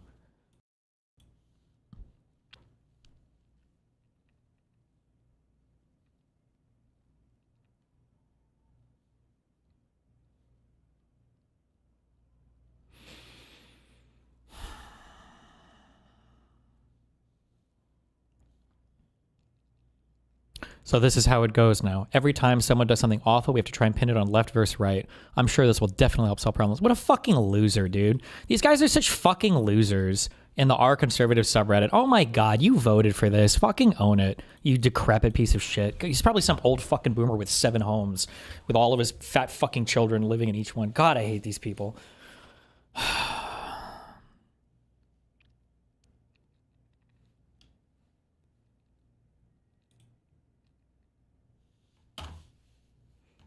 What about the one where he's wearing a t-shirt that says "Make Liberals Cry Again"? Do you have a link to a non-edited photo of him with that shirt? Oh, a lot of deleted comments. What's going on down here?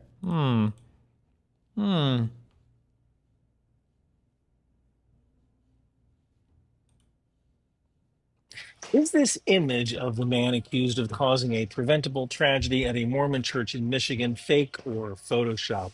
First off, I have to apologize about being evasive about who this man is or what he did. YouTube tends to demonetize videos on certain kinds of topics and with certain kinds of titles. A lot of my content is posted uncensored at ryanmcduff.substack.com for unfiltered analysis. It's like $5 a month. Now, a number of people reached out to me because the image of the accused was circulated around the internet with a particular emphasis on the accused shirt. This particular shirt reads, "Trump 2020, make liberals cry again." So the question is whether this picture is photoshopped with a Trump campaign logo.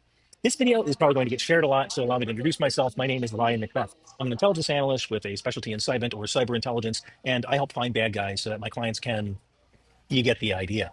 And as you can see, I'm traveling right now. I'm actually at Dallas-Fort Worth Airport because I'm headed to Goodfellow Air Force Base for a project. Now, during this video, I will use ICD-203, which is the gold standard in the intelligence community for determining probability. So this is the picture in question. What can we learn about it? Well, there's a bridge in the background, and we know the accused is from Michigan. In the intelligence community, this is what we call a clue. There is only a finite number of suspension bridges in Michigan. So this particular bridge is actually the Mackinac Bridge in Michigan. I think I'm pronouncing that correctly. That's a suspension. I don't need to go through this whole. Never mind. Okay. We don't need to watch this whole thing.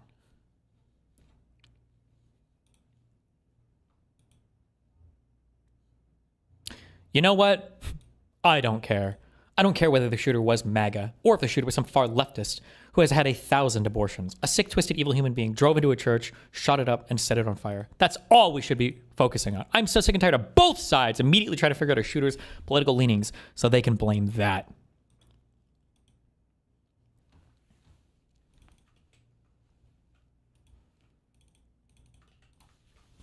What's the What's the website that lets you look through a person's comment history again?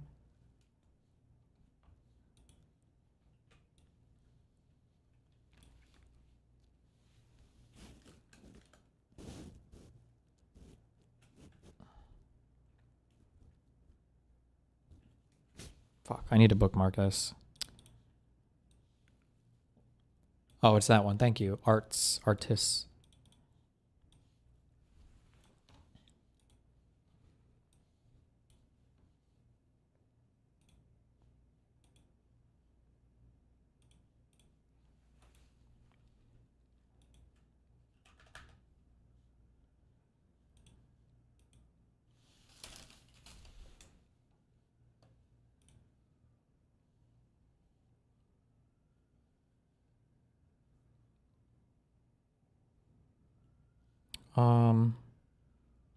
Which direction? Okay. When was the Charlie Kirk shooting? If this is true, Trump derangement syndrome is deadly.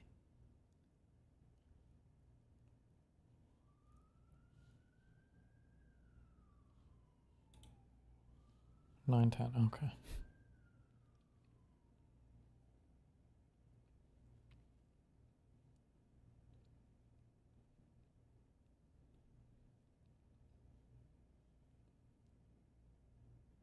Is Shit Politics Says, is that a far left or far right leaning subreddit?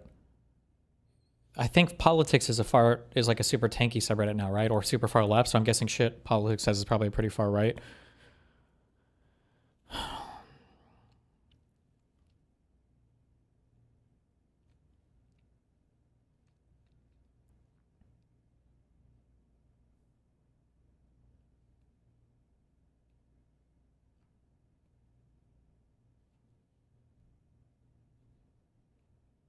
My God.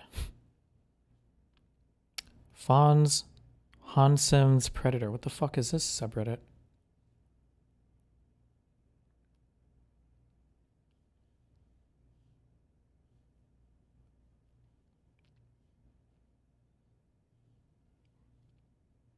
Dumbass leftist celebrating how loving, how compassionate. Jerusalem bus attack. Uh-oh. Israeli. Okay. I don't see much in here about the Charlie Kirk thing. Oh, wait. These are just... Hold on. Those were just posts. What do we got for comments? The left sure does seem to know a lot about Nazis.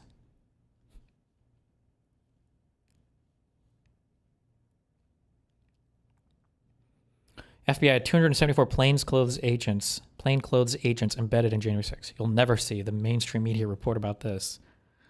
Based.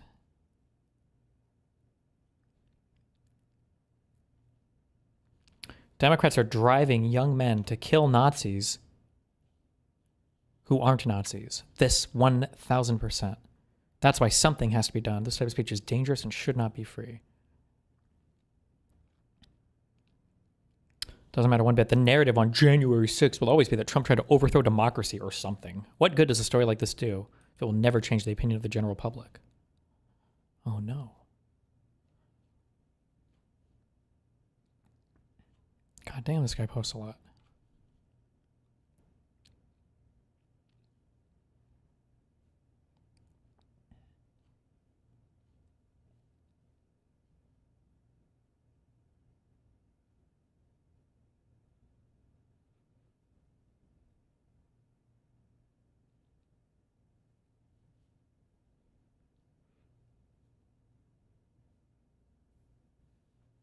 Oh, this is kind of consistent.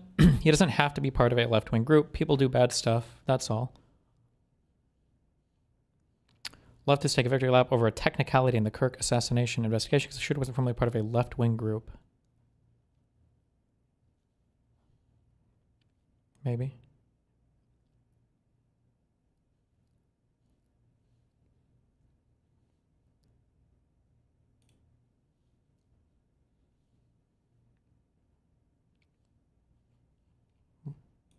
Wait, what the fuck? Oh, it's still scrolled down.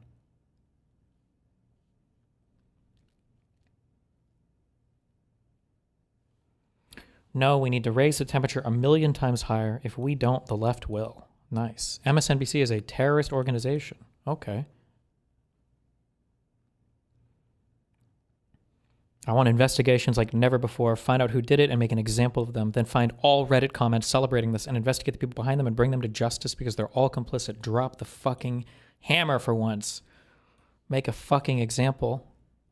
Oh, we don't need rallies. We need action. We need to show the world that the left is a terrorist organization. Okay, well that's kind of a rough one from this, but okay.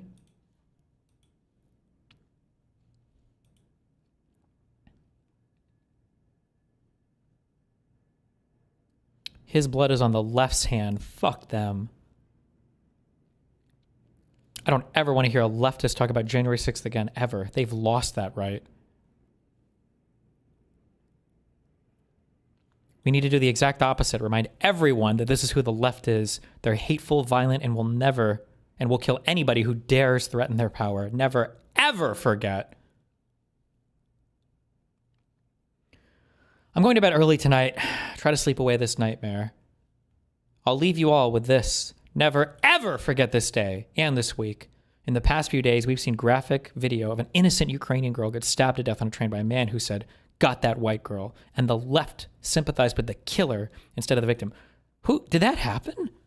Who were all these people who were like saying that, like, who were these people? Wait, what? Who?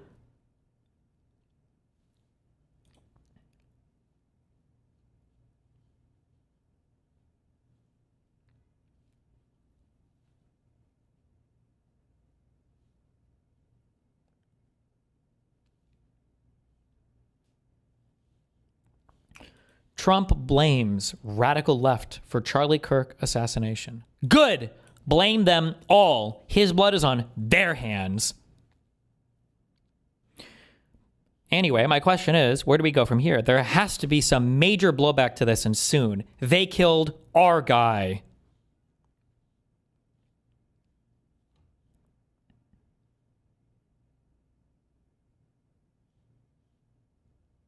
Bring back public executions.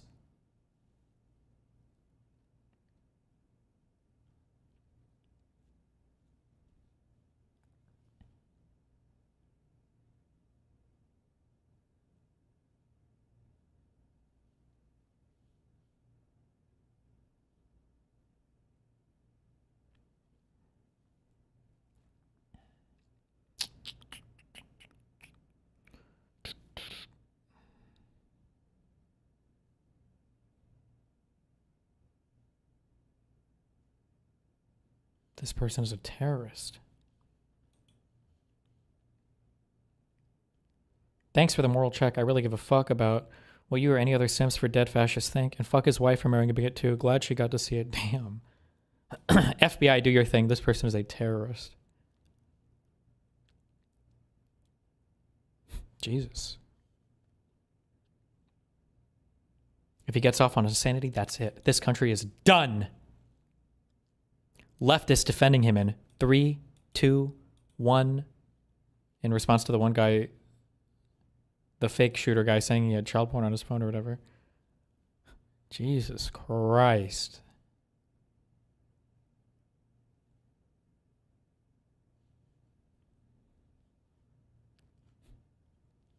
Okay. I just think it's funny to say the reaction to the Charlie Kirk shooting. And then when this shooting happens, you know what? I don't care. I don't care whether the shooter was MAGA or if the shooter was some far leftist with 1,000 abortions. He was a sick guy. That's all we should be focusing on. I'm so sick and tired of both sides immediately trying to figure out the shooter's political leanings so they can blame that. Instead, we need to vilify the shooter himself. We need to vilify crime and bring back much more severe punishment for violent criminals. Nice.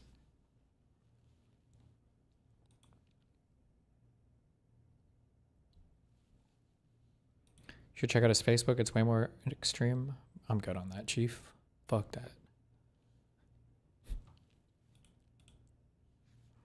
Jesus.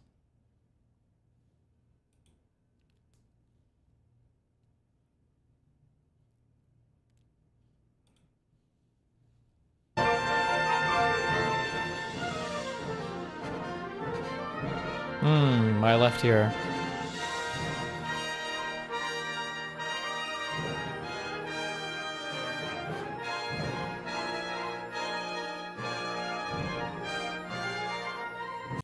Dan Kane.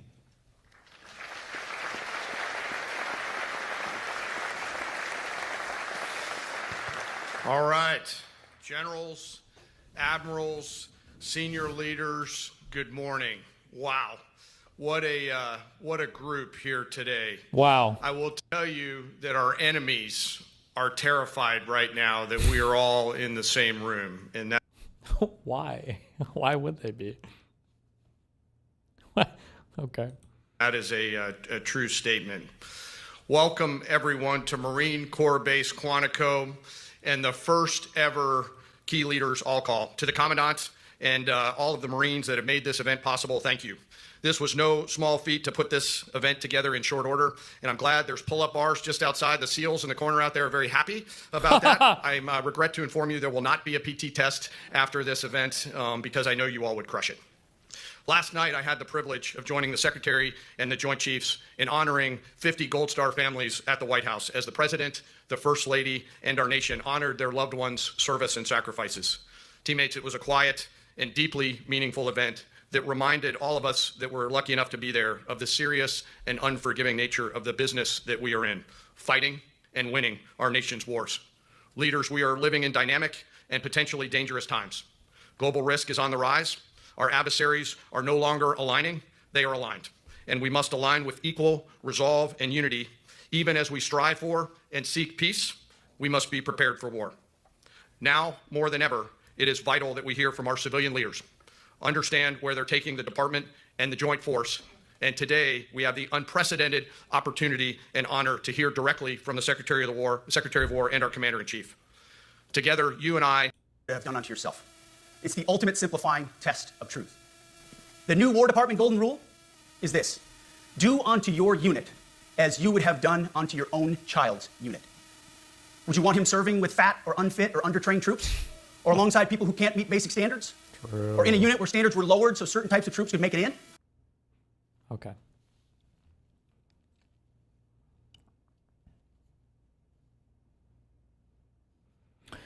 White House to announce Trump RX drug buying website and deal with Pfizer. What?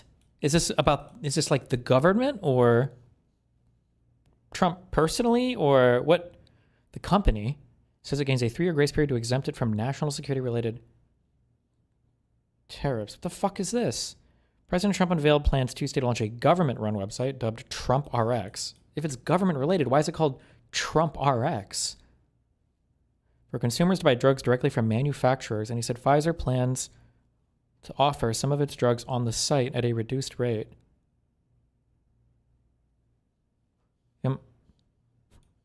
Somebody help me. Am I retarded? Or aren't you not buying them directly from manufacturers? Aren't you buying them through the retailer Trump RX? What does that mean? You can buy directly from the manufacturer. How? Buy through me.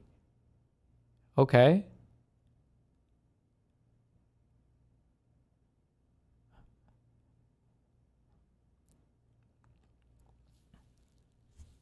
Okay.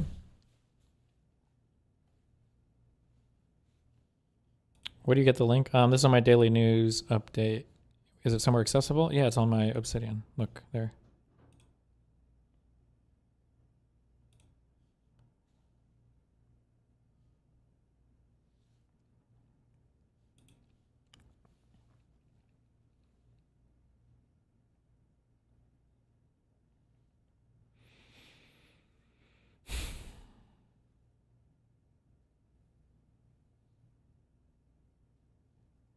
No, okay, that seems retarded.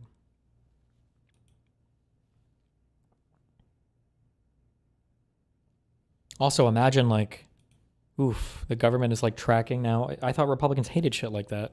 All your medications. YouTube to pay $24.5 million to settle lawsuit brought by Trump. Trump has agreed to pay $24.5 million to settle a 2020 lawsuit with President Trump, Rodigan's company, and his chief executive over its suspension of Trump's account after that year's riot at the U.S. Capitol. $24.5 million because he got banned. Really? This is after Meta agreed to pay $25 million and X agreed to pay $10 million.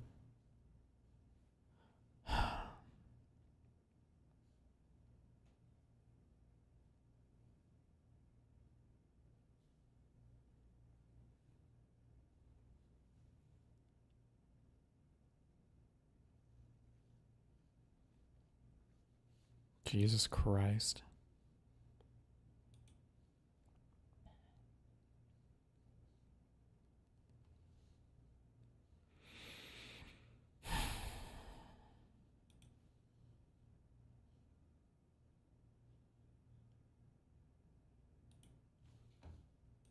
Joining us now, House Speaker Mike Johnson, Republican. Finally. Jesus.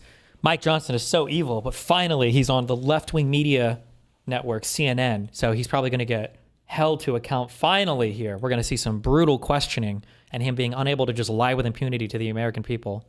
Louisiana. Mr. Speaker, good to see you. Let's start with the shutdown talks. A few days ago, President Trump rejected even meeting with Democratic leaders, reportedly at the urging of you and the Senate Majority Leader John Thune. What changed?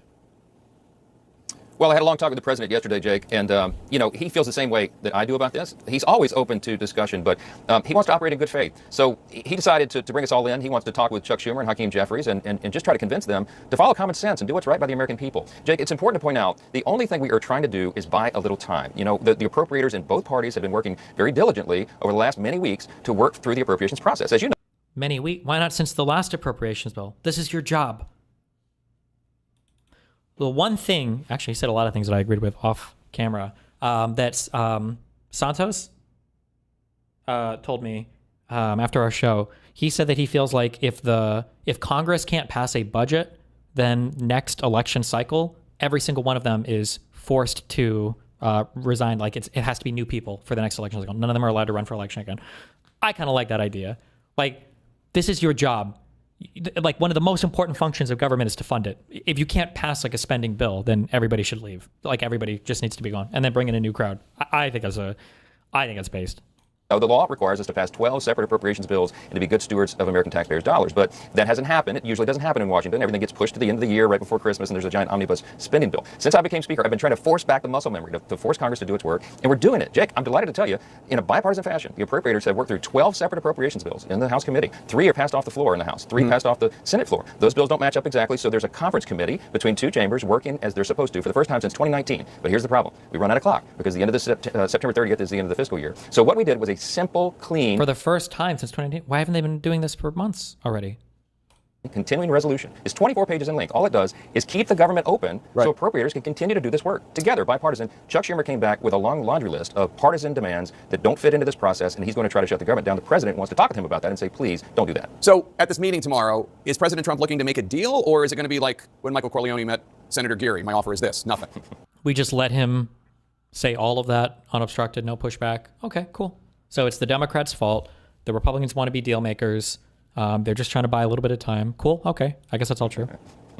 Well, look, we'll have to see, but I can tell you where his head and his heart are. He wants to do right by the people. He does not want the Democrats to hold up troops pay, the people who serve in the military. They don't get paid during a shutdown. He doesn't want WIC funding, women, infants, and children nutrition program being held up. He doesn't want telehealth and mental health and FEMA services to be stopped. That's what Chuck Schumer is holding hostage. Why? So that he can add $1.5 trillion in new spending at a time when we're simply just trying to keep the government going for 7 weeks so we can have those debates. It's wrong. He also wants to, by the way, what Chuck Schumer is demanding in exchange for all those good things I just listed, he wants to reinstate free health care for illegal aliens paid by American taxpayers. We're not doing that. We can't do that. That's just one of the crazy things. Well, I think he would take issue with that. Here is what House... he would take issue with that. Oh, okay. He would... okay, thank you. Because it's like both sides are making equivalent arguments here, right? Democratic leader Hakeem Jeffries said on CNN Friday night about what he says Democrats are asking for, which is the continuing of the Obamacare subsidies being extended to American citizens only to prevent more than 1 million of those Americans joining the ranks of the uninsured. I'd like to get your response. This is what Jeffries said.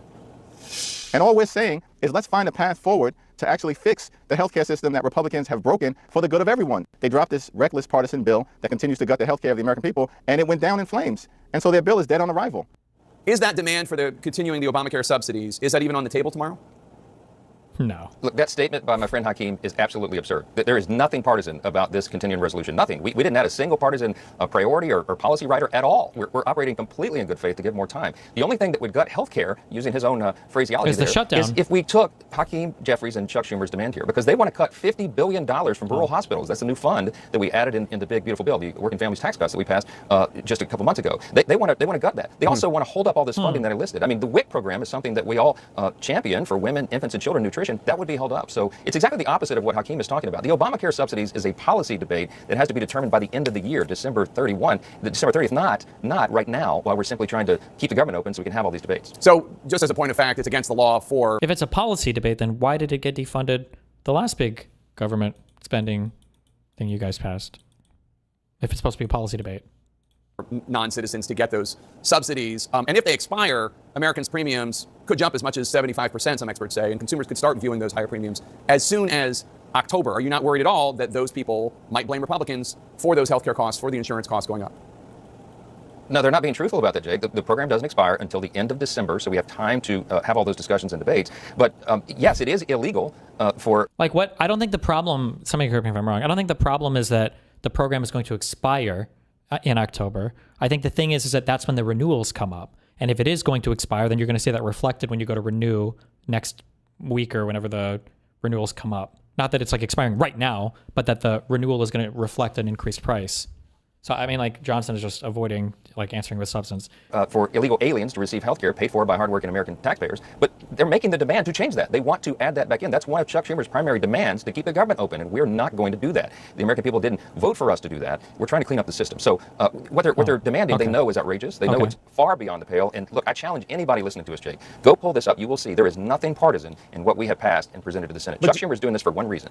He is trying to get cover from the far left base of his party because they've been hammering him for not fighting Trump. So he's going to try to show that he's fighting Trump, but he has absolutely no logical basis for doing so here. So just to be clear, there's not going to be any negotiation at this meeting. This is just going to be you and Thune and Trump telling Jeffries and Schumer, we're not giving you anything. Look, I'm not going to get in front of the president and tell you what he will do, but I talked with him, a couple times, even yesterday. And I'm telling you where his head is. He wants to bring in the leaders to come in and act like leaders and do the right thing for the American people. It's fine to have partisan debates and squabbles, but you don't hold the people hostage for their services to allow yourself political cover. And that's what Chuck Schumer and Hakeem Jeffries are doing right now. Let's turn to the other big subject in the news here, having to do with the indictment. Cool. He just says all that with no pushback. Left-wing media, by the way. Like, he does this, and, like, everybody on the right will still call CNN, like, left-wing biased partisan media, despite the fact that Evil Johnson can come here and just say, his propaganda talking points verbatim with no pushback, no challenge whatsoever. Nice. Former FBI Director James Comey. Just looking at the principle at stake here, if you can remove Comey and Trump out of the equation, as a constitutional attorney and the Speaker of the House of Representatives, do you believe it's acceptable for any president to publicly or privately instruct their attorney general to prosecute a political opponent and go as far as firing a U.S. attorney if they don't bring charges because they don't think the case is strong enough? Never speak about the morality of it. Just speak about what they can do. Okay? Trump is allowed to hire and fire anybody he wants. A grand jury is what determines an indictment. And maybe throw a little bit of Biden did the same thing to Trump or something. Do we have a bingo card for this? I'm glad you brought up the principle. That is exactly what's at issue here. James Comey lied to Congress. Okay, he took an oath. He said things to Congress that were simply not true. It's called we have our talking points for Comey. Yeah? Perjury. A grand jury that is not, a nonpartisan, non-biased grand jury. Okay, we got the grand jury in here. Okay, cool. That was assembled, looked at the charges. Thank you for explaining what a grand jury does. Not relevant at all to this question. They agreed. They voted to bring an indictment of James Comey, not President Trump, not the DOJ, but a grand jury. That's how our system works. Grand juries do not consider random charges for random people at random points in time. A grand jury is presented with an indictment that is brought by a federal prosecutor. So I don't know why he's pretending that they just randomly get a piece of paper in front of them, but that's fine. It's okay. He can just lie. To bring an indictment of James Comey, not President Trump, not the DOJ, but a grand jury. That's how our system works. Okay. It's a very important principle for us to apply that everybody has to subscribe to the law. Can we do the thing that I keep begging for somebody to say, oh, so then you agree with the indictments that were issued for Donald Trump, right? And you agree with the convictions for Donald Trump in New York State then, right? Even a former FBI director, and he has lots to answer for. There are many things that he could have been indicted for, but the statute of limitations ran out on so many of those matters. Why did the statute of limitations run out? Wasn't Trump president for 4 years after Comey was fired, after he fired him almost immediately for the Russian investigation stuff? Here, perjury is important. You can't, especially if you're a high official, appointed or elected official, you cannot raise your hand, take an oath, and lie to Congress. And that's an important principle, Jake, for us to advance. Does the rule of law have to apply to people who stormed the Capitol on January 6th? That was it on that? Okay. Well, I'm glad you brought that up. What are we going to say? Trump pardoned them, so that's technically allowed. The people that were... Are we going to flip positions completely and say most of those people that were charged and convicted weren't even at the Capitol or something? What? There's new information over the last couple of days about that as well, apparently. Oh, we're just going to jump right to the 261 plainclothes officers that were brought in afterwards, pretend they were brought in before, pretend they instigated the entire thing, and then ignore the entire legal system and everything that happened before. Okay, cool. There were 274 FBI agents in the crowd on January 6th. No. I think the total number of persons Kash Patel just brought some enhanced understanding to that. They were sent there. Oh my God. 8 minutes and 45 seconds. Tapper gives the lightest bit of pushback. After he clarifies here, do you think Mike Johnson's going to go like, oh, well, okay, whatever, and then move on to the next thing? Or do you think he's going to acknowledge this point? To do crowd control because of everything that was going on. It wasn't a false flag operation, as President Trump suggested. Well, Jake, wait a minute. Hold on, Jake. How do you know that, right? There's a lot of questions. Okay, never mind. He's just going to keep pushing lies. How do you know that? Isn't that what Kash Patel said? New questions about... Well, and I'm telling you that there's videos, and it's always been disputed what involvement some of those... No, it hasn't been. Not by any serious person. Persons, engaged in. What involvement they had. Did they spur on the crowd? Did they open the gates to allow them in? I don't know. These are questions, but they should be answered. And yeah... They have been answered. There were people that were convicted of seditious treason or seditious conspiracy. But now the legal system's not enough. Now we have infinite questions for everything. Notice how we totally moved off that point, by the way, of where the conviction's okay for Jan 6ers. Now we've moved off into some other conspiratorial nonsense. Even on left-wing media, conservatives will control the conversation every fucking time. There's a lot of investigation and discovery to go forward. We have a select subcommittee, bipartisan, a committee that is reviewing the investigation of the original J6 committee. I mean, a committee investigating the previous committee. Why? Because there was so much bias in the system. And that committee was rigged, I think. There was so much bias on the system. Oh, so we can't trust the system, the past system, but we can trust the current system, but not the system when Kash Patel says that these officers showed up in response to J6, but we can trust the system when they say there were 274 officers there on J6. Okay, gotcha. So yeah, so was Kash Patel lying to Congress then when he disagreed with Mike Johnson's current assessment, or? And I think my theory is, I've always believed that they got rid of evidence and they hid some of this. So all of it's going to come out. Based on what evidence? Now, the American people deserve full transparency. Full transparency, and that's what 100%. Congress is working on, and that's what the administration is working on. I'm always in favor of full transparency, including for the Epstein files, which that will probably come on the floor of the House soon, and we'll have lots of discussions about that. Speaker Johnson, always good to have you here. Thank you so much, sir. Wow, epic own at Thanks, the end Jake, there. appreciate it. You epically got him, dude, on that Epstein files one. So fucking epic. Okay.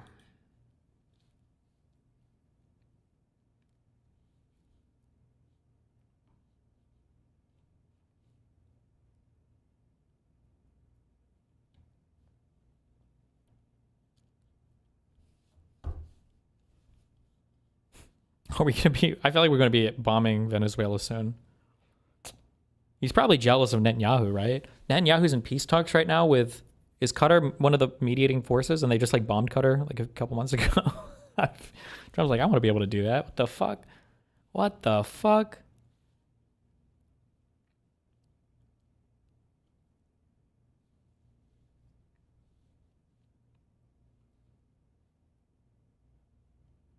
What? Why? Don't trigger me.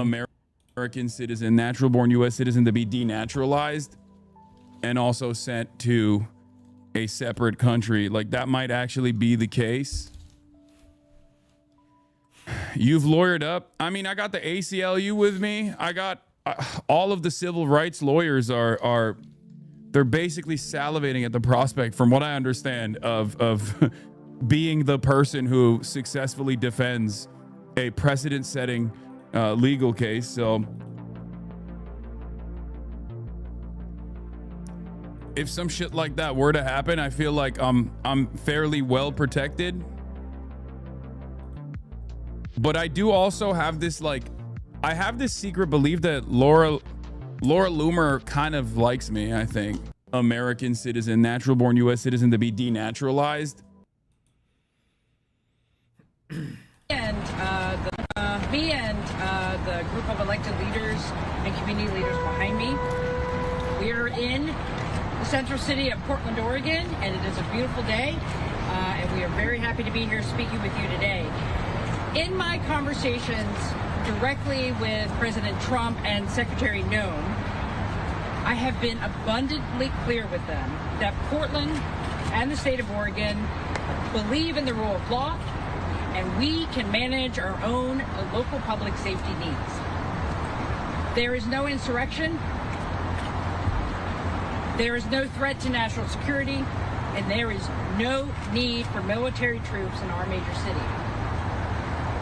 Military service members should be dedicated to real emergencies. The members of the Oregon National Guard, their mission is to stand up and protect Oregonians, and they will do that every day, but they are not needed in the city. They are not needed here. Okay. Seems pretty non-controversial.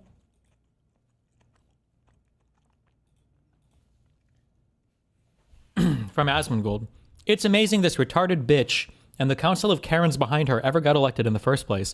They live in gated communities, shielded from the consequences of their narcissistic empathy, all while they condemn their own citizens to live in a PvP server.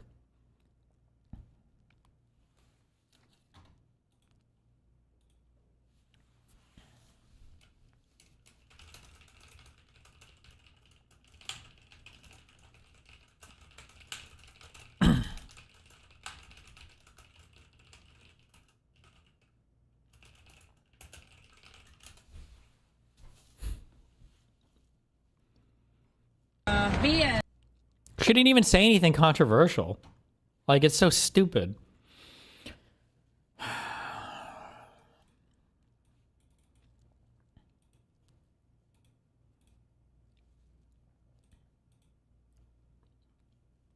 How dare Trump call Democrats fascists? He's fomenting violence. Is this how it works, MAGA? MAGA supporter Thomas Jacob Sanford is who killed 5 people in Grand Blanc, Michigan. MAGA's pretending this is an altered image. It's not. It's literally still up on the family Facebook page. Does this make all MAGA bad people? No. Wow, Ed even still takes like a cucked position on it. Well, not really cucked. I think this is a fine thing to say. What a stupid and dishonest dichotomy. When this fat, bald retard decided to do what he did, conservatives didn't come out saying it was deserved. The problem is the action, yes, but the bigger problem is the political ecosystem that rationalizes and supports political violence. Also, the reason why the conservatives probably didn't support it is because he fucking murdered a bunch of people a bunch of white people at a Mormon church. They certainly did for Paul Pelosi. True.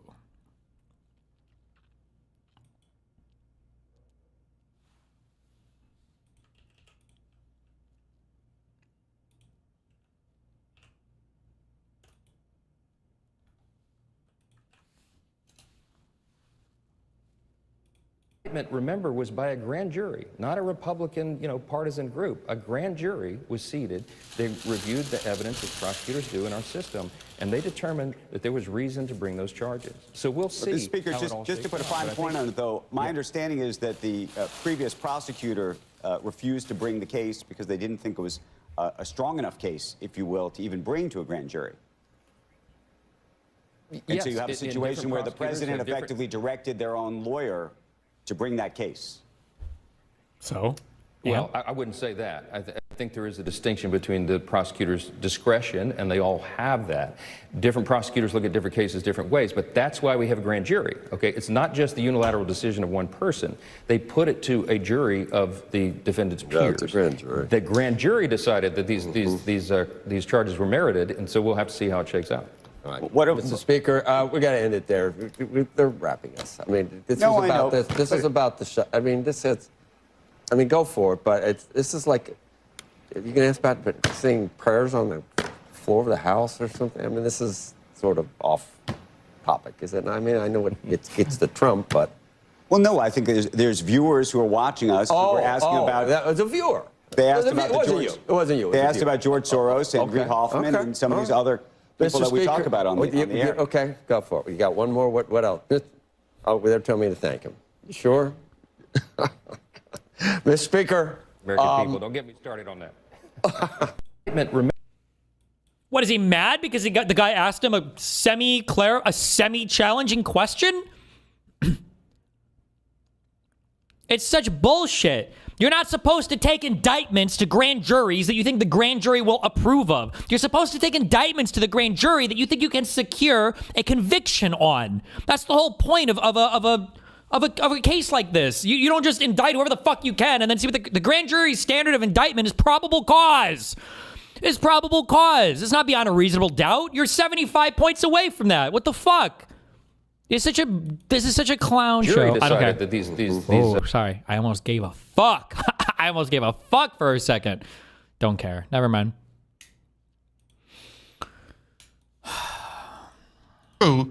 Wait, if I'm not allowed to see. Oh, we already watched this. I don't know why the Young Turks is trying to fight back against Ethan Klein, but okay.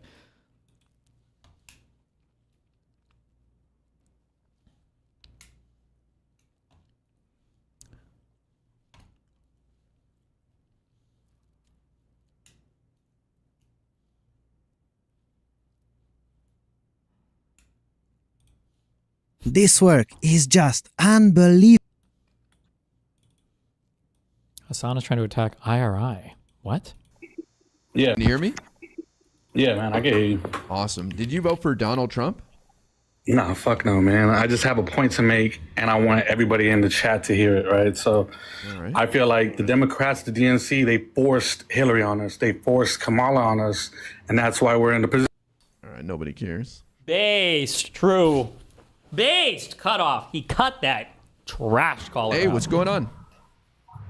Hey, can you hear me? I can, yes. Did you vote for Donald Trump?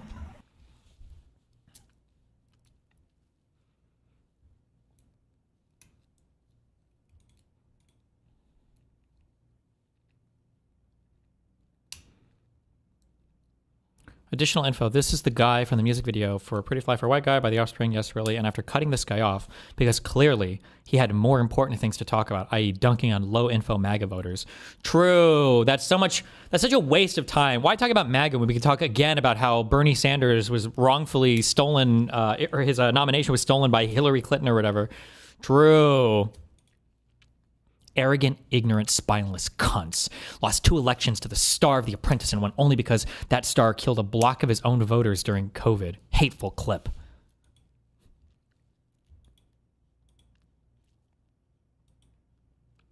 He's an unironic professional Kamala/Biden shill now.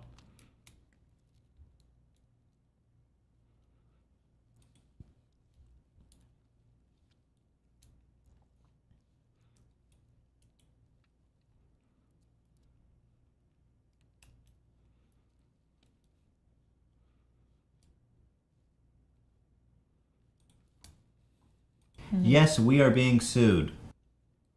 Amen Animations made a video on Ethan Klein and them. Oh, nice. Okay. I want to watch some 2-minute papers slop. Why is this 8 minutes if it's called 2-minute papers?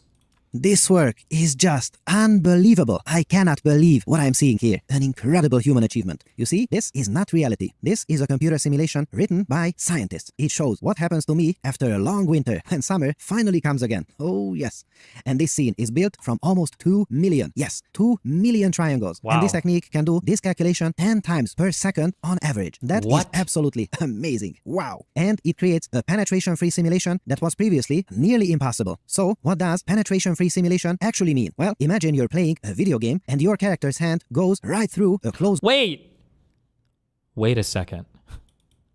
Is this the joke that I made like 3 days ago where I was like, do you think that we'll ever reach a point where animations will make it so that there's not like, or like collision exists between everything and you don't have stuff cutting through stuff all the fucking time? door. That is called penetration, and it instantly breaks the illusion. Not acceptable. We want our virtual objects to act like real-world objects. If you push your hand against the table, it stops. You don't phase through it like a ghost. I hope. If it does, I have some bad news for you. Okay, so penetration-free simulation is all about teaching the computer this basic rule of reality, giving digital objects solidity so they can't pass through one another. But surprisingly, it's almost impossible to pull off correctly. This has been a surprisingly tough problem for a long time now. Why? A brilliant earlier technique called incremental potential contact, or IPC, made huge progress here. However, it had its own challenges. Imagine you're a traffic controller for an entire city. The rule is, if even a single car is about to cause just the tiniest collision, you must stop every single car in the entire city. Yes, even cars miles away on an empty highway. How can this be hard if physics in the real world does this all the time? Like, wow, doesn't seem that hard.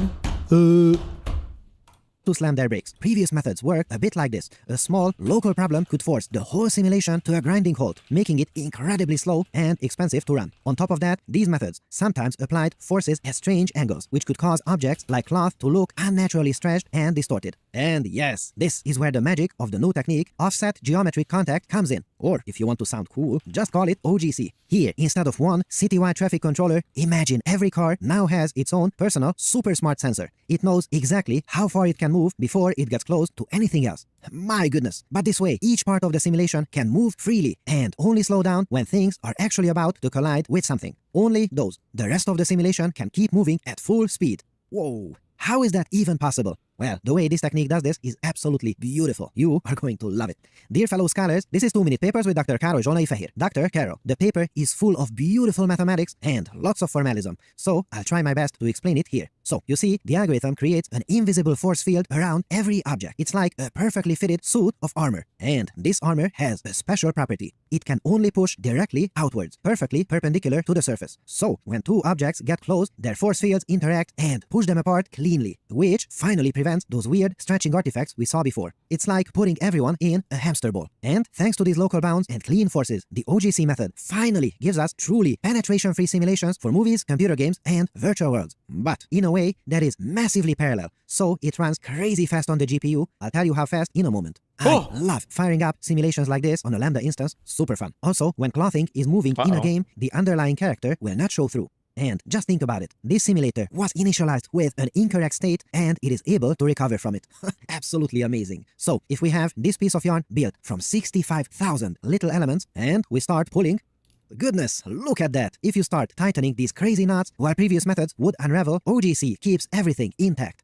Look at that. Holy mother of papers. Did you see that? Amazing. So, when I opened this research paper, I saw that, what? Wow, this was written by a group of all-star scientists. This is like the Avengers of computer graphics, an insane roster of brilliant people. I then instantly knew that this is gonna be good. So, how good exactly? Well, now, hold on to your papers, fellow scholars, because this technique is not only way better, but also more than 300 times faster than the previous method. From just one research paper to the next one, more than 300x faster. I can't believe what I'm seeing here. What a time to be alive. Now, not even this technique is perfect. For me, some of these simulations with clothing feel a bit too rubbery. The authors themselves point out that the contact forces aren't always perfect. It's a bit like walking on a floor that has tiny, invisible speed bumps. It's a similar idea. Also, in some very specific cases with few collisions but very high speeds, this method can actually be slower than the old techniques. So, still not perfect, but an incredible step forward. I mean, goodness, they absolutely nailed it. And you know the drill. The first law of papers says that research is a process. Do not look at where we are, look at where we will be 2 more papers down the line. And 2 more papers down the line, I am sure this will be solved too. And this is the place where you hear about these amazing techniques before they go mainstream. And when they do, you can tell your friends, oh yes, I saw it years ago on 2-minute papers. So make sure to subscribe, hit the bell icon, and leave a kind comment, because these papers are a bit like endangered species. Almost nobody is talking about them, and I'm trying to save them. So you can help our cause too. Save the snails, save the beavers. Subscribe to 2-minute papers.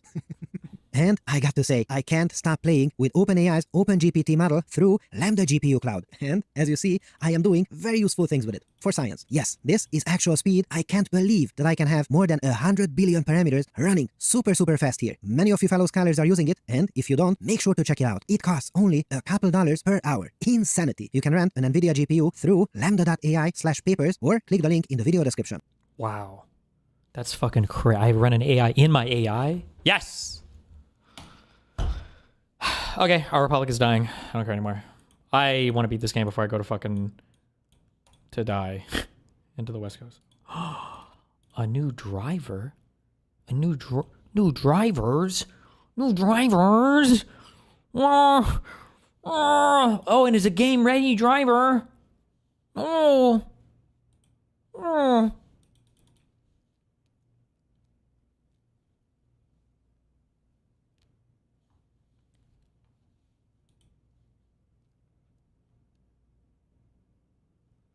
How accurate is the Veritasium video about being an expert in anything? I feel like I'm shit at everything. What's the video? I don't know. Link me. Well, I install my new driver. Oh, wait. Where's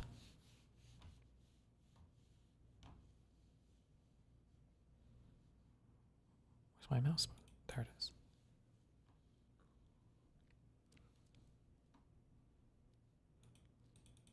You watched it a long time ago? Yeah, I don't remember it. What was the takeaway?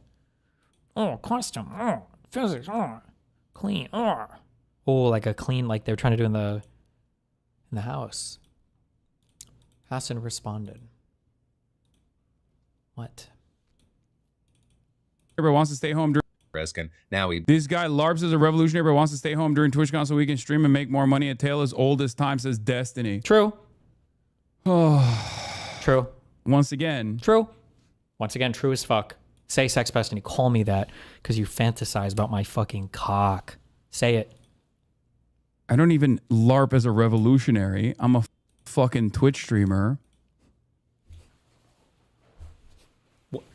What's with all the articles and all the interviews and talking about the revolution and how important it is to overthrow the capitalist regime and the funneling people? Oh, now we're just a little old Twitch streamer. Oh, okay. Hold on. My drivers are fucking driving. Also, I know you're just a loser fucking Twitch streamer. That's why it's called LARP.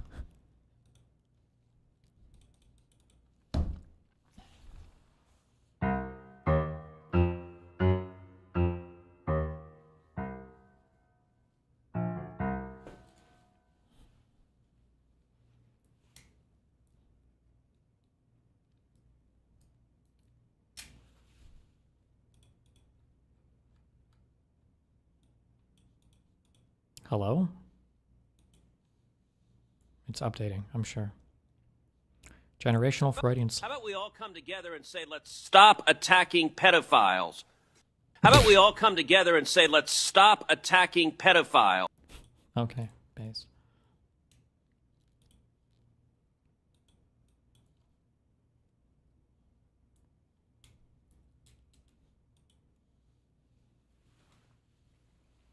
Is it? I'm assuming it's updating right now, or?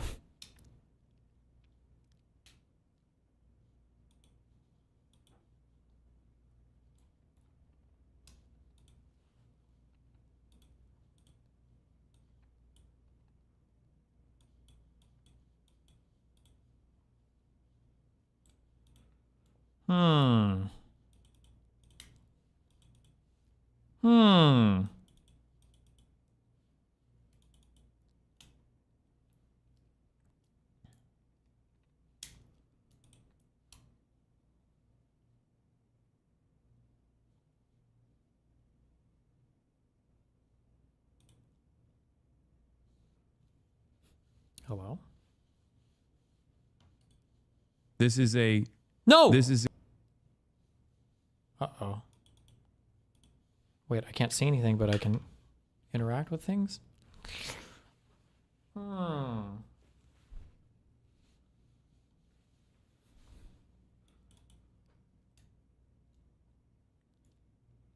whoa! Hi. I can see things.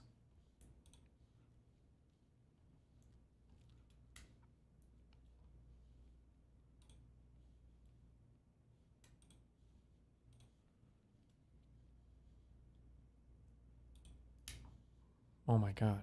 Awesome. Wait, what did that say? Installer cannot... Okay, don't care. Update the app. Why? I don't care about this app. I don't care. What are you guys linking me? Oh. Oh my god. God, he's so fucking cringe.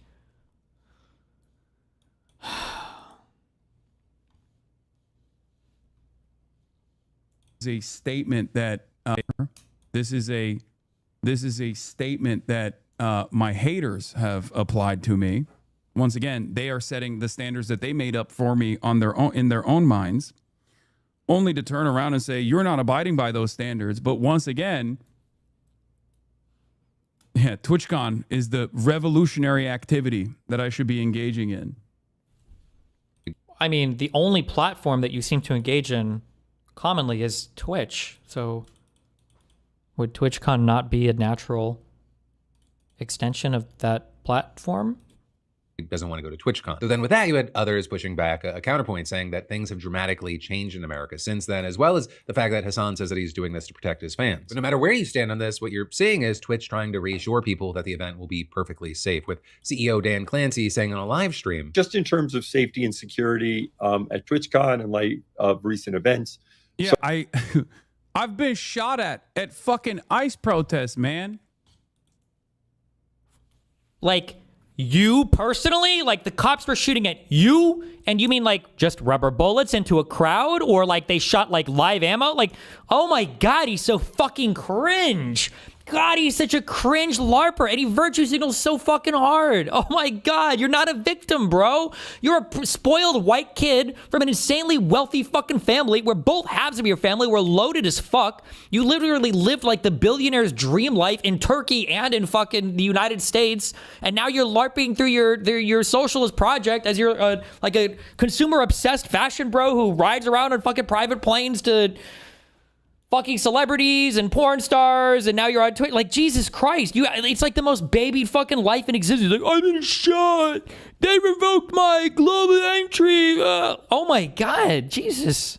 The fuck are we talking about? Also, Philip DeFranco literally posted the idiotic take from a dude who is not only in the crosshairs himself currently, but also someone who Philip DeFranco personally covered, issuing a death threat against me literally a week prior to this. I've never issued any death threats towards Hassan, and I know how Hassan knows exactly what Philip DeFranco talks about or does at any point in time, because DeFranco literally has to okay his fucking scripts from Hassan over here. So yeah, congratulations on the collab there, buddy. Like, Sex Pestiny unironically said A straightforward death threat. Issued a straightforward death threat. Yes. To me. Like, if anything, that should make you feel even more secure because I'm banned from Twitch. I can't even go to TwitchCon. TwitchCon might be the safest place for you then. Correctly. And Philip DeFranco covered it. Oh that was like, what, 2 weeks ago? 3 weeks ago? I mean, yeah. It's I thought it was last week. Now it's 3 weeks ago. So stupid. Why would you ever get the feeling that Hassan Piker is a radical extremist? Why would you ever get the feeling that he's anything more than just a fucking Twitch streamer?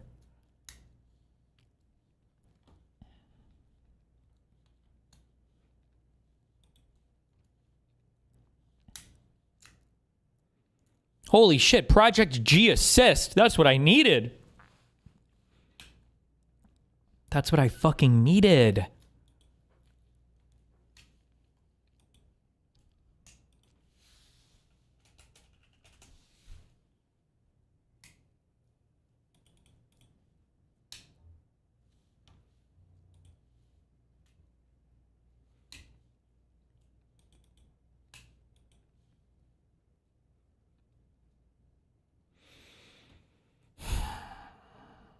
Okay, playing video games. Wait. We'll connect first.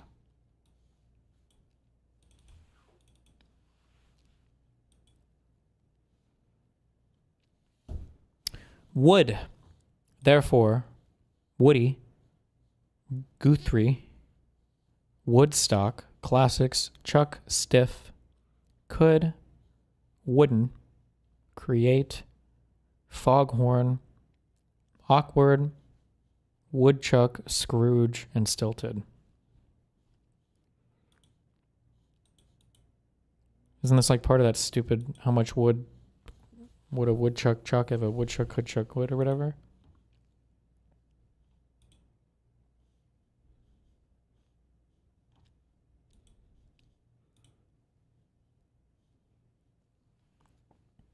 Okay, okay, okay.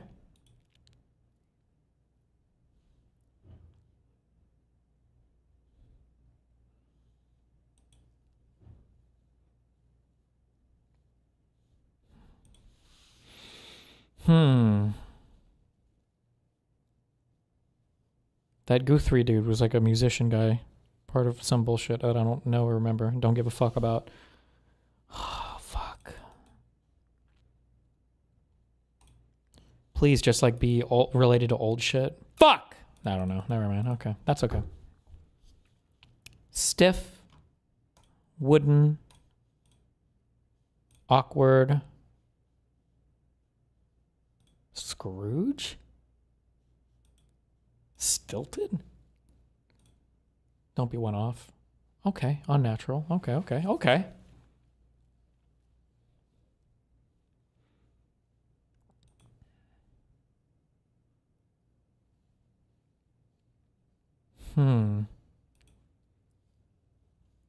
Are these like old like Pixar Disney character things?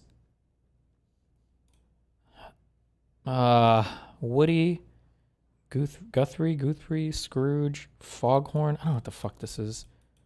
Is this like a Texas thing? The Texas Foghorns? No, it's like the Texas Longhorns. I have no idea what this is. Okay. Woodstock. Create. Therefore.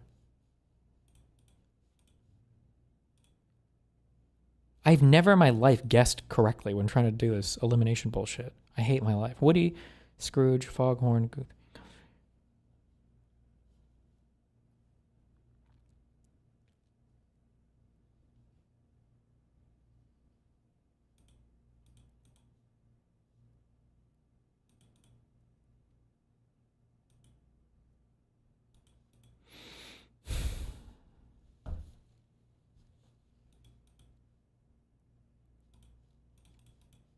Therefore, create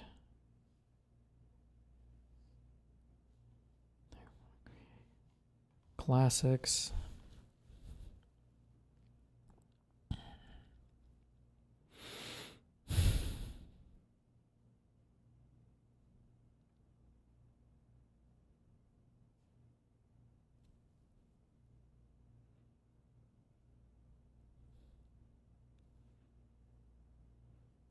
Oh my god, wait. No, it's not that stupid, is it? I think I'm seeing something stupid. Like create 8, 3, 4. No way, right? Stock, Ock, Orn, Horn, Gorn, Rouge, Crouge. 6. Oh my god, it's so stupid.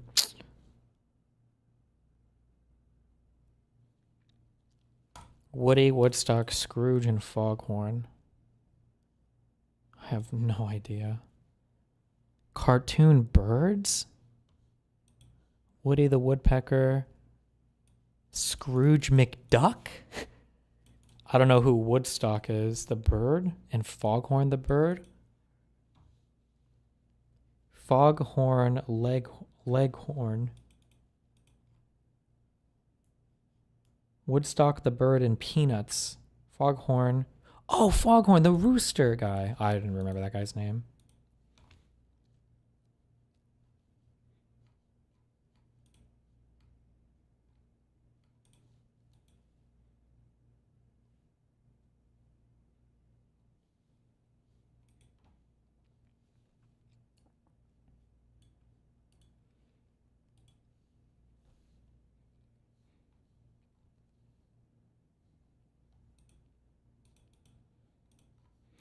So I'm preaching for the revolution. Oh, we watched this earlier. It's my favorite video of all time.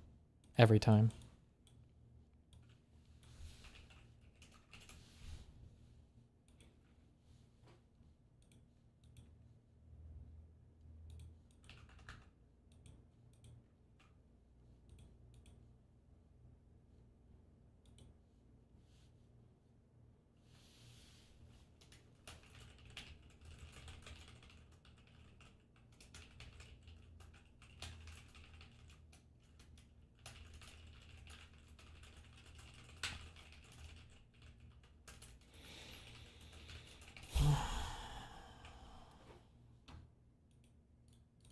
Everybody with epilepsy, tune out. This game might destroy you.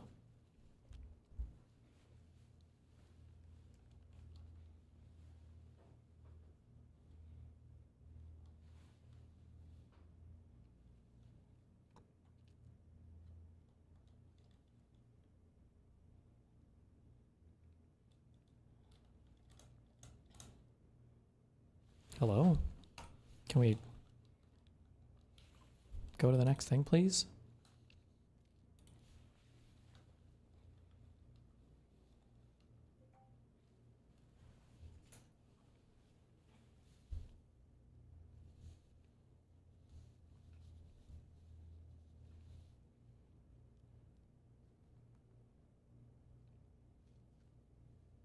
What if I deleted my save?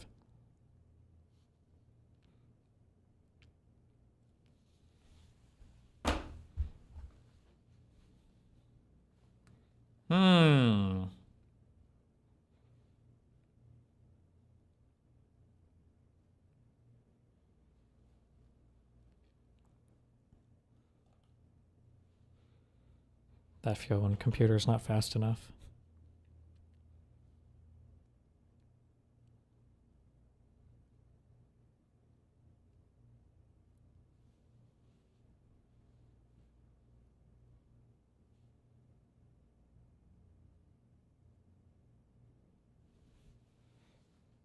Oh.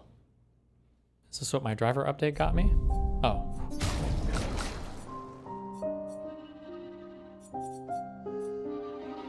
This really reset all of my graphics settings? It doesn't look like it, did it?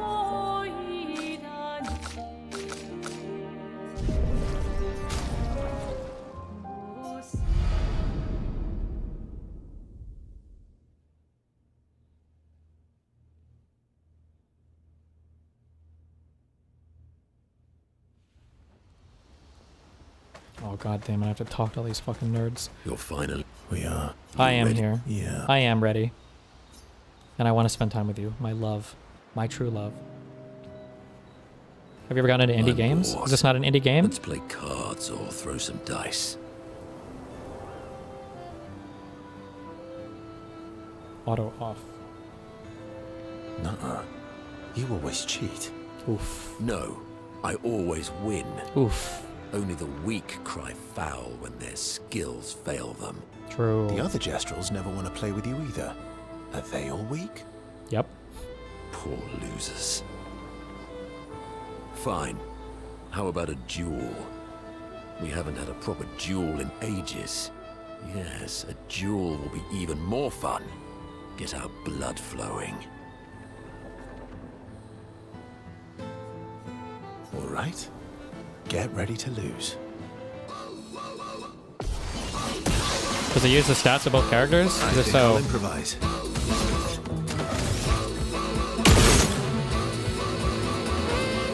Oh fuck. That doesn't.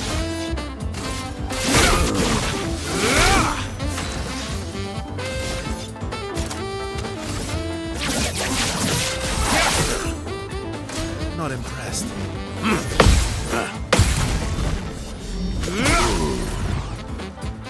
I'll manage.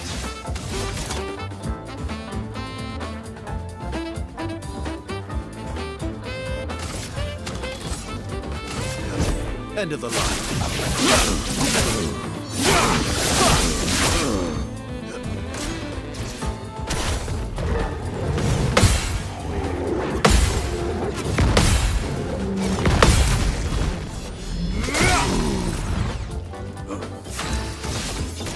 Nice. End of the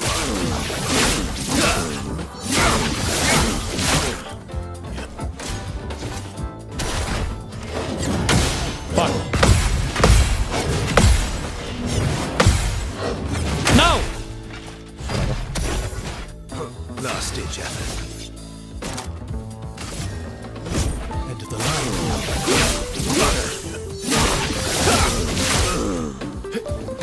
Why does he make that noise? You're supposed to let him? If you don't let... Wait. Am I supposed to let him win?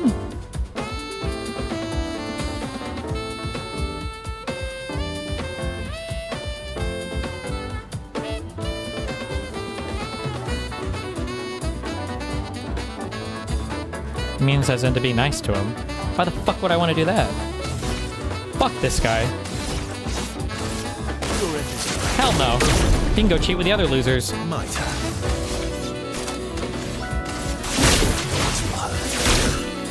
Bring it on.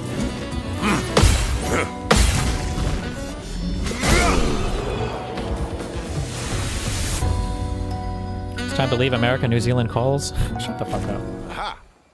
You, sir, have been defeated. You got lucky. What was it you said? Only the weak cry foul when their skills fail them. You're right. Or I guess I'm right, since I said that. You have grown more formidable than I remembered. Your skills are strong. I respect your win. And I respect your loss. You were right, old friend. That was fun. Come on, let's go get a drink. I'm parched. Aw. Where do we go to get a drink from if we're at camp overnight? New gradient attack?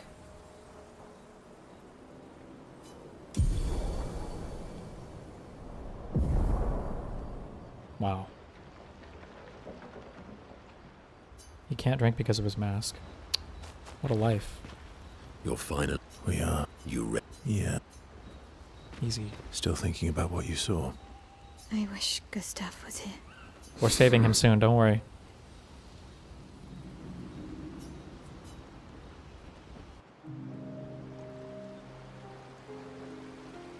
Wow, he notices they're looking sad. What else is new? This person's emo constantly. You okay?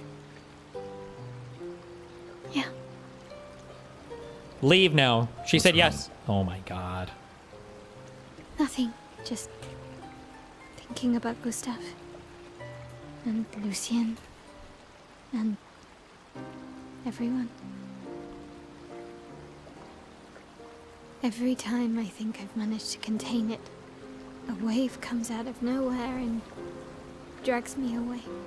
I know. How do you do it? After all these years? He's like You say 120, time bro. heals all wounds. He's got to figure it out.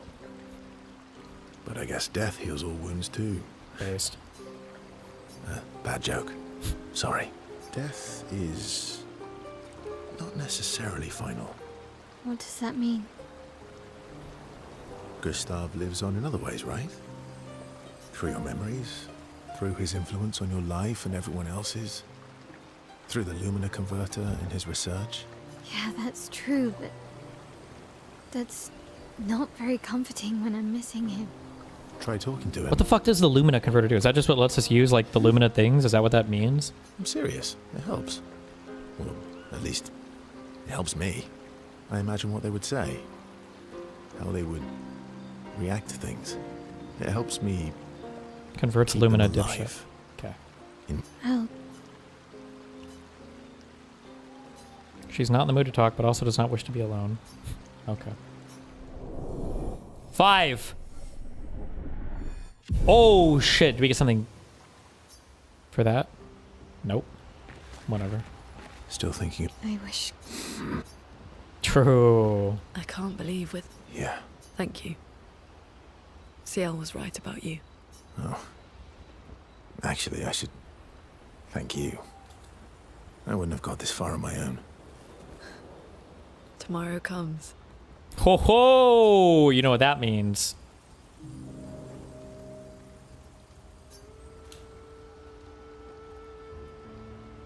We don't need this journal. 33's journal. We're gonna survive and You win. planning to die anytime soon? Well, you never know what tomorrow brings. Not to you, but to us.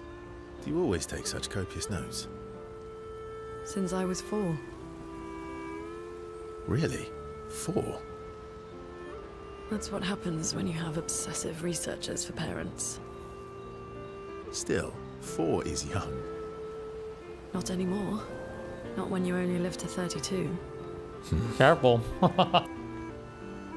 Everyone in Lumiere starts their apprenticeship at 6, and I was apprenticed to my parents, so they started me early.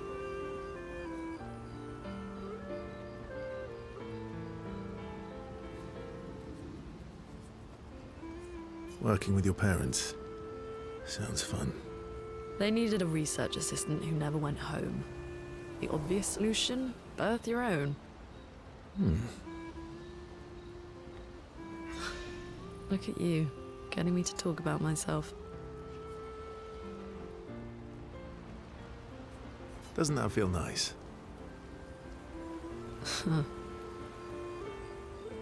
My parents were both artists. Widely respected, very prominent artists. So, there was a great deal of pressure to follow in their path. You're an artist, then?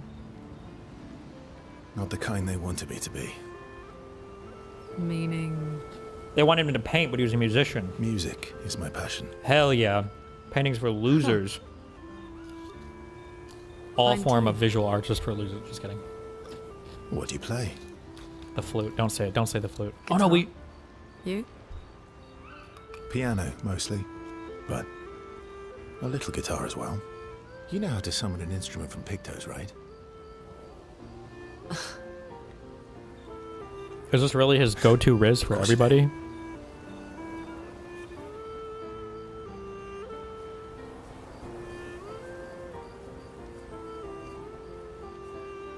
Great.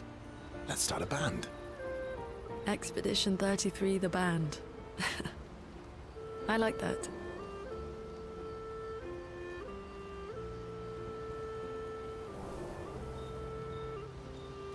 Where's my... Was that the wrong option? No way!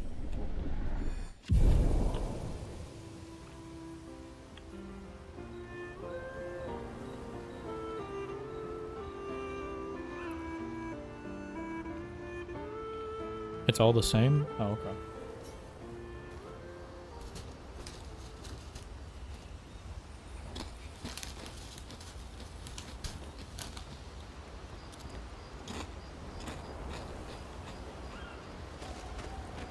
You seem preoccupied.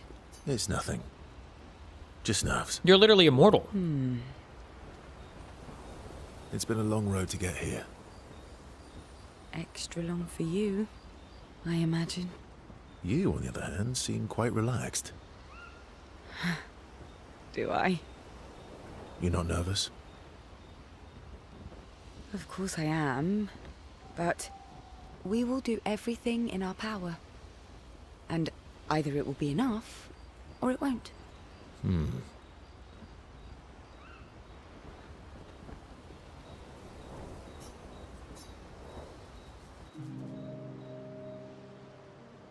used to be a farmer. Is that why you use a scythe? I guess, yeah. Once a farmer, always a farmer. Is a double-headed scythe very useful on a farm, though?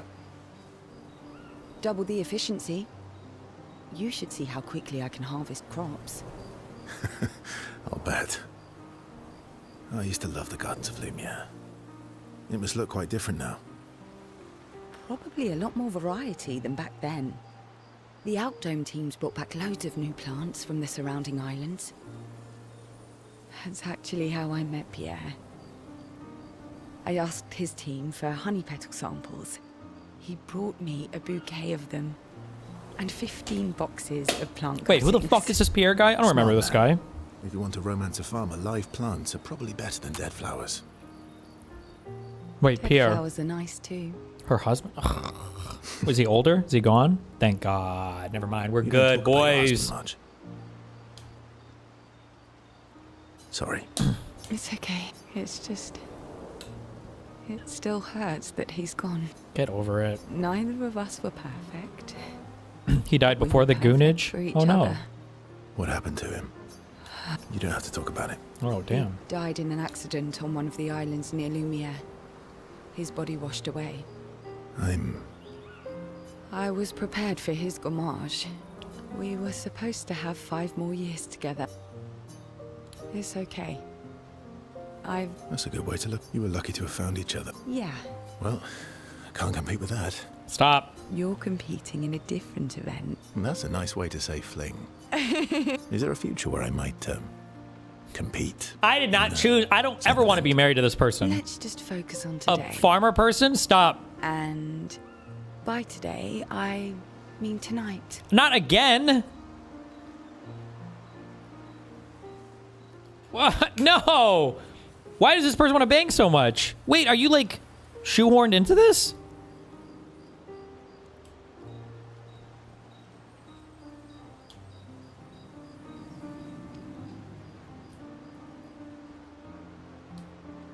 You can say no. Well, yeah, but this makes it sound like he's like fucking in love with her. What the fuck?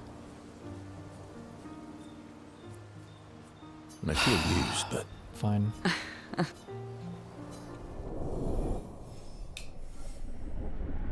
Gross.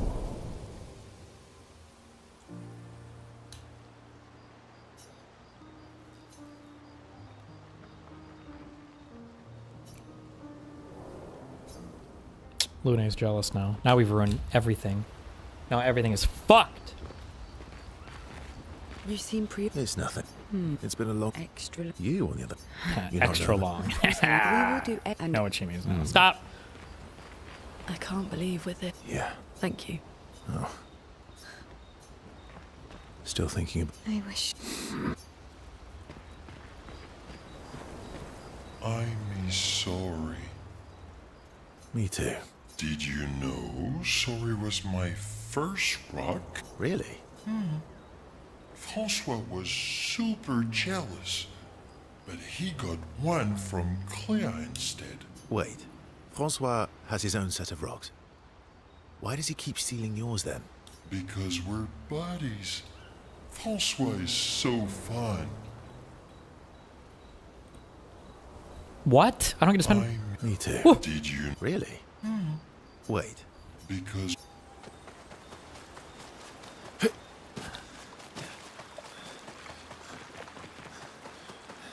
I haven't found any more kids yet. Right?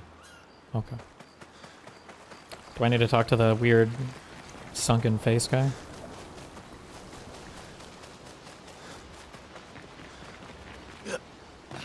Hello, curator. Is it a big spoiler alert to ask if I get any more party members, or can I dump all my Lumina to these people now?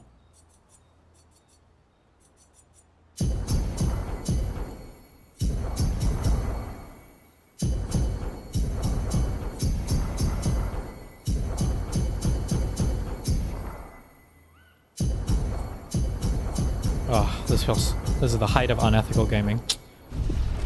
Ugh.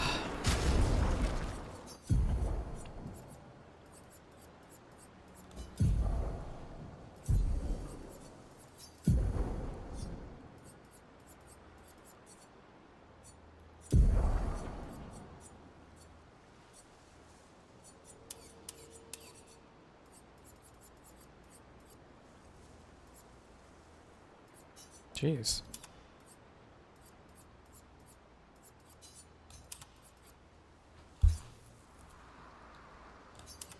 Okay, I don't even know what I want. Okay. I'm not min-maxing all these actually equipped things.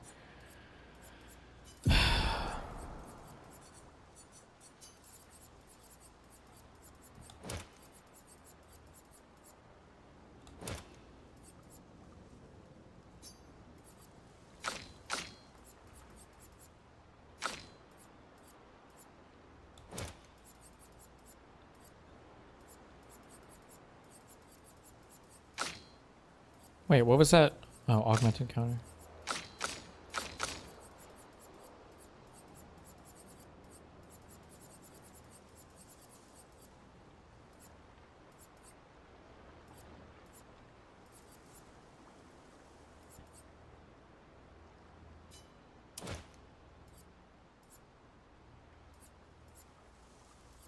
Oh, this one is way better. Whatever, don't care.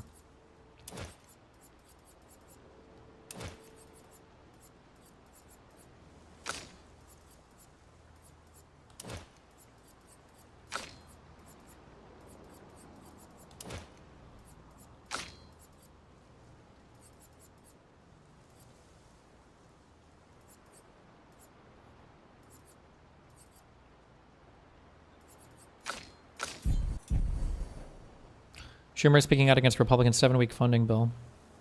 I think the government is shutting down for tonight for sure, right? Like, there's no saving it at this point, no? Unless all the Democrats capitulate.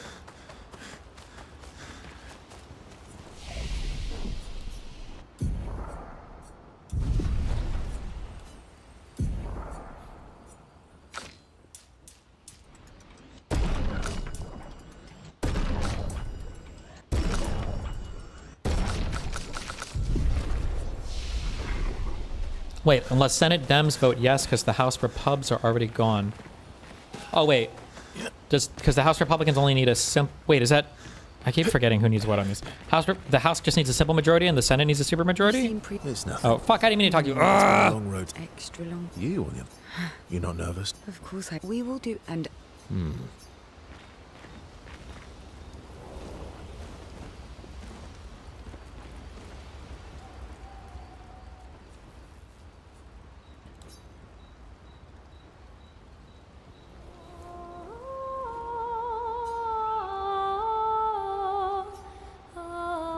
Now they can enter the monolith.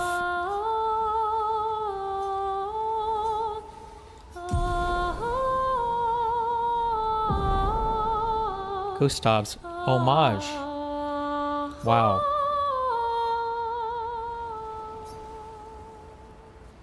Shout out for the sub, Serendipity. Thank you. In King Chat. If they make changes, then the House has to vote on it again. Okay.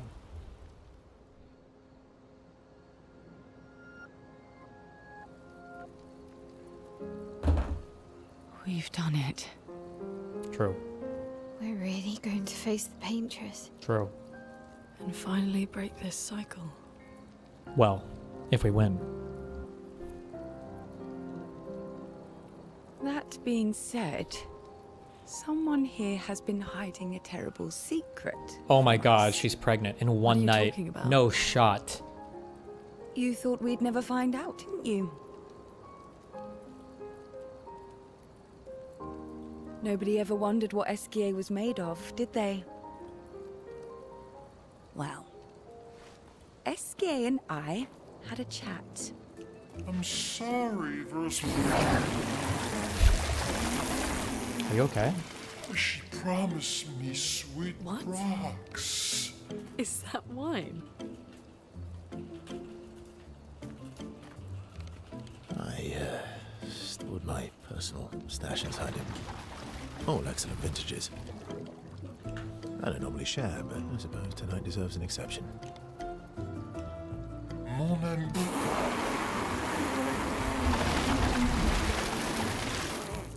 I told you to stop drinking alone.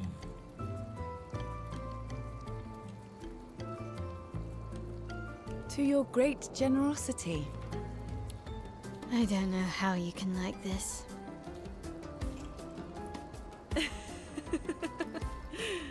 Catherine comes with Cortez age. Masto votes with GOP on Clean You have CR. The vote is apple ongoing. juice? Wait, why?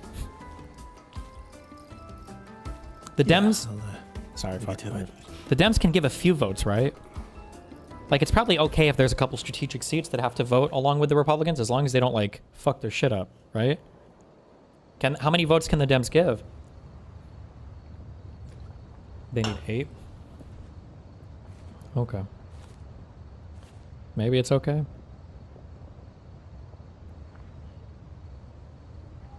Holy shit. It's his sister. Is that what we said? We decided? Oh, wait.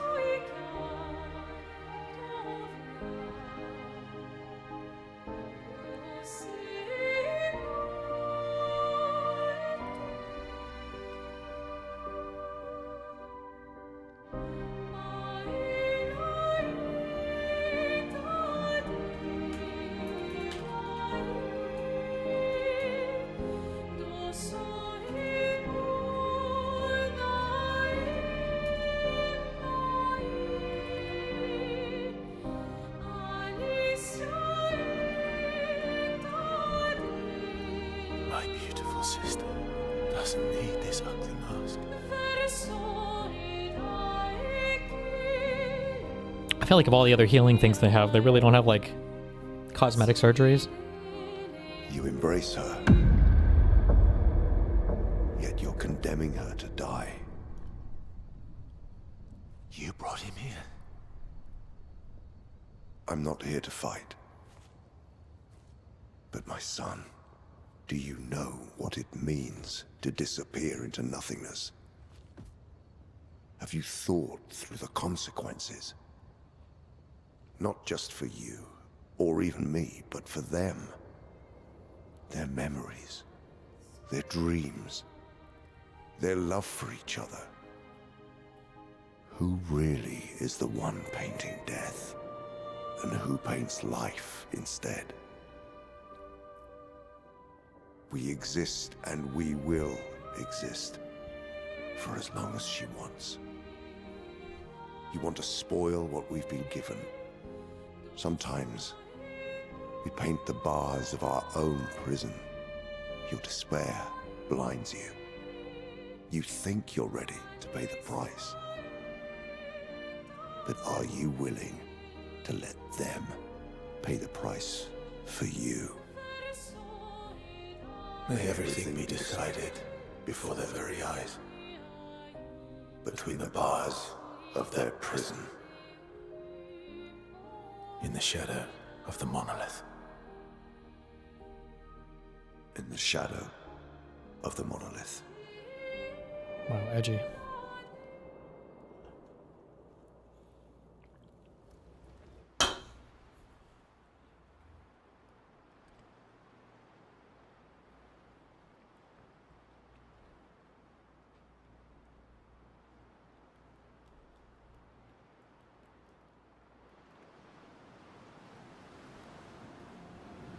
Wow. What? I drank too. Oh. No one cares. Much last night.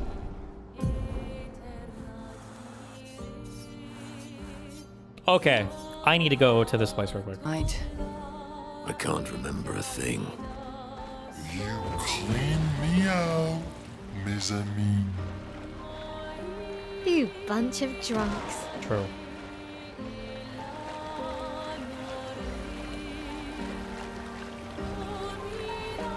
Can I kill the Sprong guy? I feel like I could kill him now. I feel like I probably could.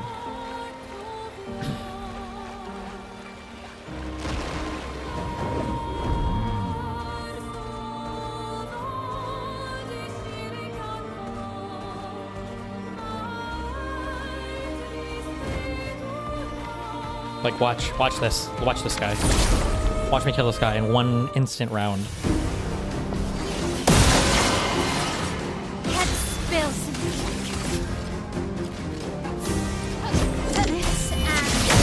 Oh my god, I forgot I had killed that. I'm fucking retarded. That's okay, it doesn't matter.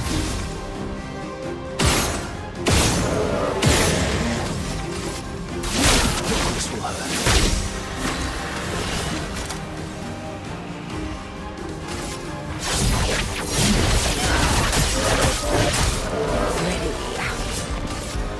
Here's your card.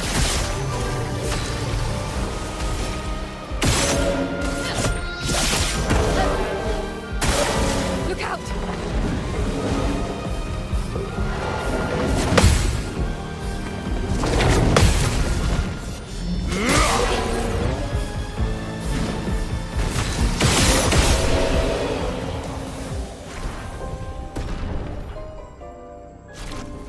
That's what I'm gonna do to the Sprog guy. 100%.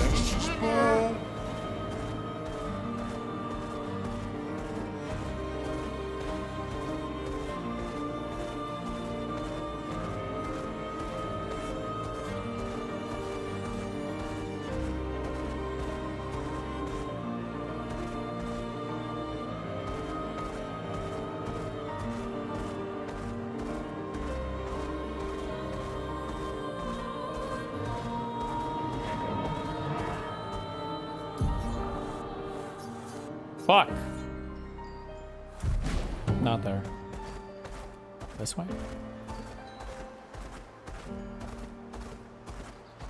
There were also one or two shopkeeper guys on the beach that wouldn't talk to me because I didn't have like the right characters yet. Oh, not that one. I don't know where they are though. I don't care. Fuck.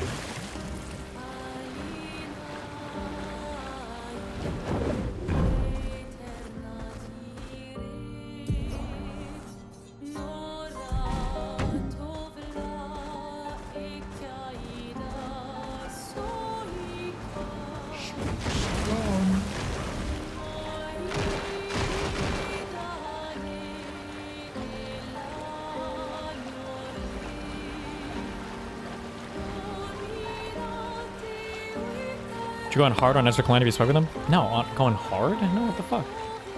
I just disagree with him on some things recently.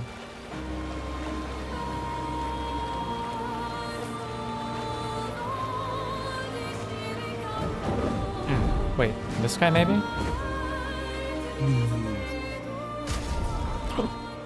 Wait, find a missing expeditioner. Wait, what?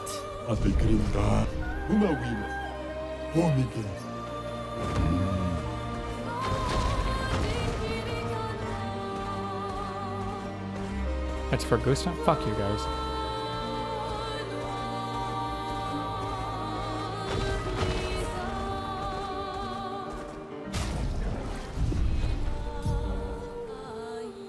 East. Acceleration.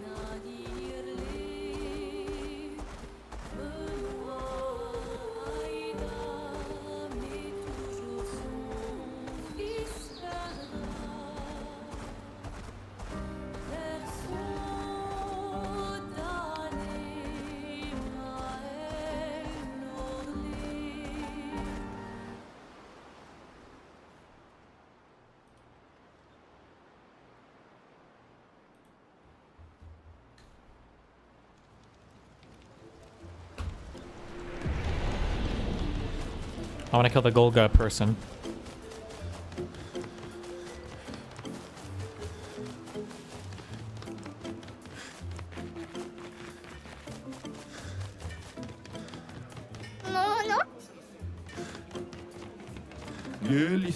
This guy.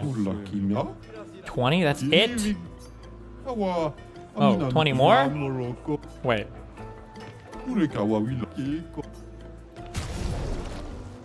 Fuck you. Okay, that's what I came back for.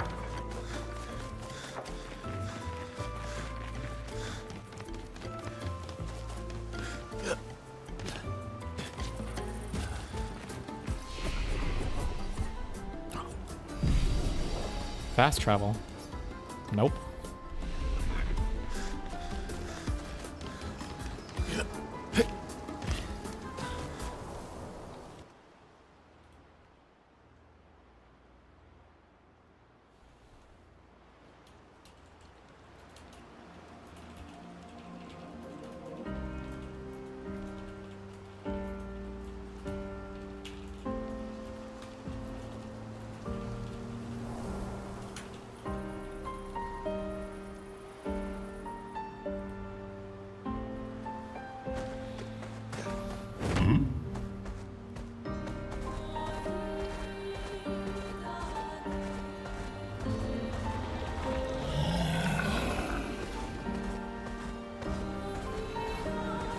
Sprung makes the game unfun at this point. What did I get the in media race from? Was it in that one when I ran past the one dudes? I think that was a big mistake. I shouldn't have grabbed that. That thing is way too good. I didn't know I was gonna actually pick up like a Godston-y fucking... I don't know why they would put that so close to the beginning though.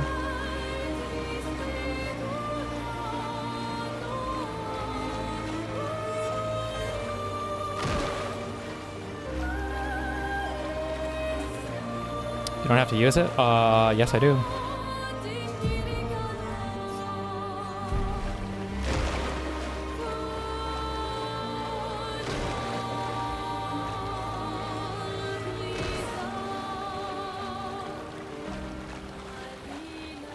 You better hope I don't encounter that giant rock dude, because I will fuck him up if I see him.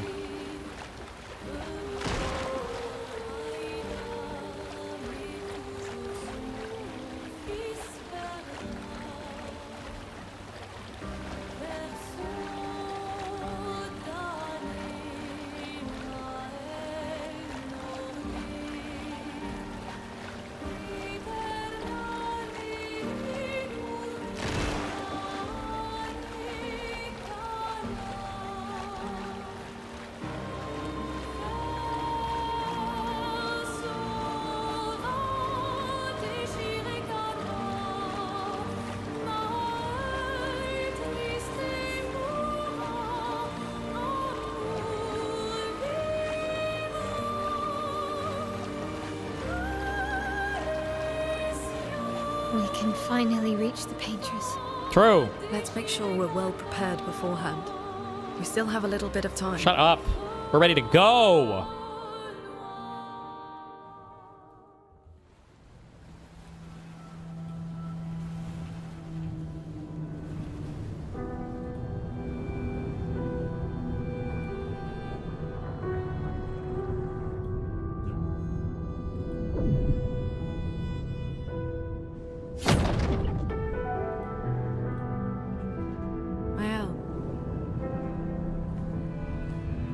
You should do the honors. I mean, it's her sword.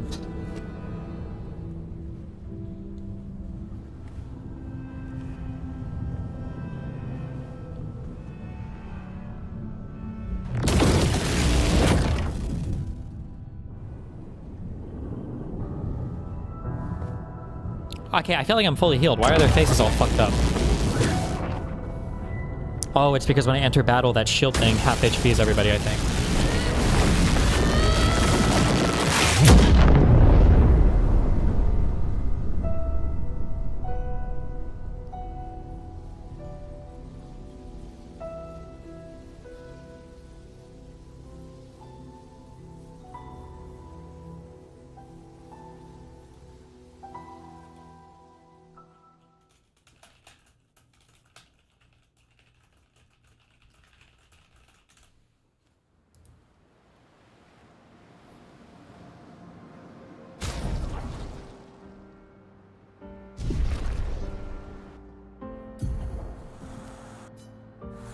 What?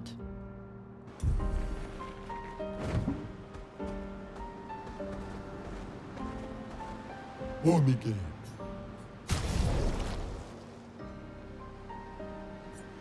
Double braid. Oh, we're Are they getting bad?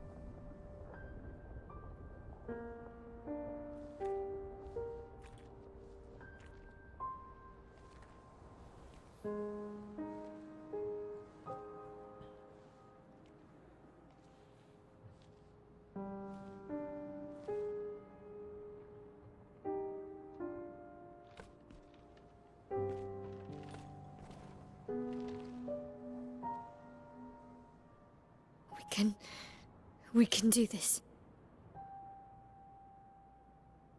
It's the female Titan. Gustav. For all of them.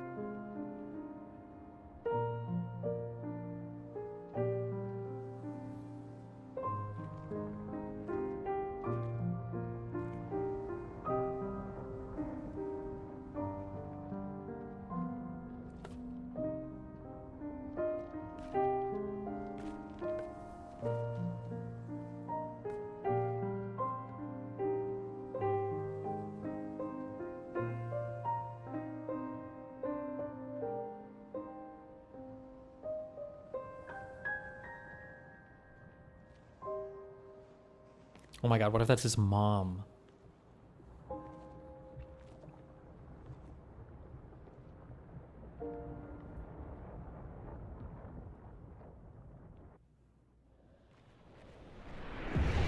Oh my god.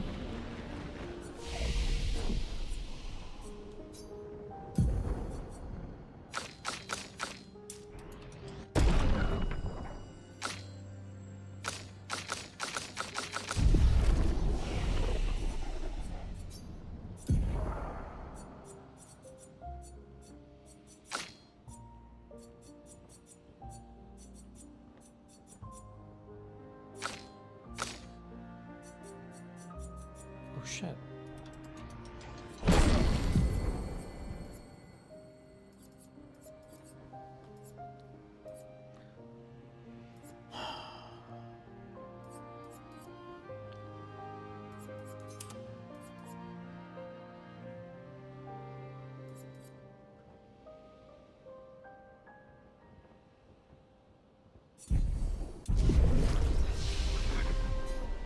She has a new skill too?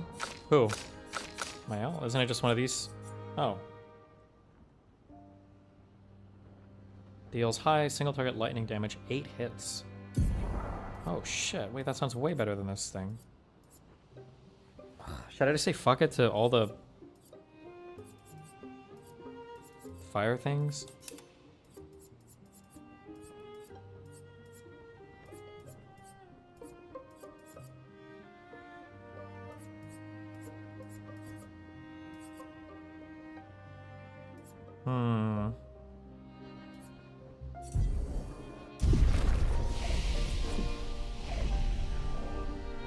Whatever.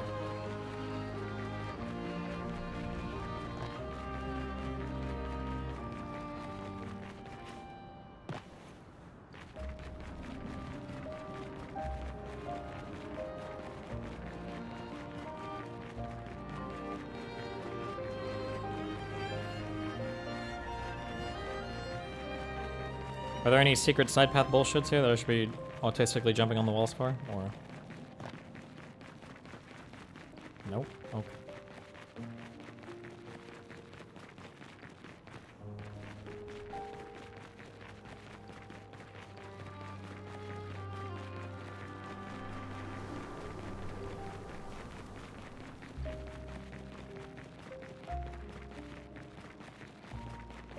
Wait, are you sure?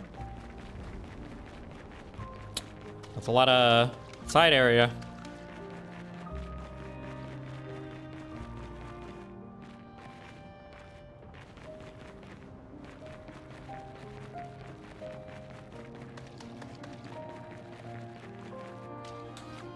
Cinema time.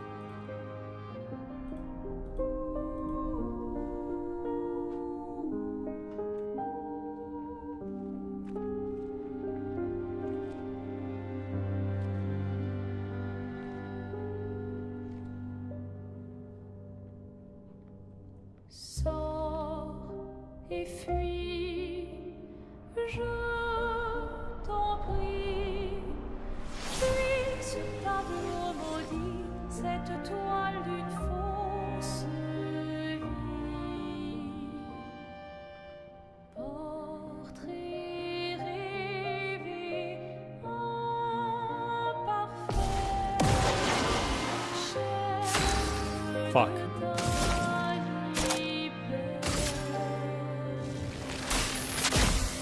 Lightning, strike!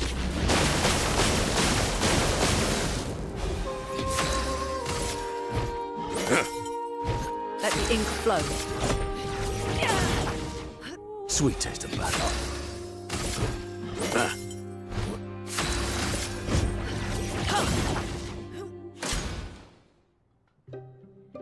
Alors tranchons la Sweet taste of blood.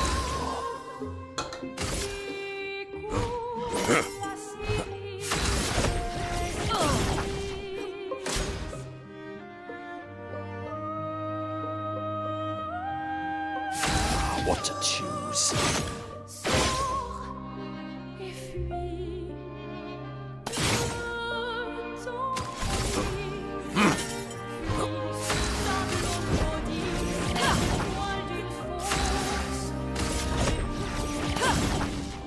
Time to bleed.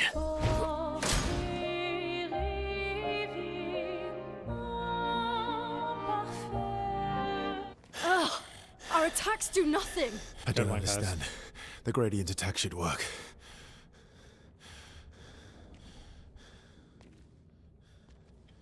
Wait, Mael. I don't think this is...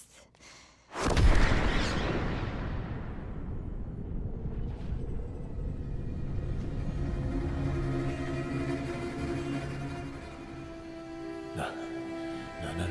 No.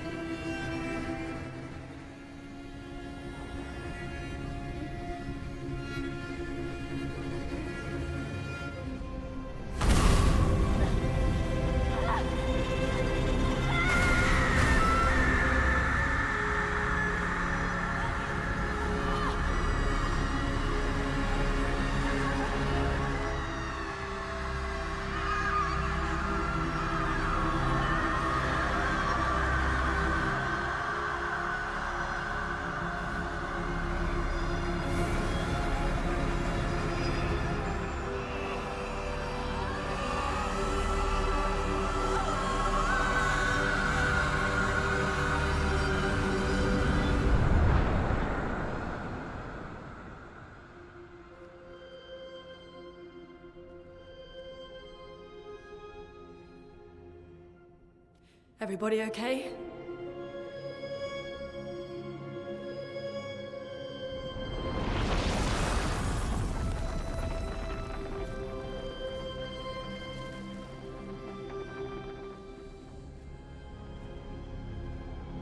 Follow her. Quickly. What? This might be our only chance. Yeah. Okay.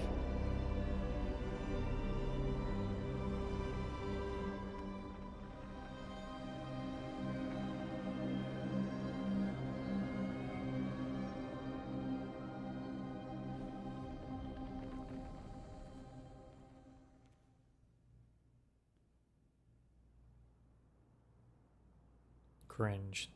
Difficulty should be hard locked at the beginning of the game when you choose.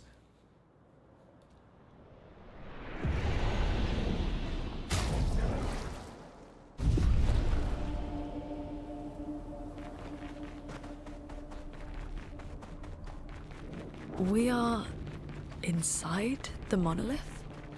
What was that thing? Why did it help us inside?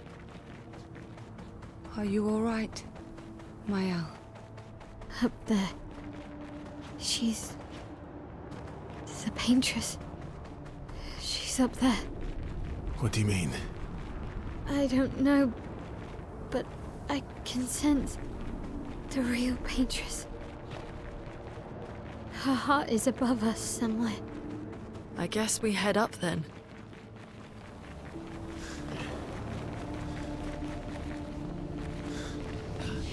What? 70 made it this far?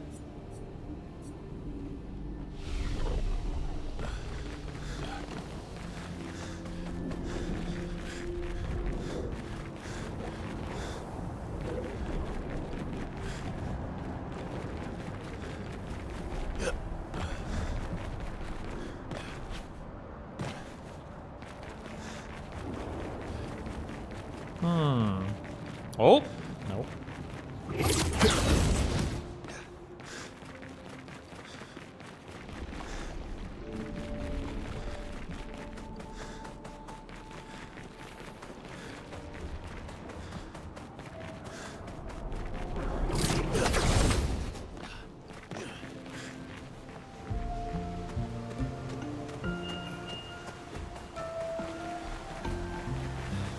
Oh, why hello? Fuck.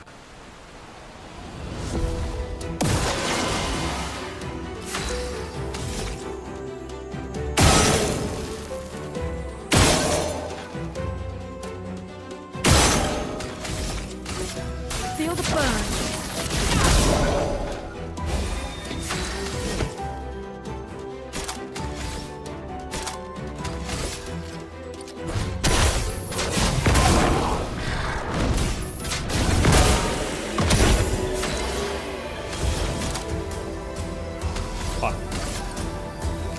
I should have killed the other guy.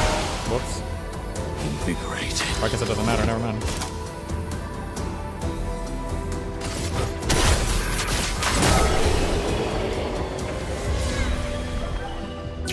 Sword?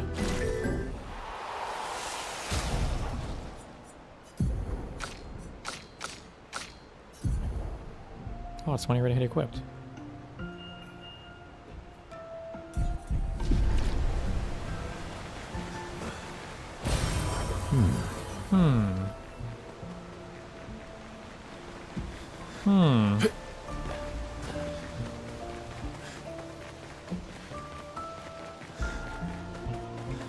Oh, cinema time.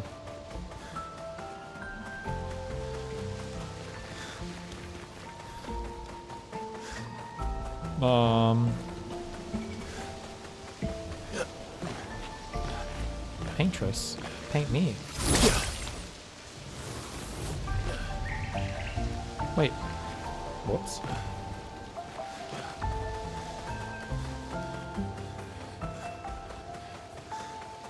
Verso, what was that?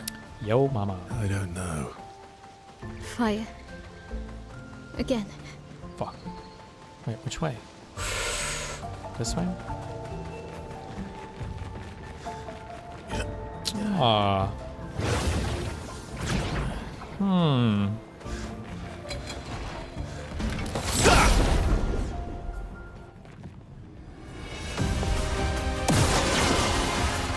Storm is coming.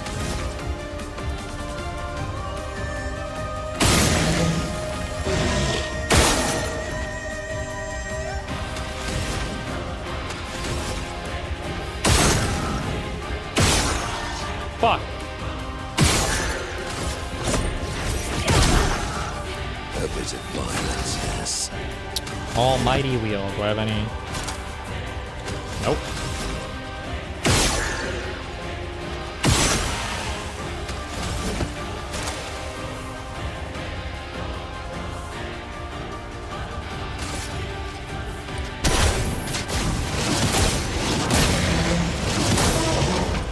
Brace yourselves.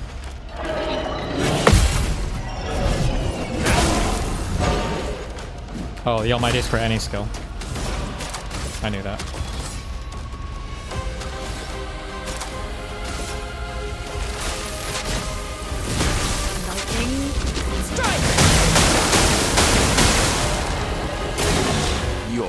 nuts. What? Power wow.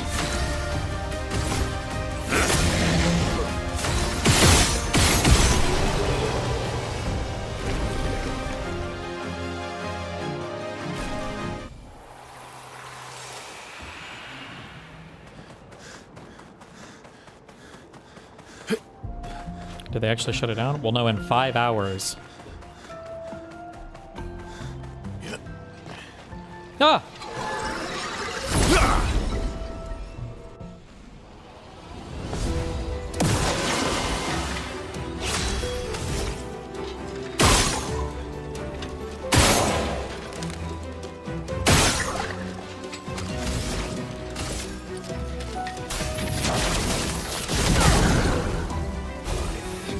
Energized.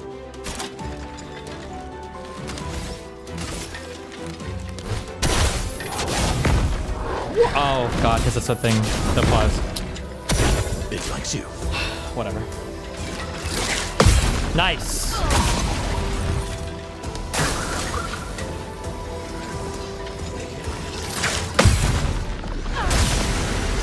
Confirm now, shutdown is happening. Oh. Wait! Oh my god. I am hacking, I am cheating.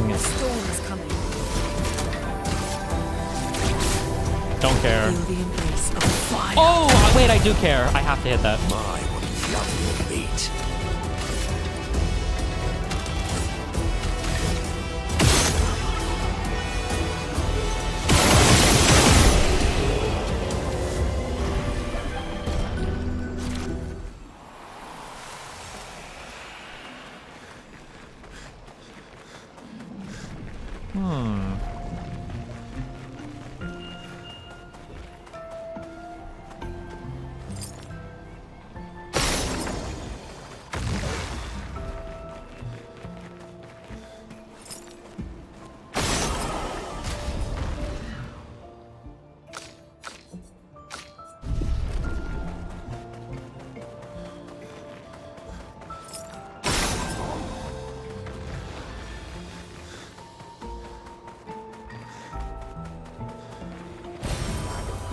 Lovely. Wow.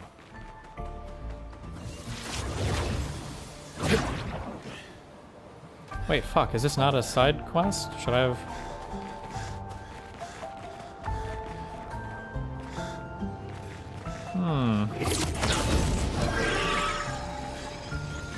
No, it was. That's the flag. Fuck you. Fuck you. Right? That's where I went over there. This is where I'm at now.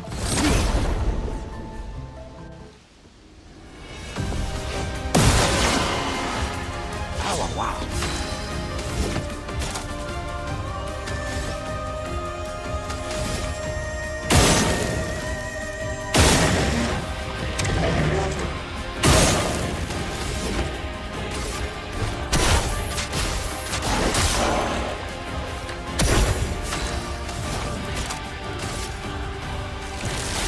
Thunder, strike swift.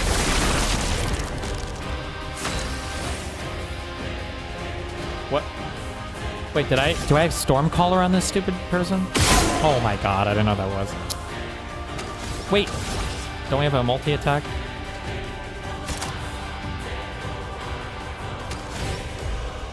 No, I took that one off. Oh, I should have just machine gunned these guys down.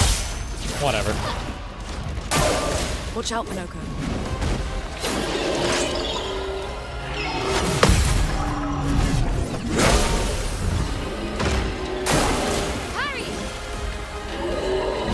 No!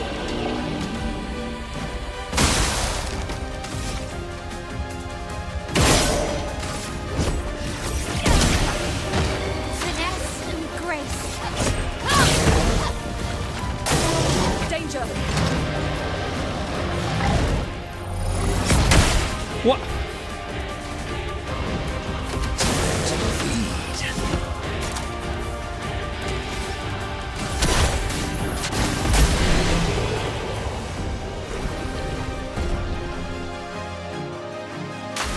Whitehouse.gov has a government shutdown clock that says Democrat shutdown is imminent.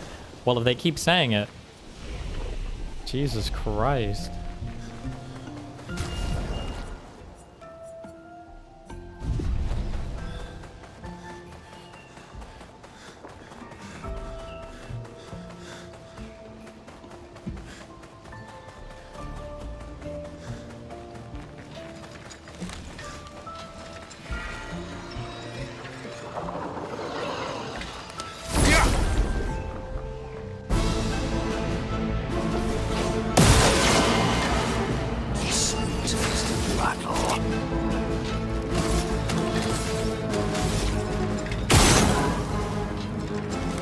These guys are flyers.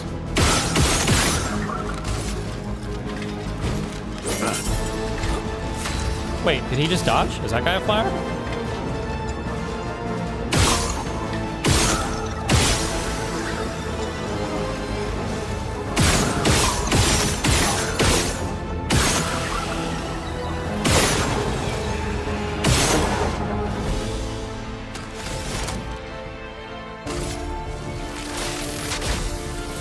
Lightning, strike!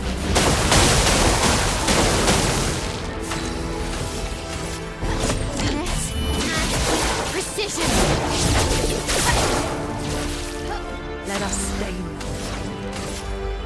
Dude, my frame rate is getting destroyed. What the fuck? Please survive.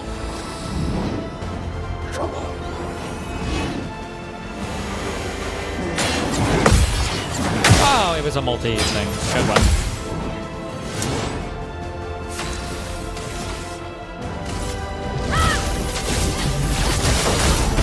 A bit of violence, yes.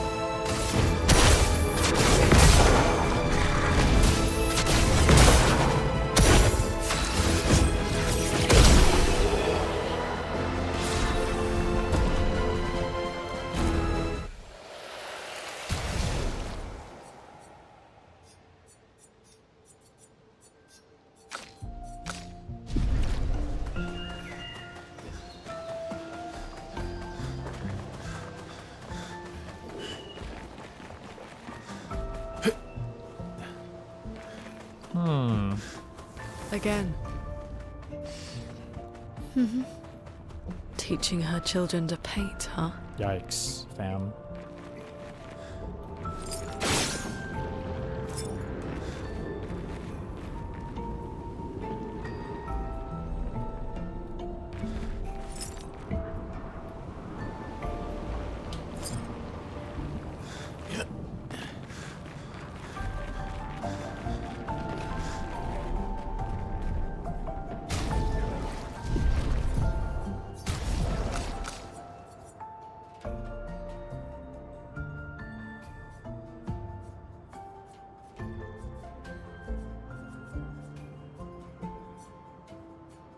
Man, I sure do wish I knew what any of these fucking did.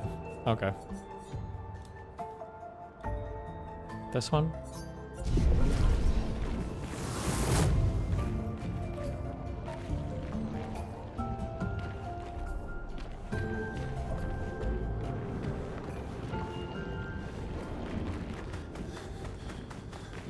Cool. Okay.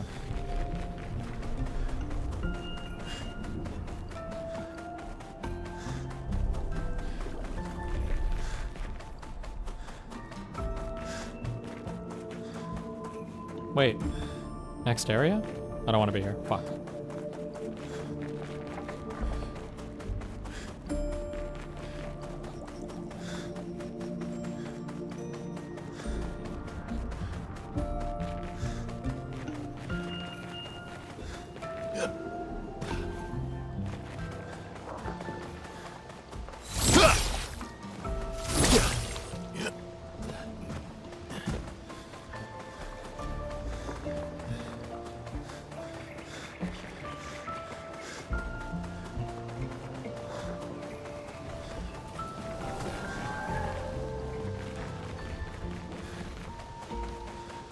Hi, bub.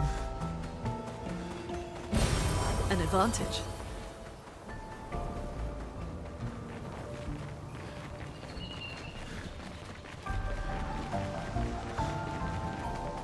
Do you notice the difference between balance and quality? In terms of how it looks, not that much, but I do notice a frame rate drop. The frame rate drop makes it harder to hit like the QTEs and everything because everything just feels like shit.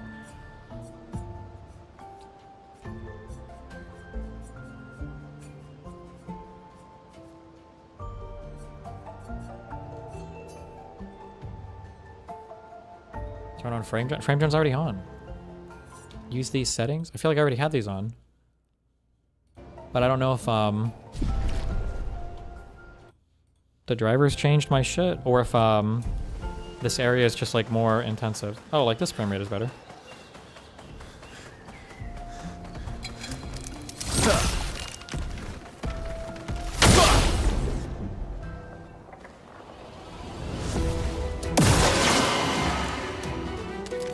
What GP do you have? I only have a 5090, so you know, I'm kind of a loser.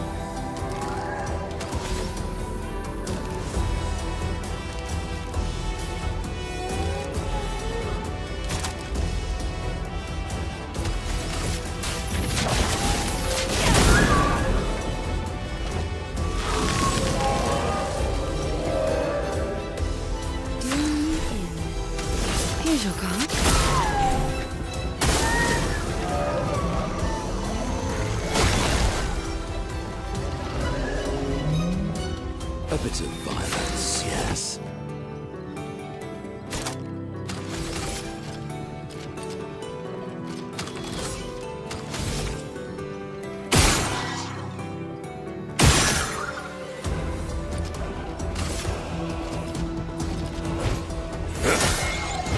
Let the ink flow.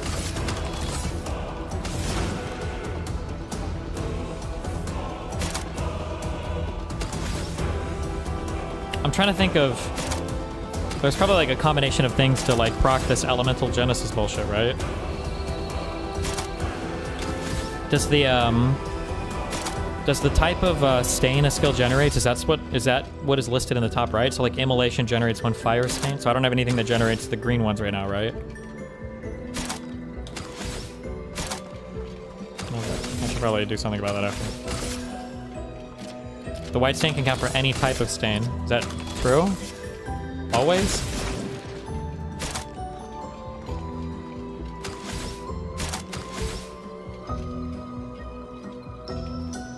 Oh wait, but I don't have a white one right now. I have a...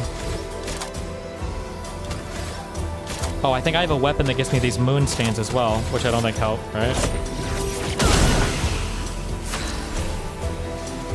The skill before Elemental Genesis is a cheat to give you every stain needed. Oh, really? What? Foolish move. Oh wait, this guy. I'm ready. Fuck! Today. I remember this guy.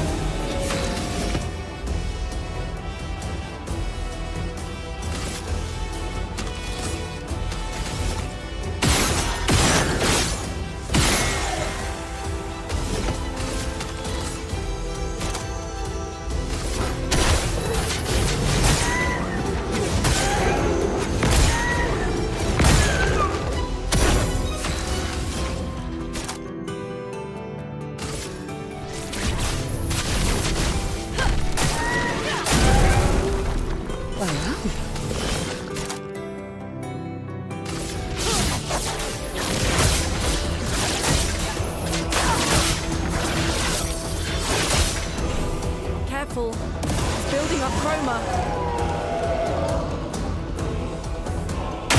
Your turn to dance.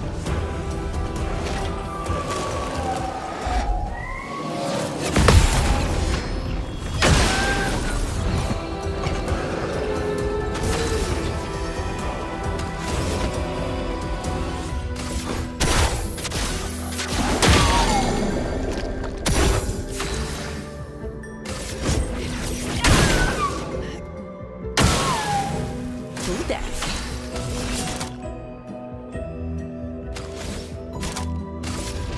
I don't know why I just used this. Fuck, that was so stupid. Whatever.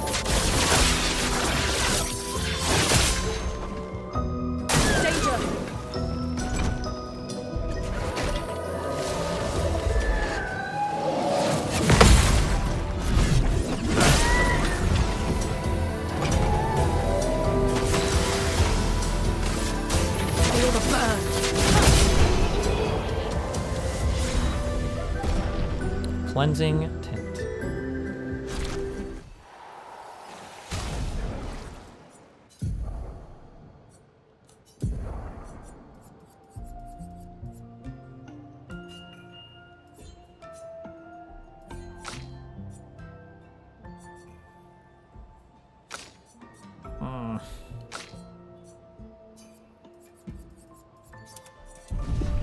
Wait, did I even need to level this up, or was that just a higher level one? Oh no, wait, this is just a higher level one. It doesn't even matter. Whatever, doesn't matter.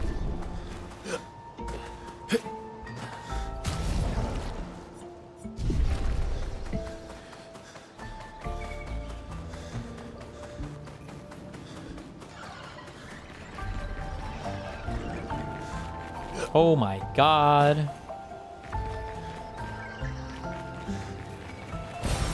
Nice. Nice, true.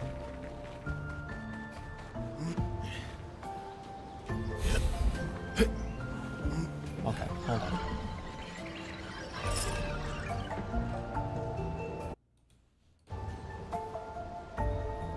What, you want... I feel like I did this already. PC optimized mode, settings.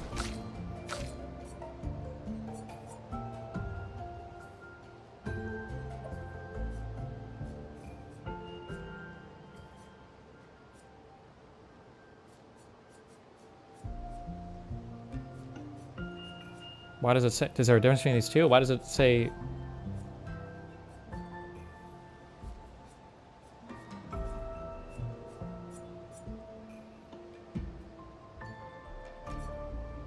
DLSS quality, focus on the other settings. Shadows, medium. That's gonna save me performance? Okay. Global illumination, high. Reflection, medium. Post-process, high. Texture, epic. Visual effects, high. Foliage, high. Shading, high. Okay.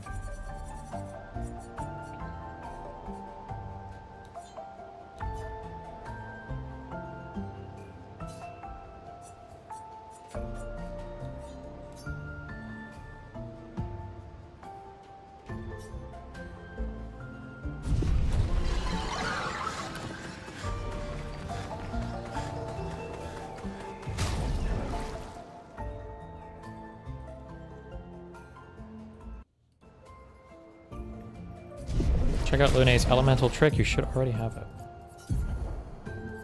Well, looks like I don't. So you fucking lied. Ban him. Ban that person.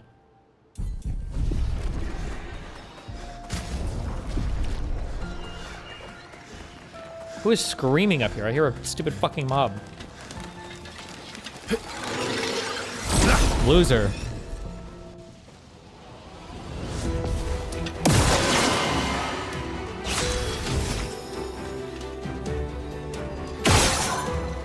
Did that really?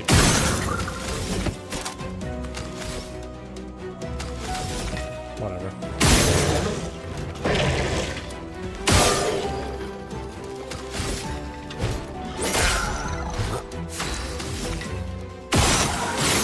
Whoops.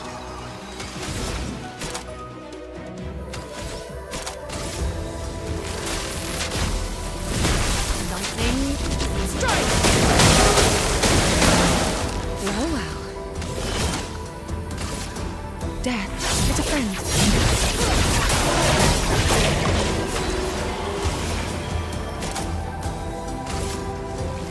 I don't know why I put Stormcaller back on her. I don't like this ability. I don't need to use it. I don't even like this lightning ability. Well, actually, never mind. That was okay.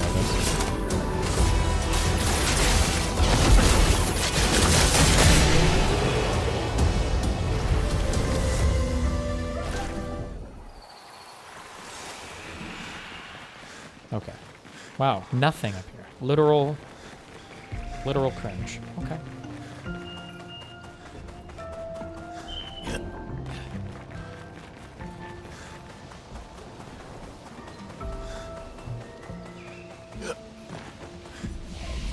Learn skills.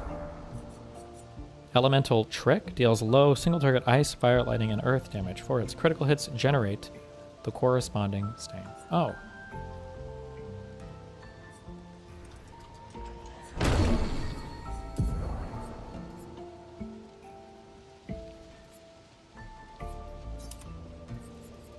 Hmm.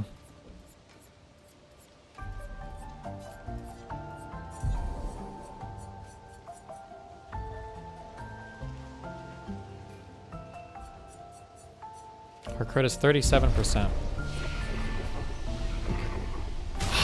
Do I need to take like a special crit cuck route for her?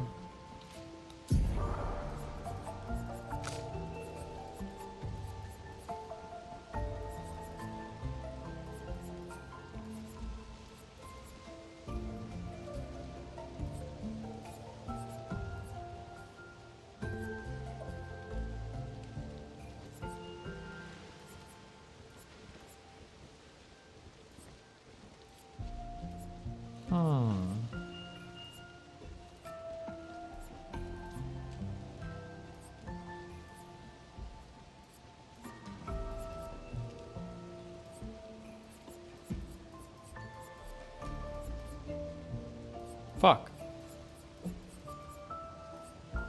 Wait, there are no crit things. Or are there under the other pages, maybe? Under support?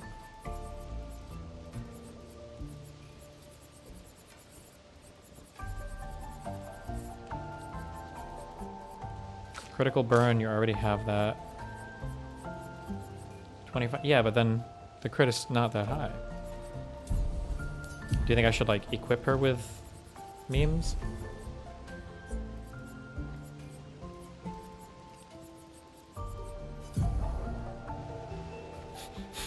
How do I change this? Okay.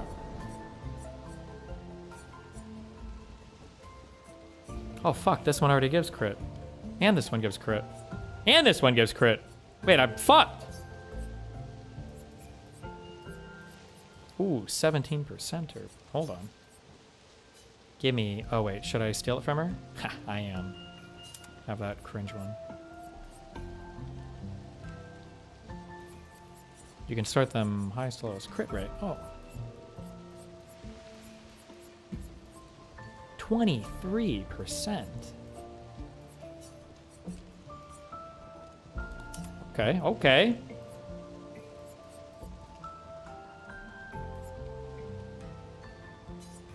And goodbye.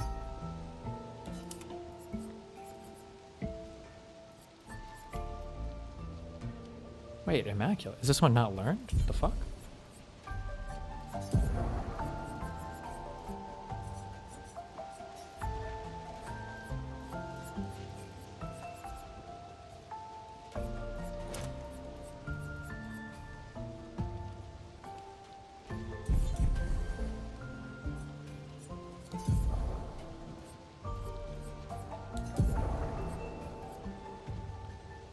No.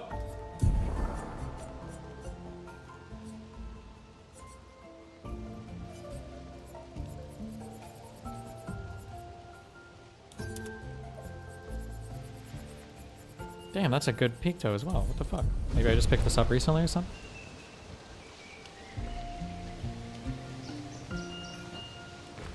Okay.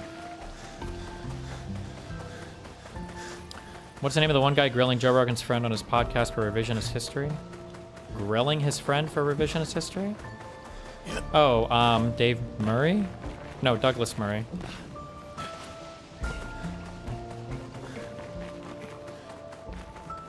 Oh wait, if I leveled up luck instead, that would also give her crit, huh?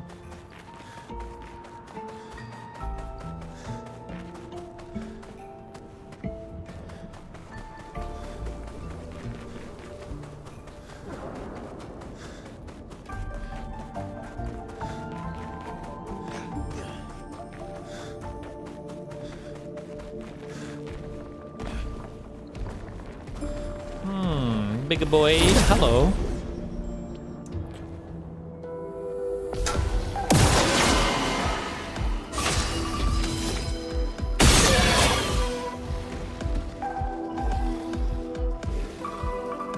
Wait, am I supposed to be able to break the damage cap?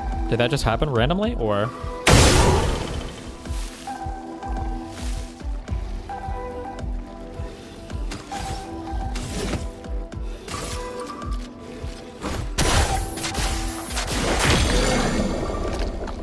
When you hit weak points, you can break the damage cap? Is that new? I feel like that wasn't the case before, but okay.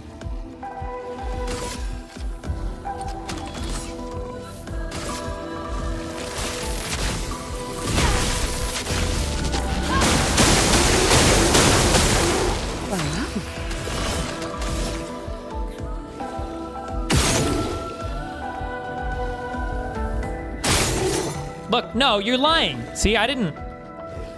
Damn, I hit the damage cap there. What the fuck? That's the first time I've ever broken the damage cap. You are a liar. Ban that chatter. Ban whoever said that. He lied.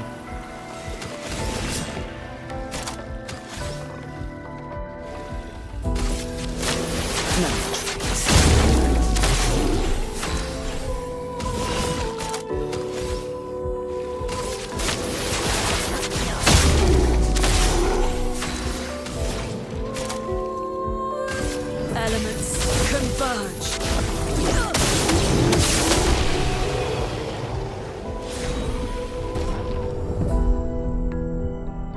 Whoa. Weapon. Level up. I think.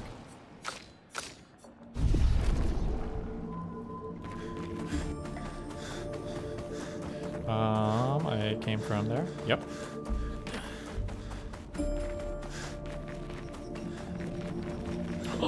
Oh no, there's no way I'm gonna have enough money for this guy.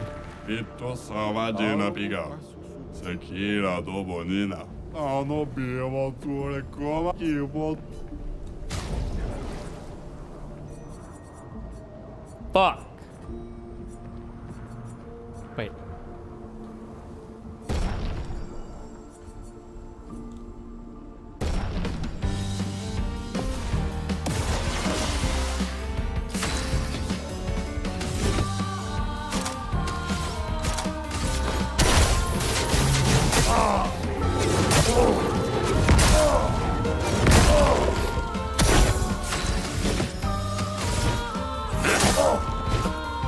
Oh, really? No! What lucky feet. Fuck. Oh, damn.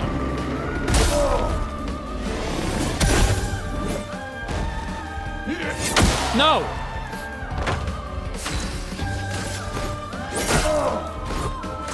Foolish move. Yes.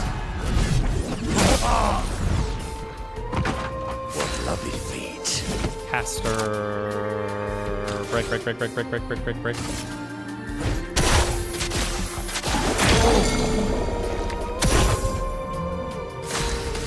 Balance. Does the game have dynamic music? Yup.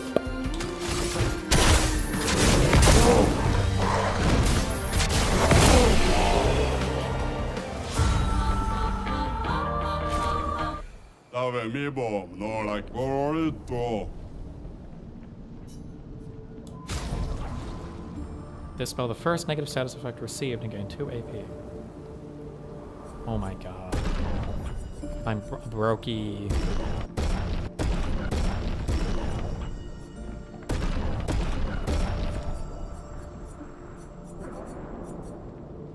Goro?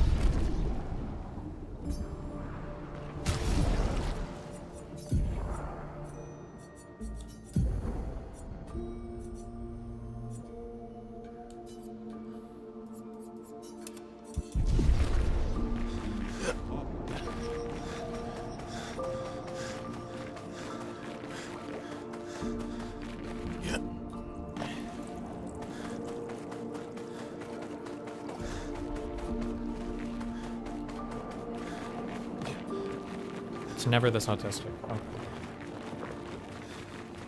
Oh. Nice. Yes. More items I will never use. Yes.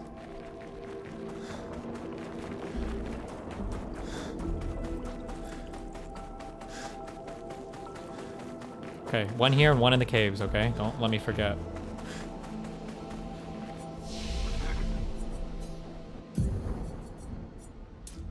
Holy shit, you get so much crit chance. Oh.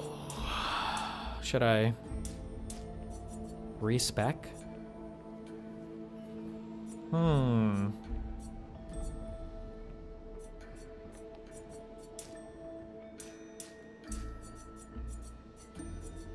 Ah! Ah! I did it. Oh my god, I did it. I should restart my game. I can't believe I just said that.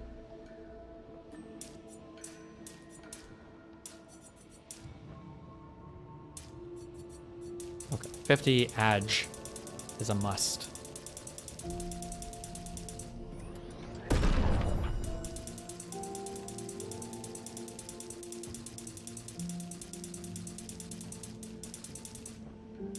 Luck too? Fuck it. Oh, that hurts. What's my other people's agility? Oh my god. Okay.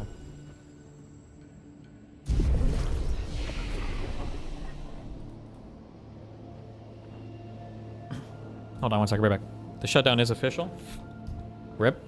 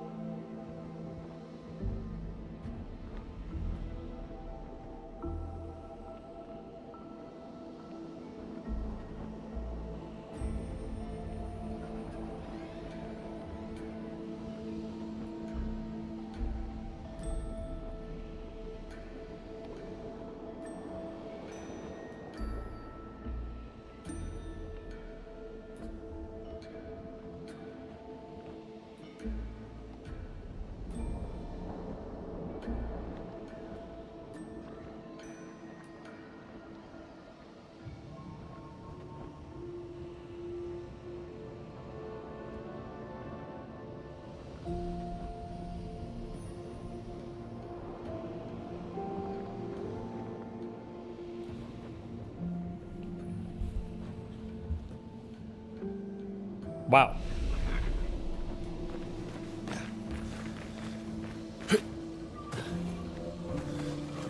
$11 days to go then. I think, right? Or 10 or 11 days to go, and then Trump will have presided over more shutdown government than every single past administration combined. What a record breaker.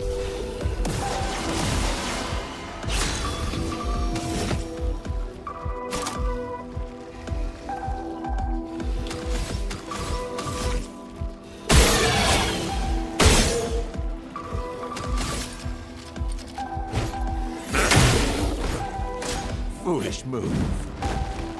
You got this. Nice.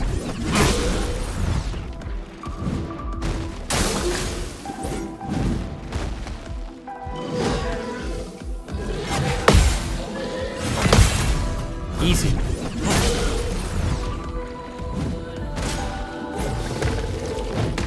Wait. Good job. Do the thing. This is against all enemies. This way.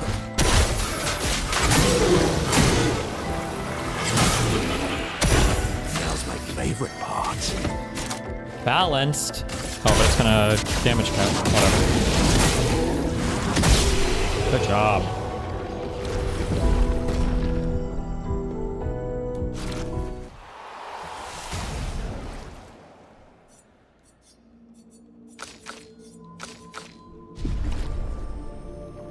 Am I wrong in saying he already has the longest streak already? He might have the longest lasting one.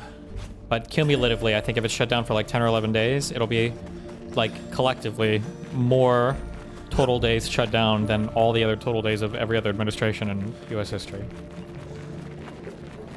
The great deal maker, by the way.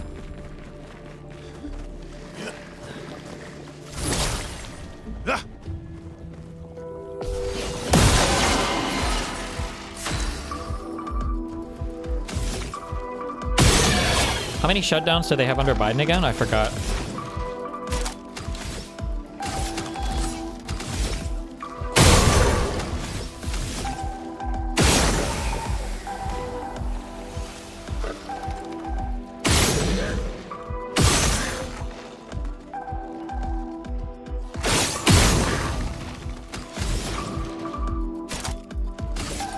Elements. Oh, I bet they have to survive all the hits.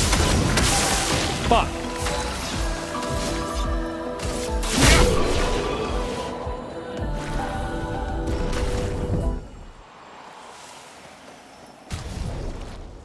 What? This guy levels up so much.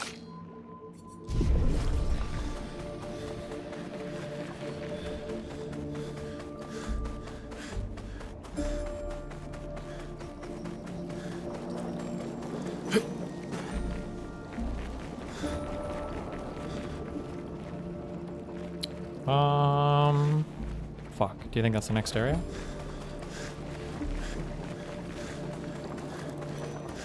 What and how do US government shutdowns work? Good question.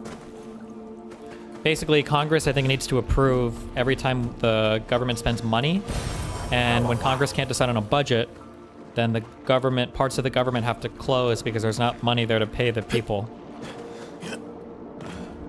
There's like different stages or levels of shutdown depending on how long it lasts, I think, so.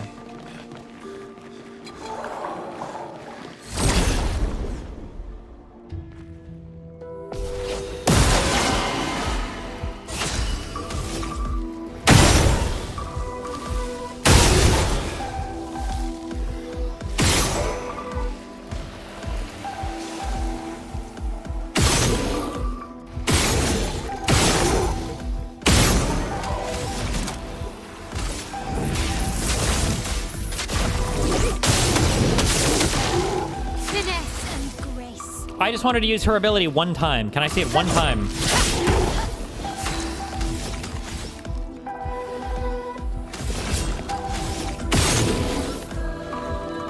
Skip turn. Here we go. Skip. Let's spill Skip. some ink. Let the ink flow. It only costs 4 ability power things. Extreme damage. Is it actually extreme?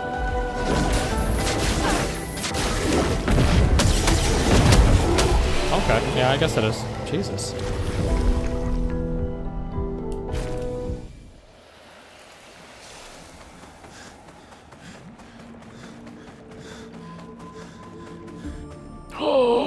Oh my god. Oh my god, oh my god. Is that a color thing?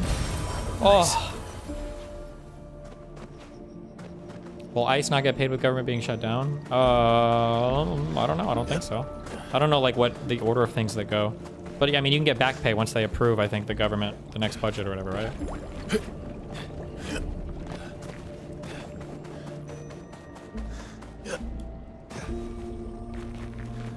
They do not get paid, but back pay. They work. Back pay, yup.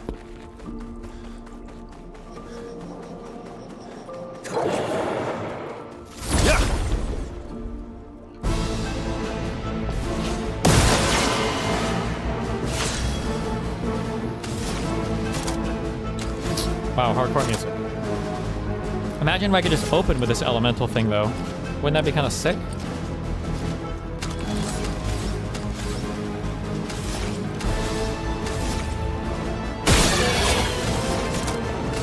But I need more crit. Fuck! Oh my god, we got it. Good for you.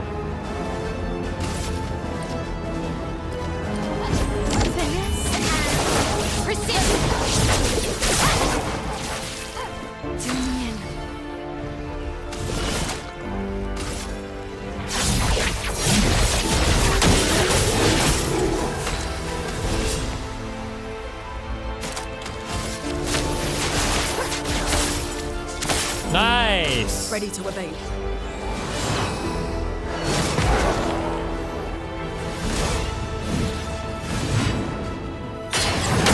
Fuck.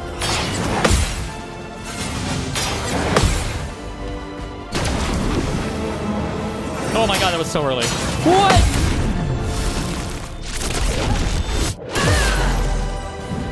Okay.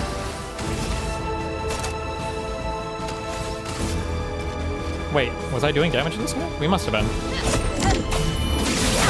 Yeah. Let the ink flow. Fuck!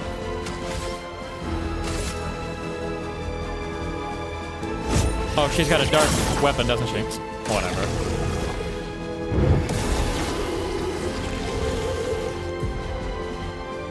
Rage is a side effect. Makes character play twice in a row. Cringe. I'll do it.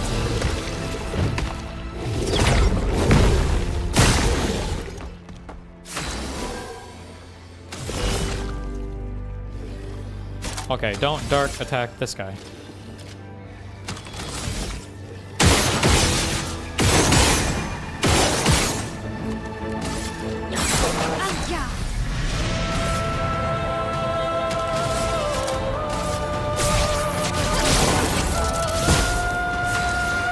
Okay.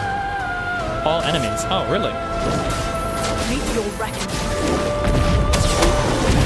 Oh, like all enemies, not like one at a time. Jesus. This area is big, and there's another chapter. How big is this area? Damn, that was kind of busted. Like yo mom's face. Got him. Fucking got him.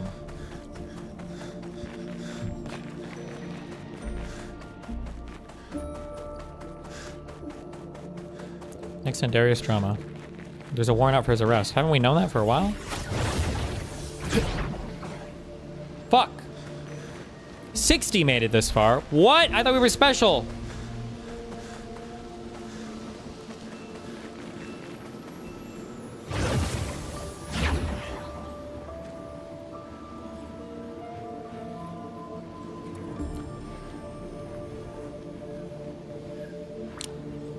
Violate bond/protective order. Class A misdemeanor. Well, that's not good. Does this dude do anything other than posture? Oh, it's cringe.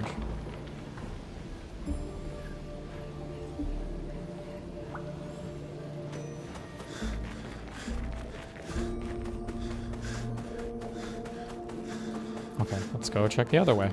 I think that might have just been a single mob. Wait, is it not a big deal that other people made it into the monolith? I forget. Do we think anybody's ever made it into the monolith before? Why? There's 2 different flags here for it. Fuck these guys.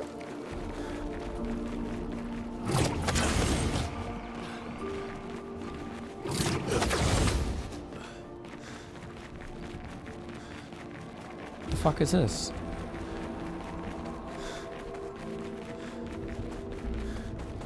What's up, clown?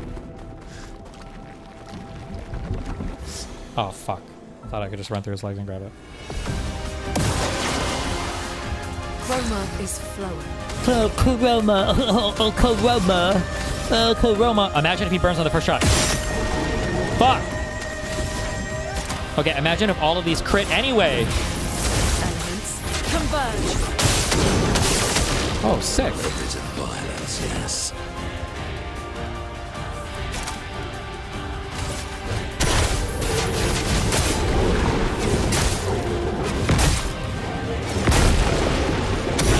Chroma is flowing. Oh, she doesn't have... Please don't eat her.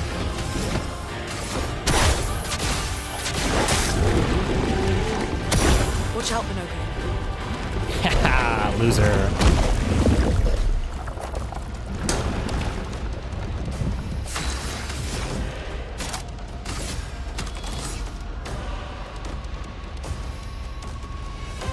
This one. Meet your reckoning. Jesus. She's a goddess.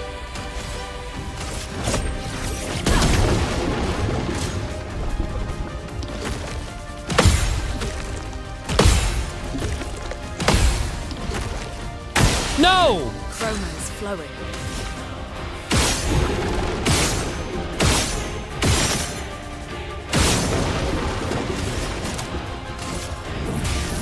Elements converge.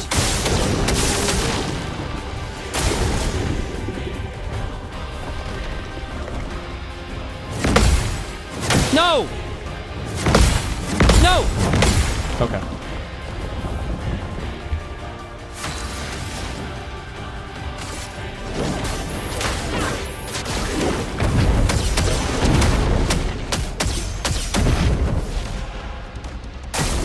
Ready to evade. Ready to evade. I'll do it. The elements dance. She's unstoppable. Elements converge.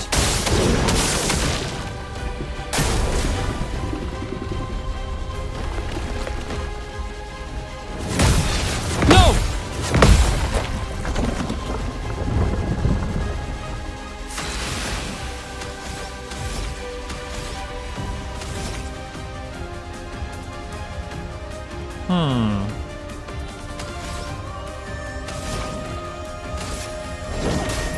Meet your reckoning.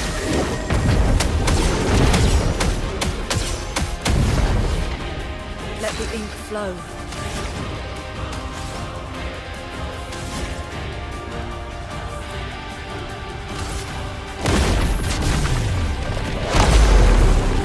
A storm is coming. Oh, do you think I just fucked my shit up? Elements converge. Do the stains ever replace other stains? Oh, no, they don't. Fuck! Ready to evade. No! Whatever. Don't care. Don't eat her. You fucked yourself anyway. You're no longer useful to me.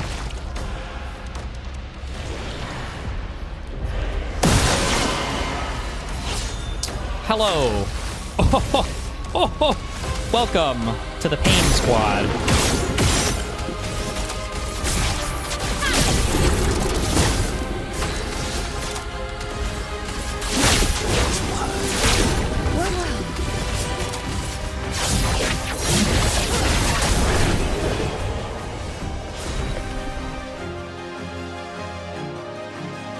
Easy.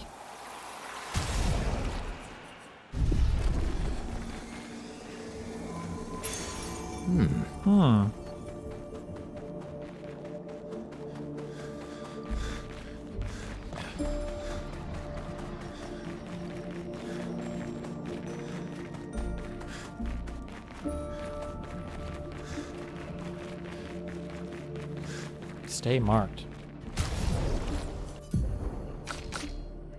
What?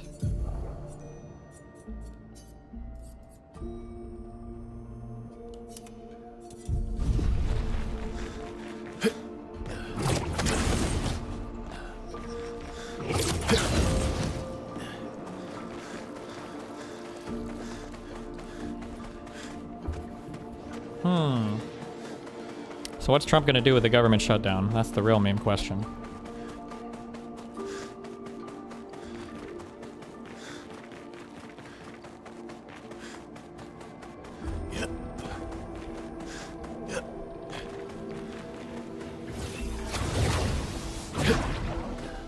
I feel like he's going to go full troll, full rage mode.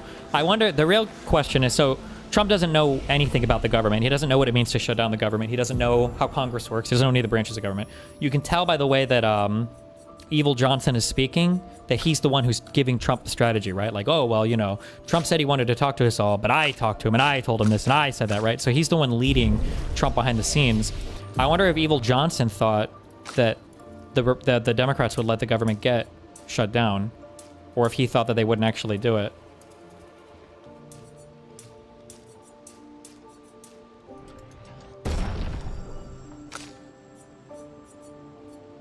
Like, I wonder if Johnson told Trump that there's no way the Democrats will go through with it. They'll capitulate. Well, I have no idea.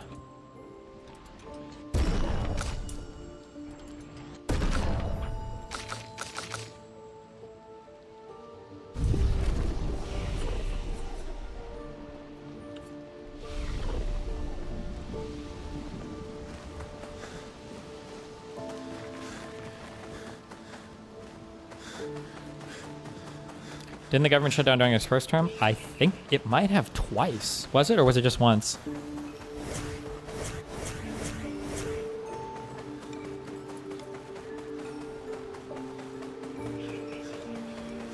Was it twice?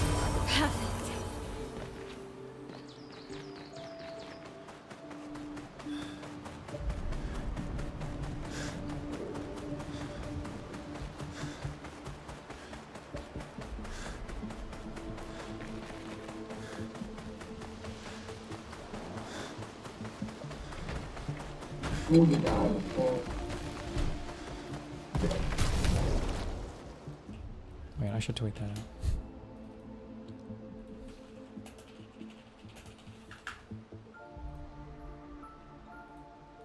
Fucking loser.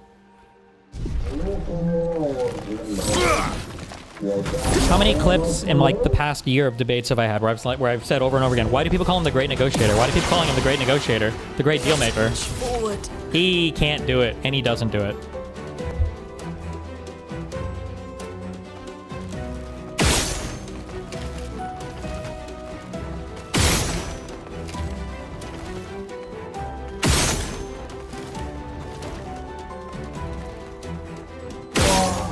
Stop!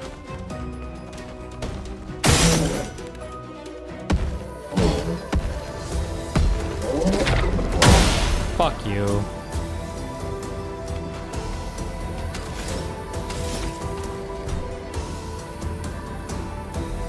What? Do the thing again. What? There it is.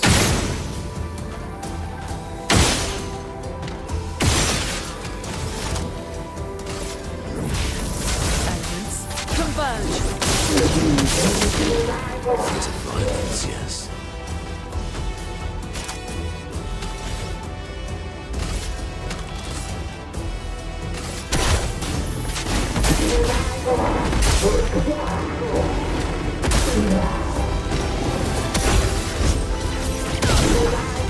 I'm ready.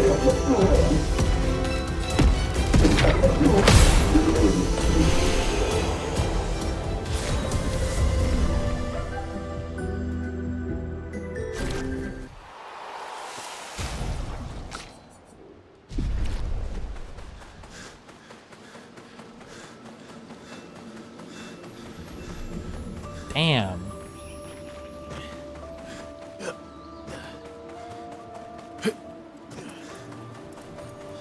Oh, fuck me. Wait a second, I think I'm realizing what's happening here. Oh my god, we're playing Mega Man.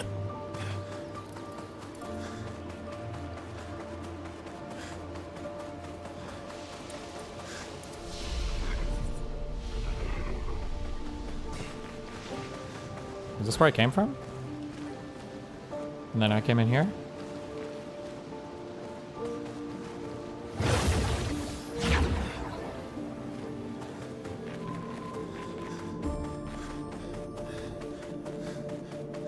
Explain Mega Man.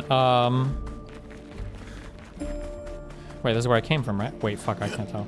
In Mega Man, at least in all the Mega Man X games, after you beat the game, the ending, not beat the game, but the ending, usually the ending level, you have to defeat every single boss again, and then you kill Sigma, or whoever the fuck the ending guy is.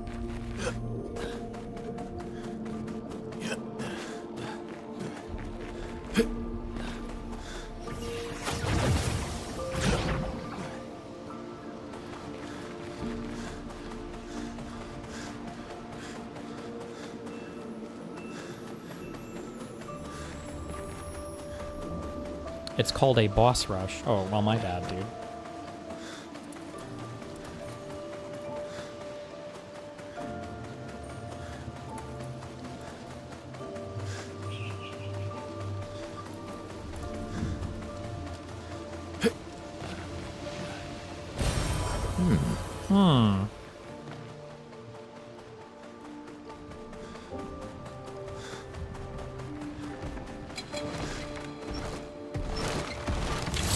Good one.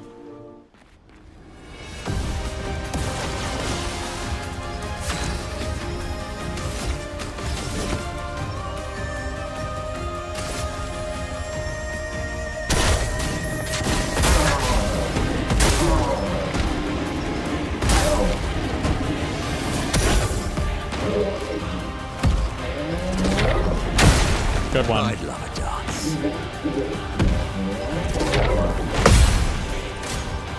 Foolish move.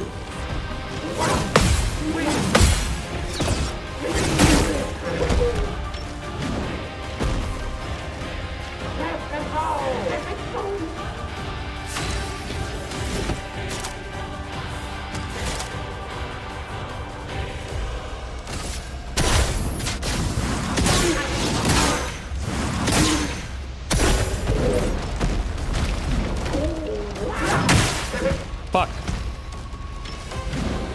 Foolish move. Fuck! Fuck! Okay, planned.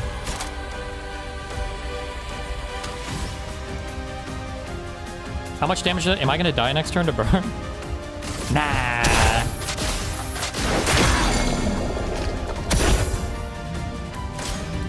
Now the fun begins. This guy's got so much life left.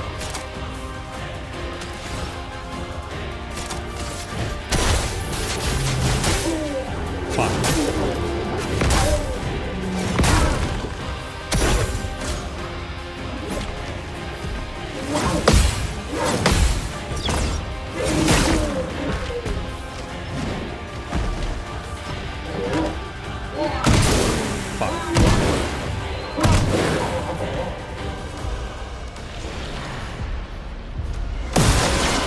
Okay, if these people die, do I get to send in one more reserve team? Since I think I have one more person left, technically. No? Oh. Not looking good.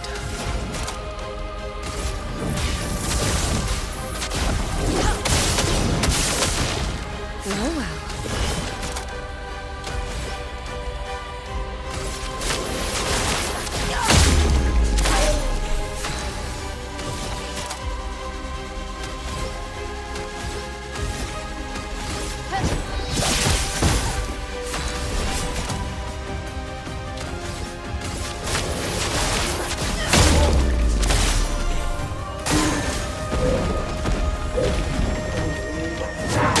Ow! Fuck you.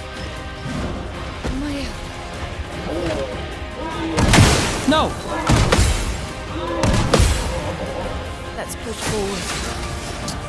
Let's do the thing.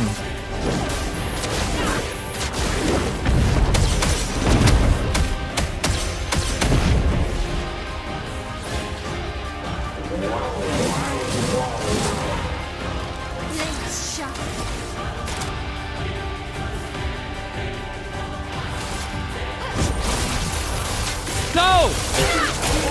What? I didn't even know it was possible for her to do that little damage. Seriously? Can we bring in the queen? The stars touched you.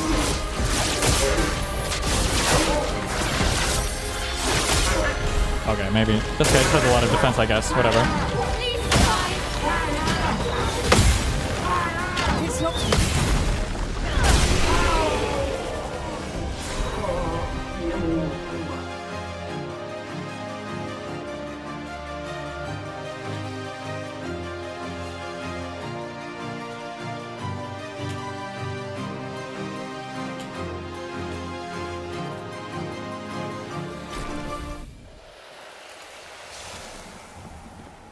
Ooh, and he got a new ability? What? Fuck, I'm lost. Wait, I came from there, I think, right?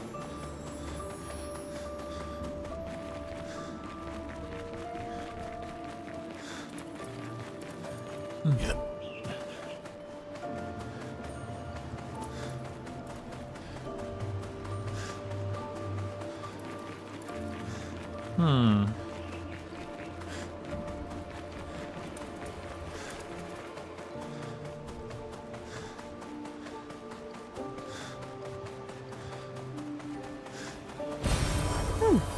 lovely. Hmm.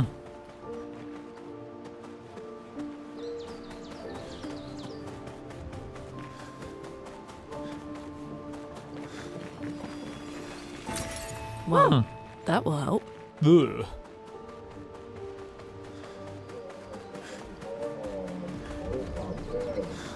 Ooh. You think that's the next area?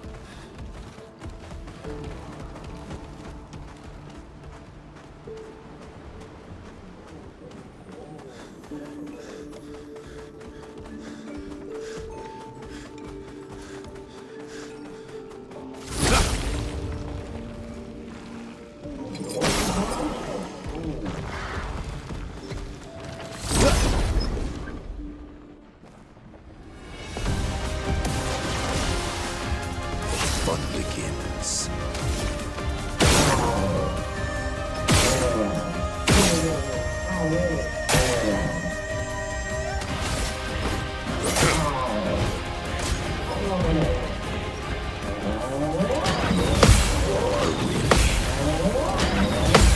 That's more like it.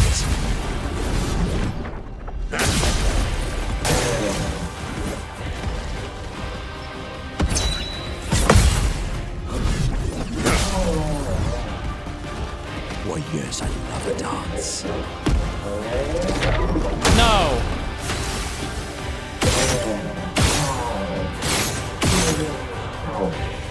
Yes, I love a dance.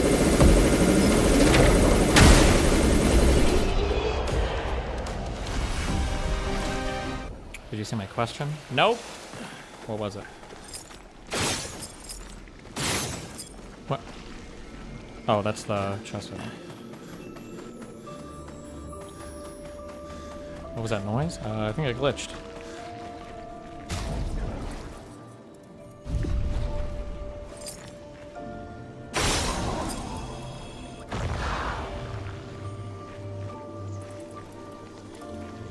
Ugh. Imagine if I could see the thing without having to fucking jump down.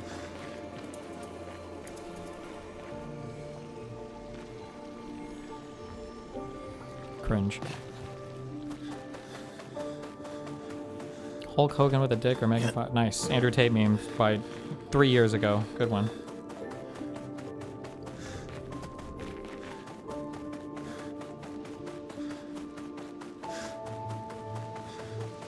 Oh, I like how it's just like the last area you encounter in the game like this, where it's fucking huge and confusing. Yes.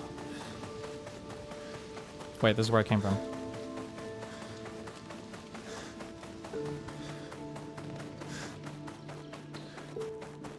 Okay, I go right. That's where the chest is, but I can't open it. Oh!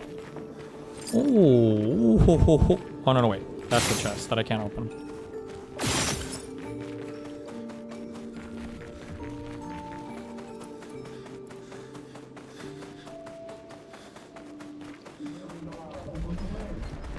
Okay, this area up here must be progression, I think.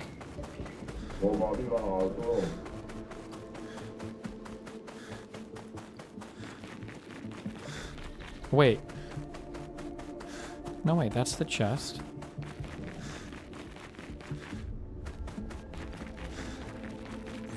Oh, this way. I feel like I went this way.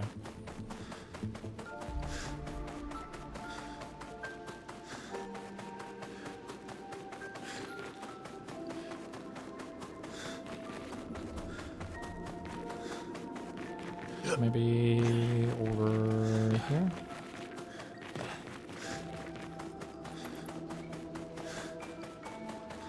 I think I've been this way before.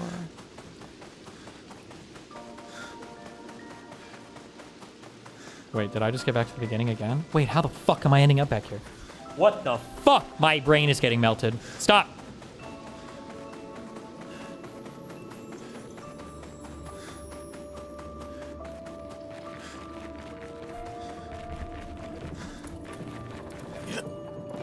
Stop.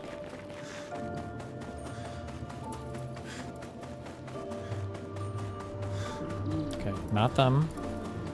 Yes, here.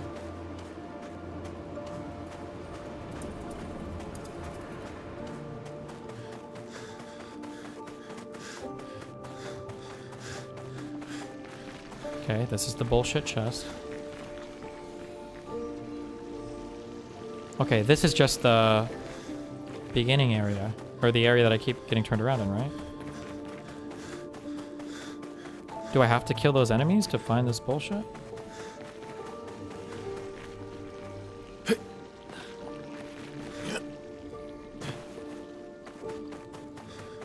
Oh, fuck me.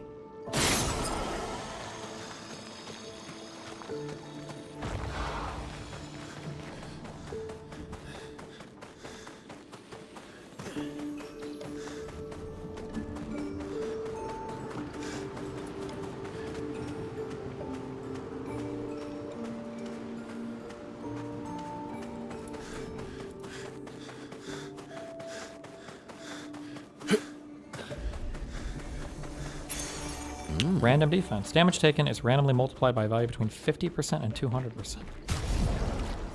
That was a huge crit rate, though. God damn.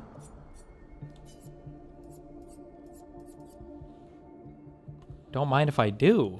Hell yes.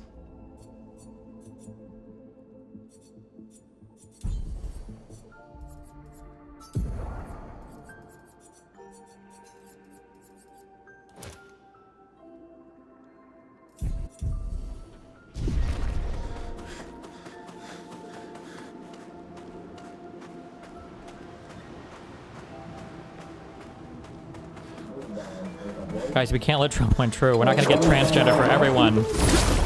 That feel when no transgender for everyone. Let's go, King.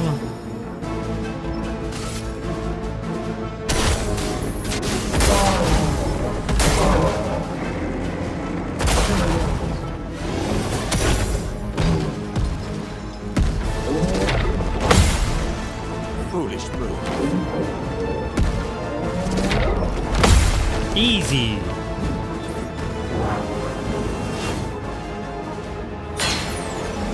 Oh my god, really?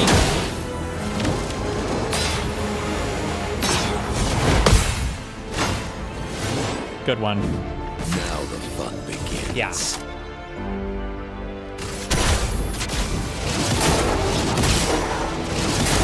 Wait, does this really not even burn the guy? I don't think that ability is that good. Good one. No.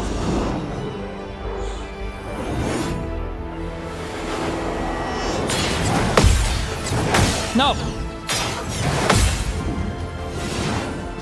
Things are getting spicy. I feel like the Earthquake one is just OP as fuck. Like, it's always gonna do 30k. This won't do 30k, will it? Oh my god.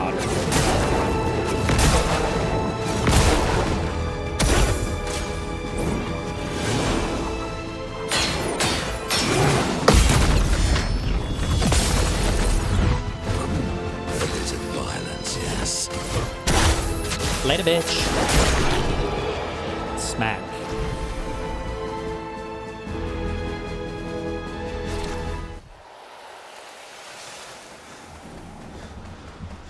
How, do I really have to go through every area of the game again? No shot, right?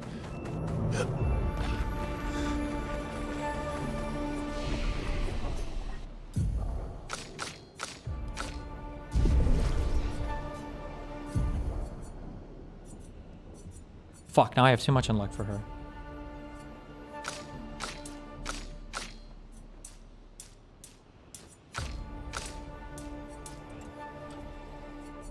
Fuck, I don't want her to be slow.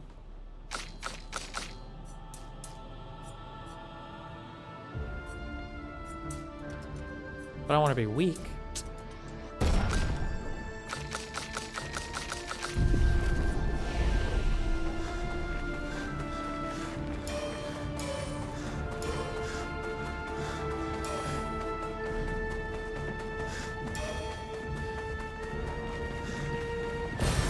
Useful.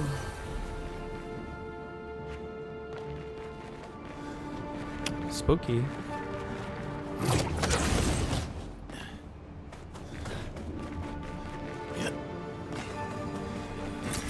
Nice. Nice. Nice.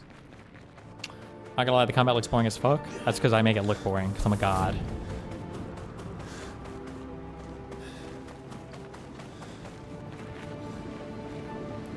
Oh my god, it's Gustav and Gustav!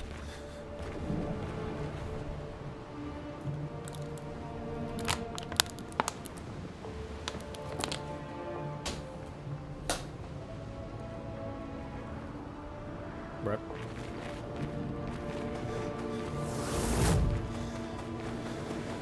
Who is she fighting? Her husband?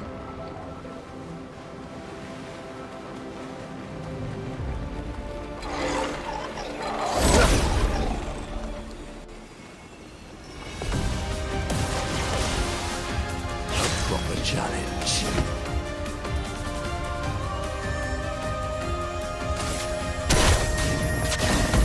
Fuck! Oh.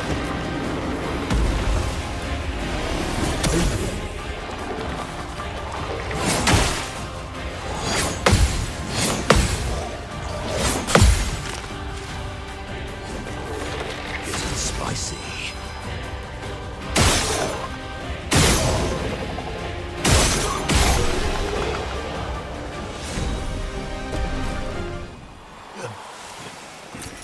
Ow, wow. Oh, there's a duder. There's a little duder. We're gonna find him.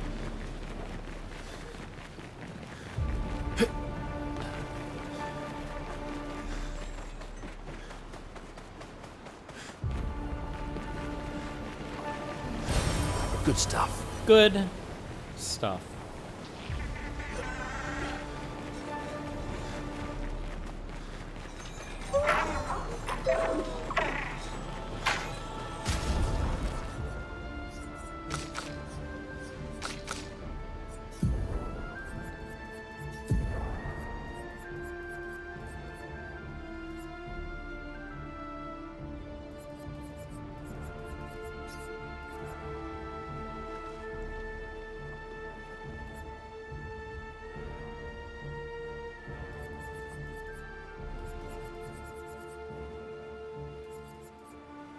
Caster mask.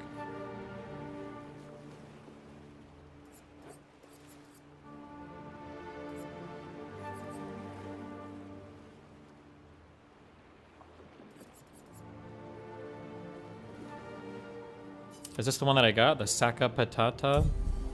Ha, like sack of potatoes. Get ah!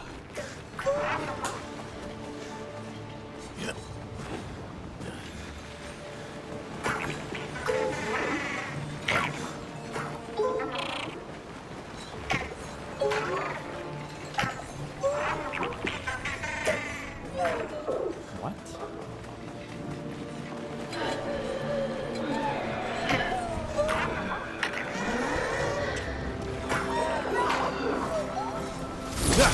No. No!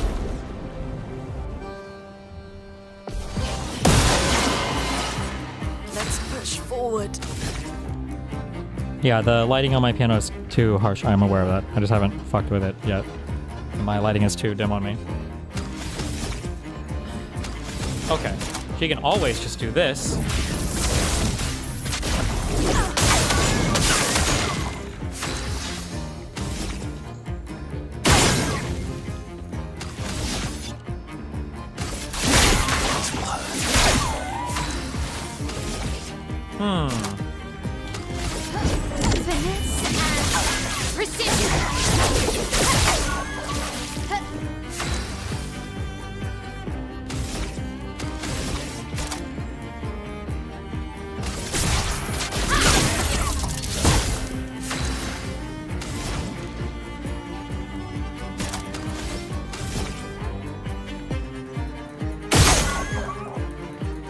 Oh. Wait, am I supposed to kill that thing? The fuck?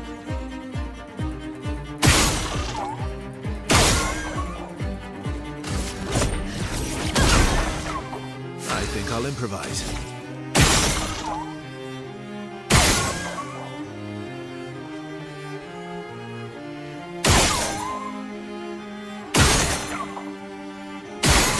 How many times do you have to hit it?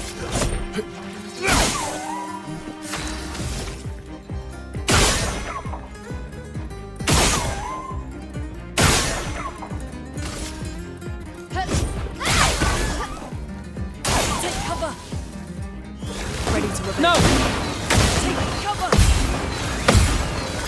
Let's start!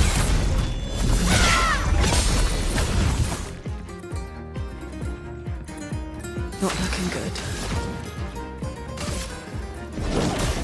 Meet your reckoning.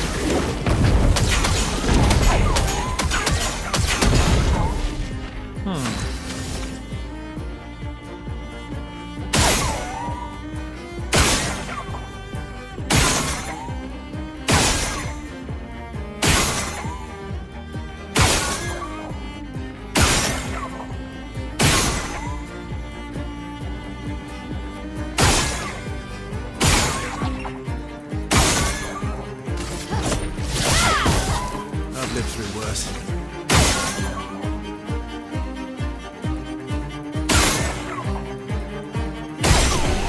Good one.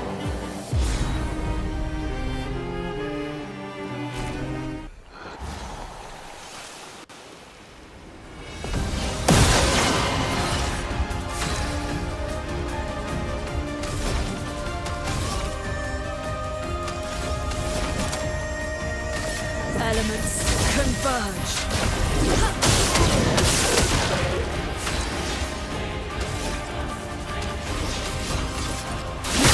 This will hurt. Let's spill some ink. Finesse and precision.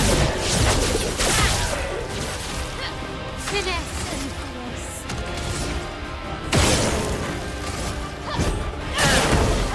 Let's push forward. Feel the burn. Manage. This will hurt.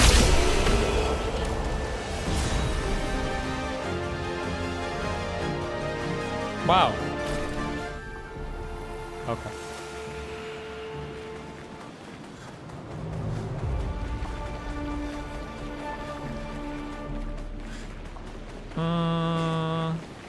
This way? Did I clear everything over here? I feel like there was a jump area over here.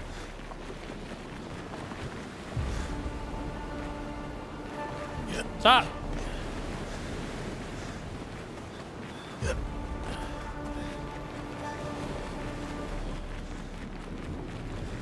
No, I don't think there was. Was there? No, there is.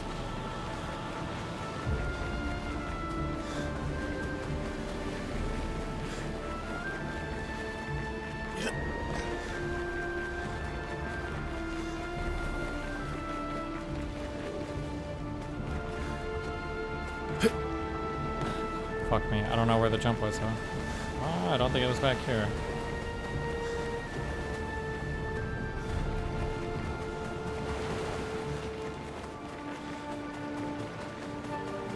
Wait, maybe there wasn't. Maybe I'm fucking crazy.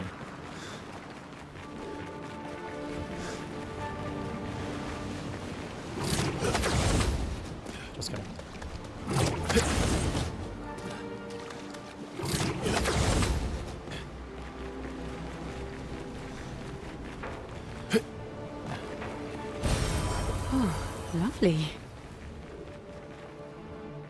What? Really?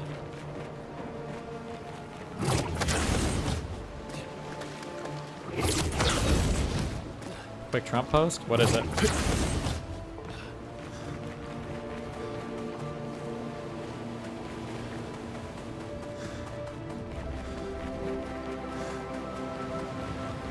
It's a Trump cope. Nice.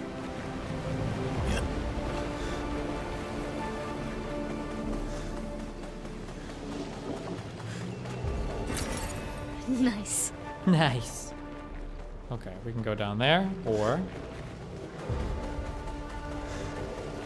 If there are lanterns, does that mean it's the main path? Looks pretty main pathy. Maybe?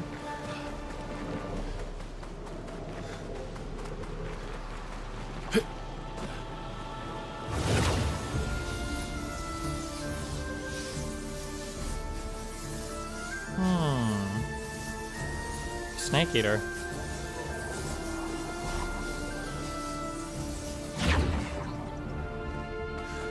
Uh-oh.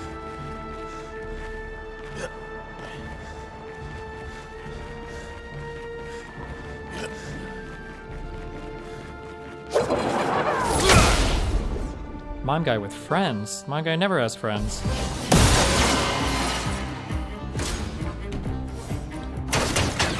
Does that protect his friends too? Let's push forward. Oh wait, do crits take down 2 shields? Last ditch. I don't know why I thought that. I'm fucking with him.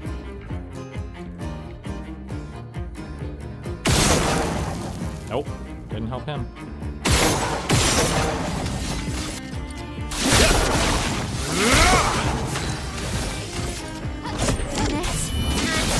Precision.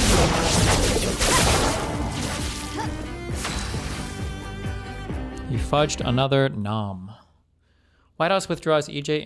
Antony nomination to lead the Bureau of Labor Statistics. Uh-oh. Wait, why? What happened? Even conservative economists viewed him as unqualified and too partisan.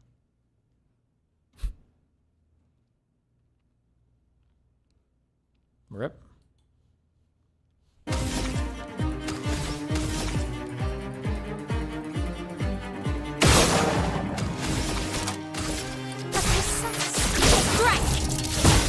Let's push forward.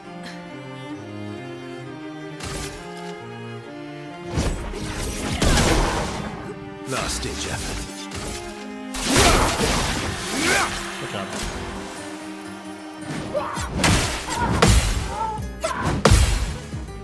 Andrews using your argument. I'll do it. Wait, Andrews? I don't know what to tell you. Left-wing politicians are overwhelmingly condemning this thing. So, well, fuck! I wasn't watching. There's with a much lower reach aren't, and it's like, okay, well, are you going to address the fact You that mean Andrew we're Wilson? already talking about the inequality between the left and right? Oh my God! Politicians are speaking. I condemn the violence, but on the other hand, they go, "Oh, but wait a second, we're going to give you a place inside of this major metropolitan." Can you not rewind this guy's live broadcast, The Crucible? Is that like an ultra special subscriber only feature?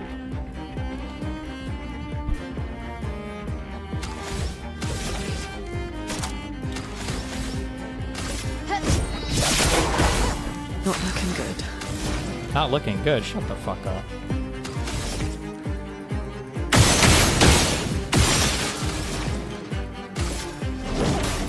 Meet your reckoning.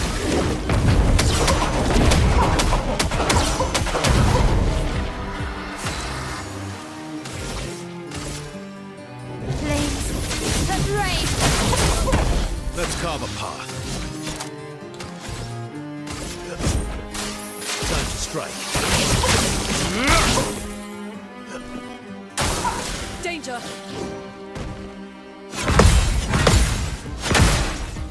Fuck.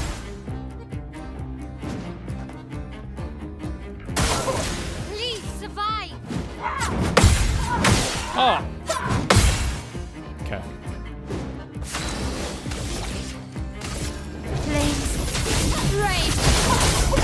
Let's push forward. How do I get rid of these stupid shadow things? Fuck. Is it gonna automatically consume it with this? Oh my god. I need to change her weapon. Don't let me forget. This will hurt. Oh well.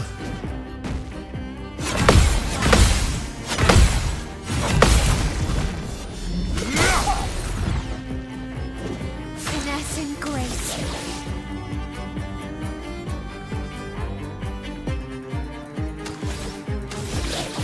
Fuck. Her things suck. No.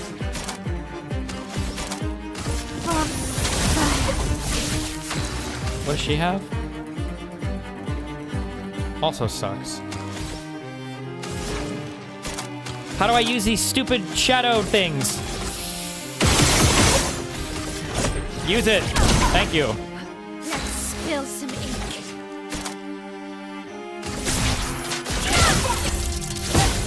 Okay, you have a break thing, right? Can break. Striker. One hit? Bruh. Witness your end. Maximum damage. After one turn. Cock out. Oh, increased damage to the target is stunned and can reapply stun.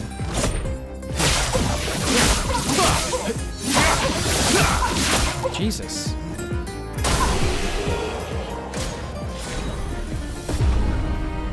Well, that kind of works.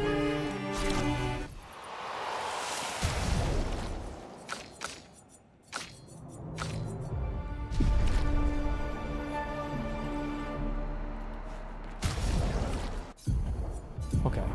No more. Do I have all the weapons in the game at this point, or are there still like more to find? Free aim shots deal an additional damage or damage. Okay, 50% free aim. Plus 1 AP when stains are consumed. Granted a random stain. No. No. No.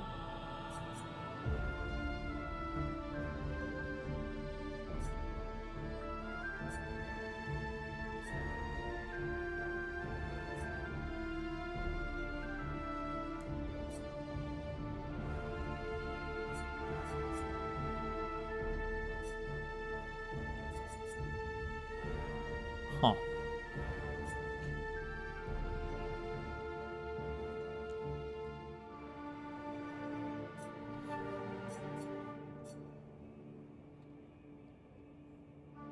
Damn, okay, fuck it. Free aim damage it is, I guess.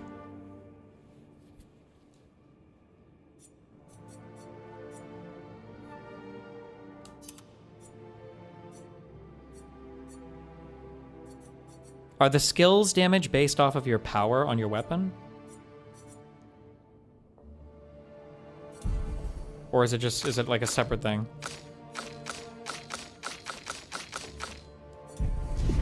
Yes? Oh, fuck me. Okay.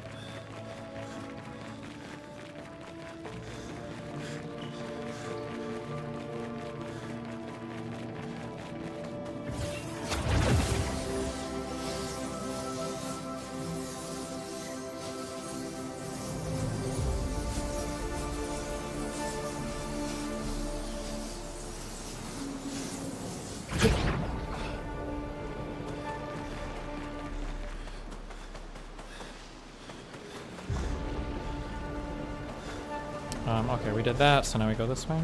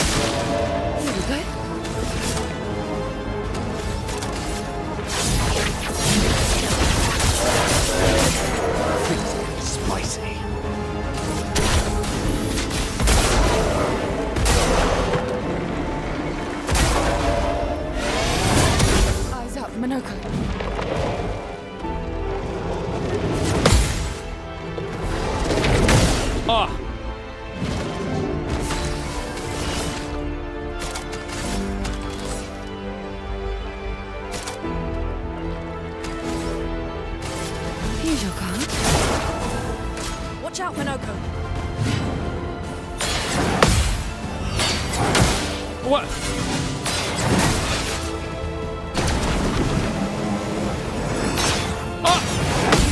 Oh my god. This guy is kindness. Delayed a ridiculous amount, okay? Caster.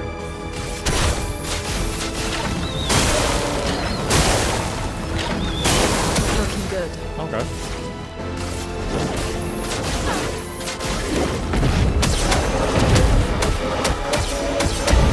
Dazen. Dazen.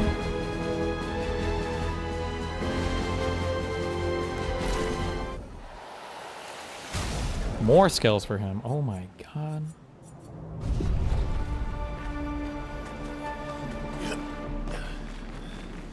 Oh. An advantage. +1 AP on hitting an enemy's weakness once per turn. Gonna be honest, that one's kinda cringe.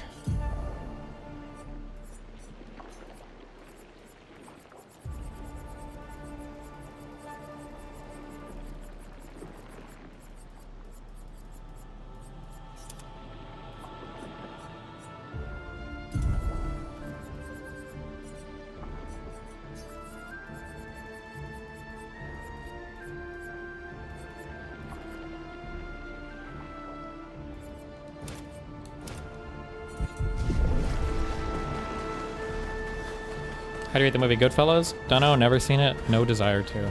Seems like a dog shit fucking movie. One of the worst movies I've ever heard of in my entire life.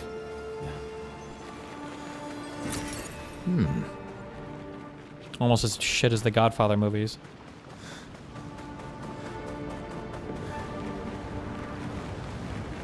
But not quite, because those movies are absolute dog shit.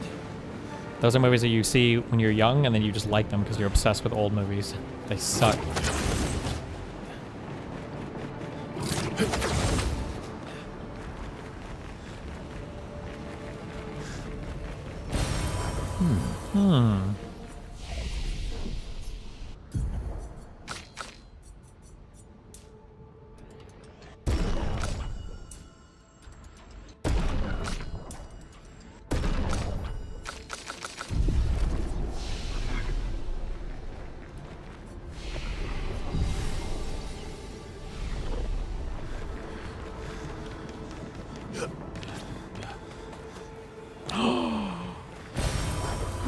Lovely. True.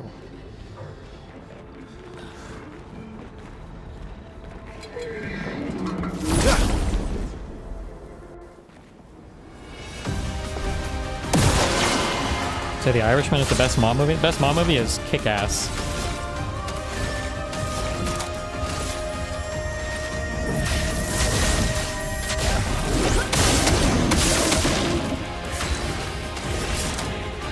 It's a friend.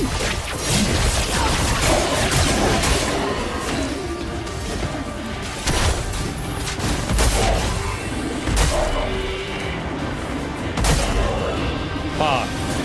That's more like it. Fuck.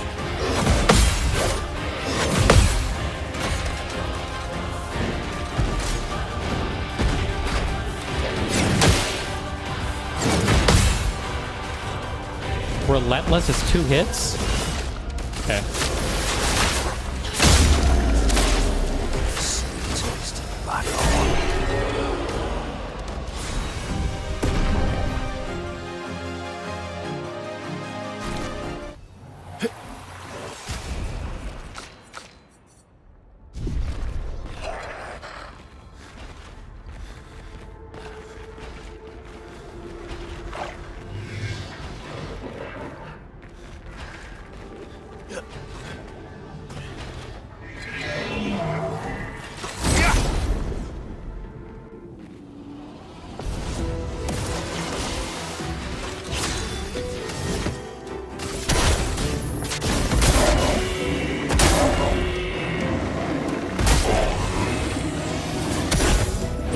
What a god. Not a god.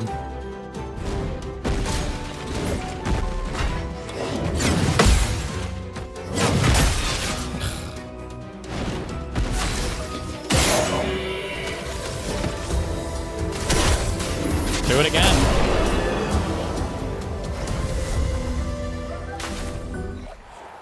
Thoughts on Abbott's debate with the Stevie Knight guy? I don't know. I watched some of it. That guy seems like a fucking joke.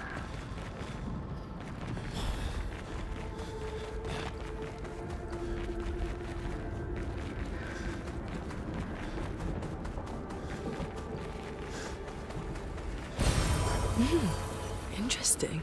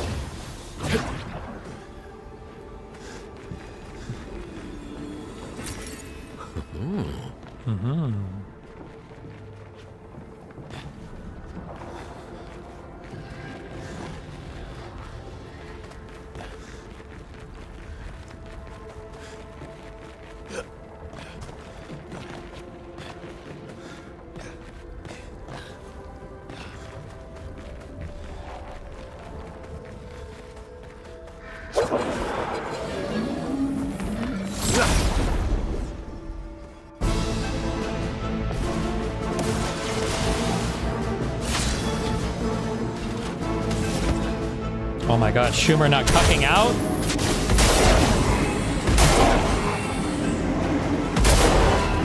Is that my goat? That's more like it. Fuck.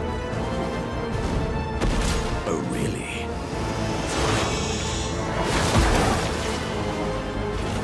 Foolish move.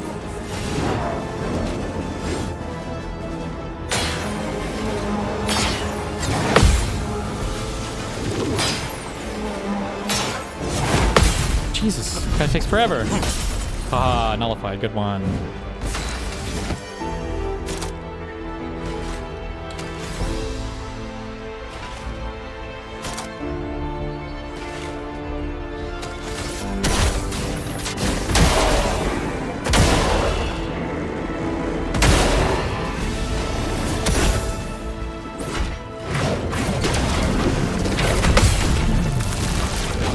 Shield. Good one. Do the earthquake one again. Yes.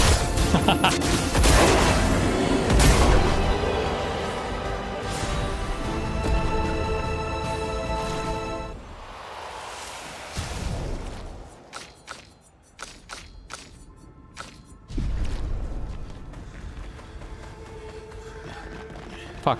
I'm sure I'm supposed to get over there. Oh, hi. Somehow. Or maybe not. This time?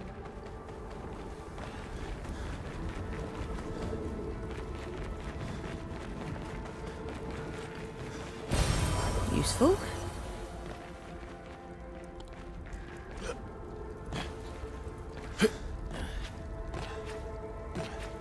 Okay, maybe not this time.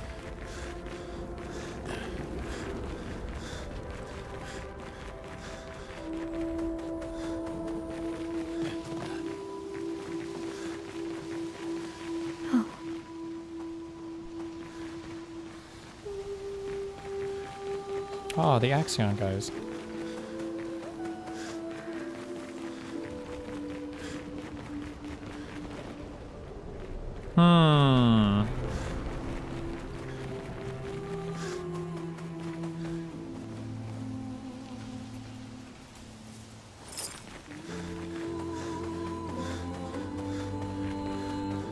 Oh, the Manor.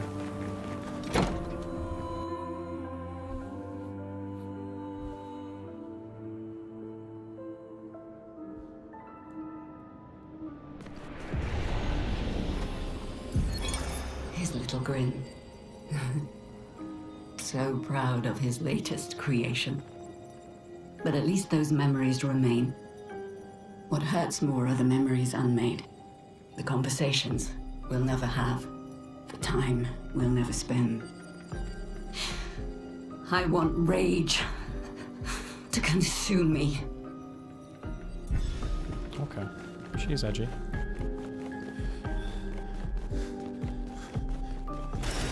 Nice.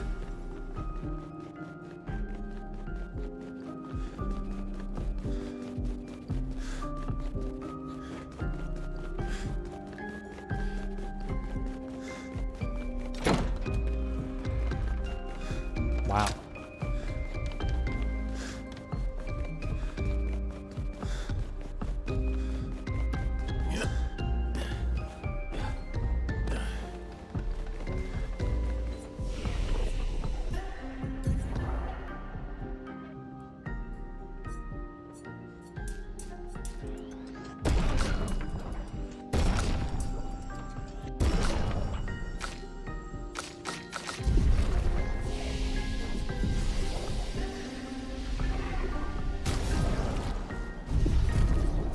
Okay.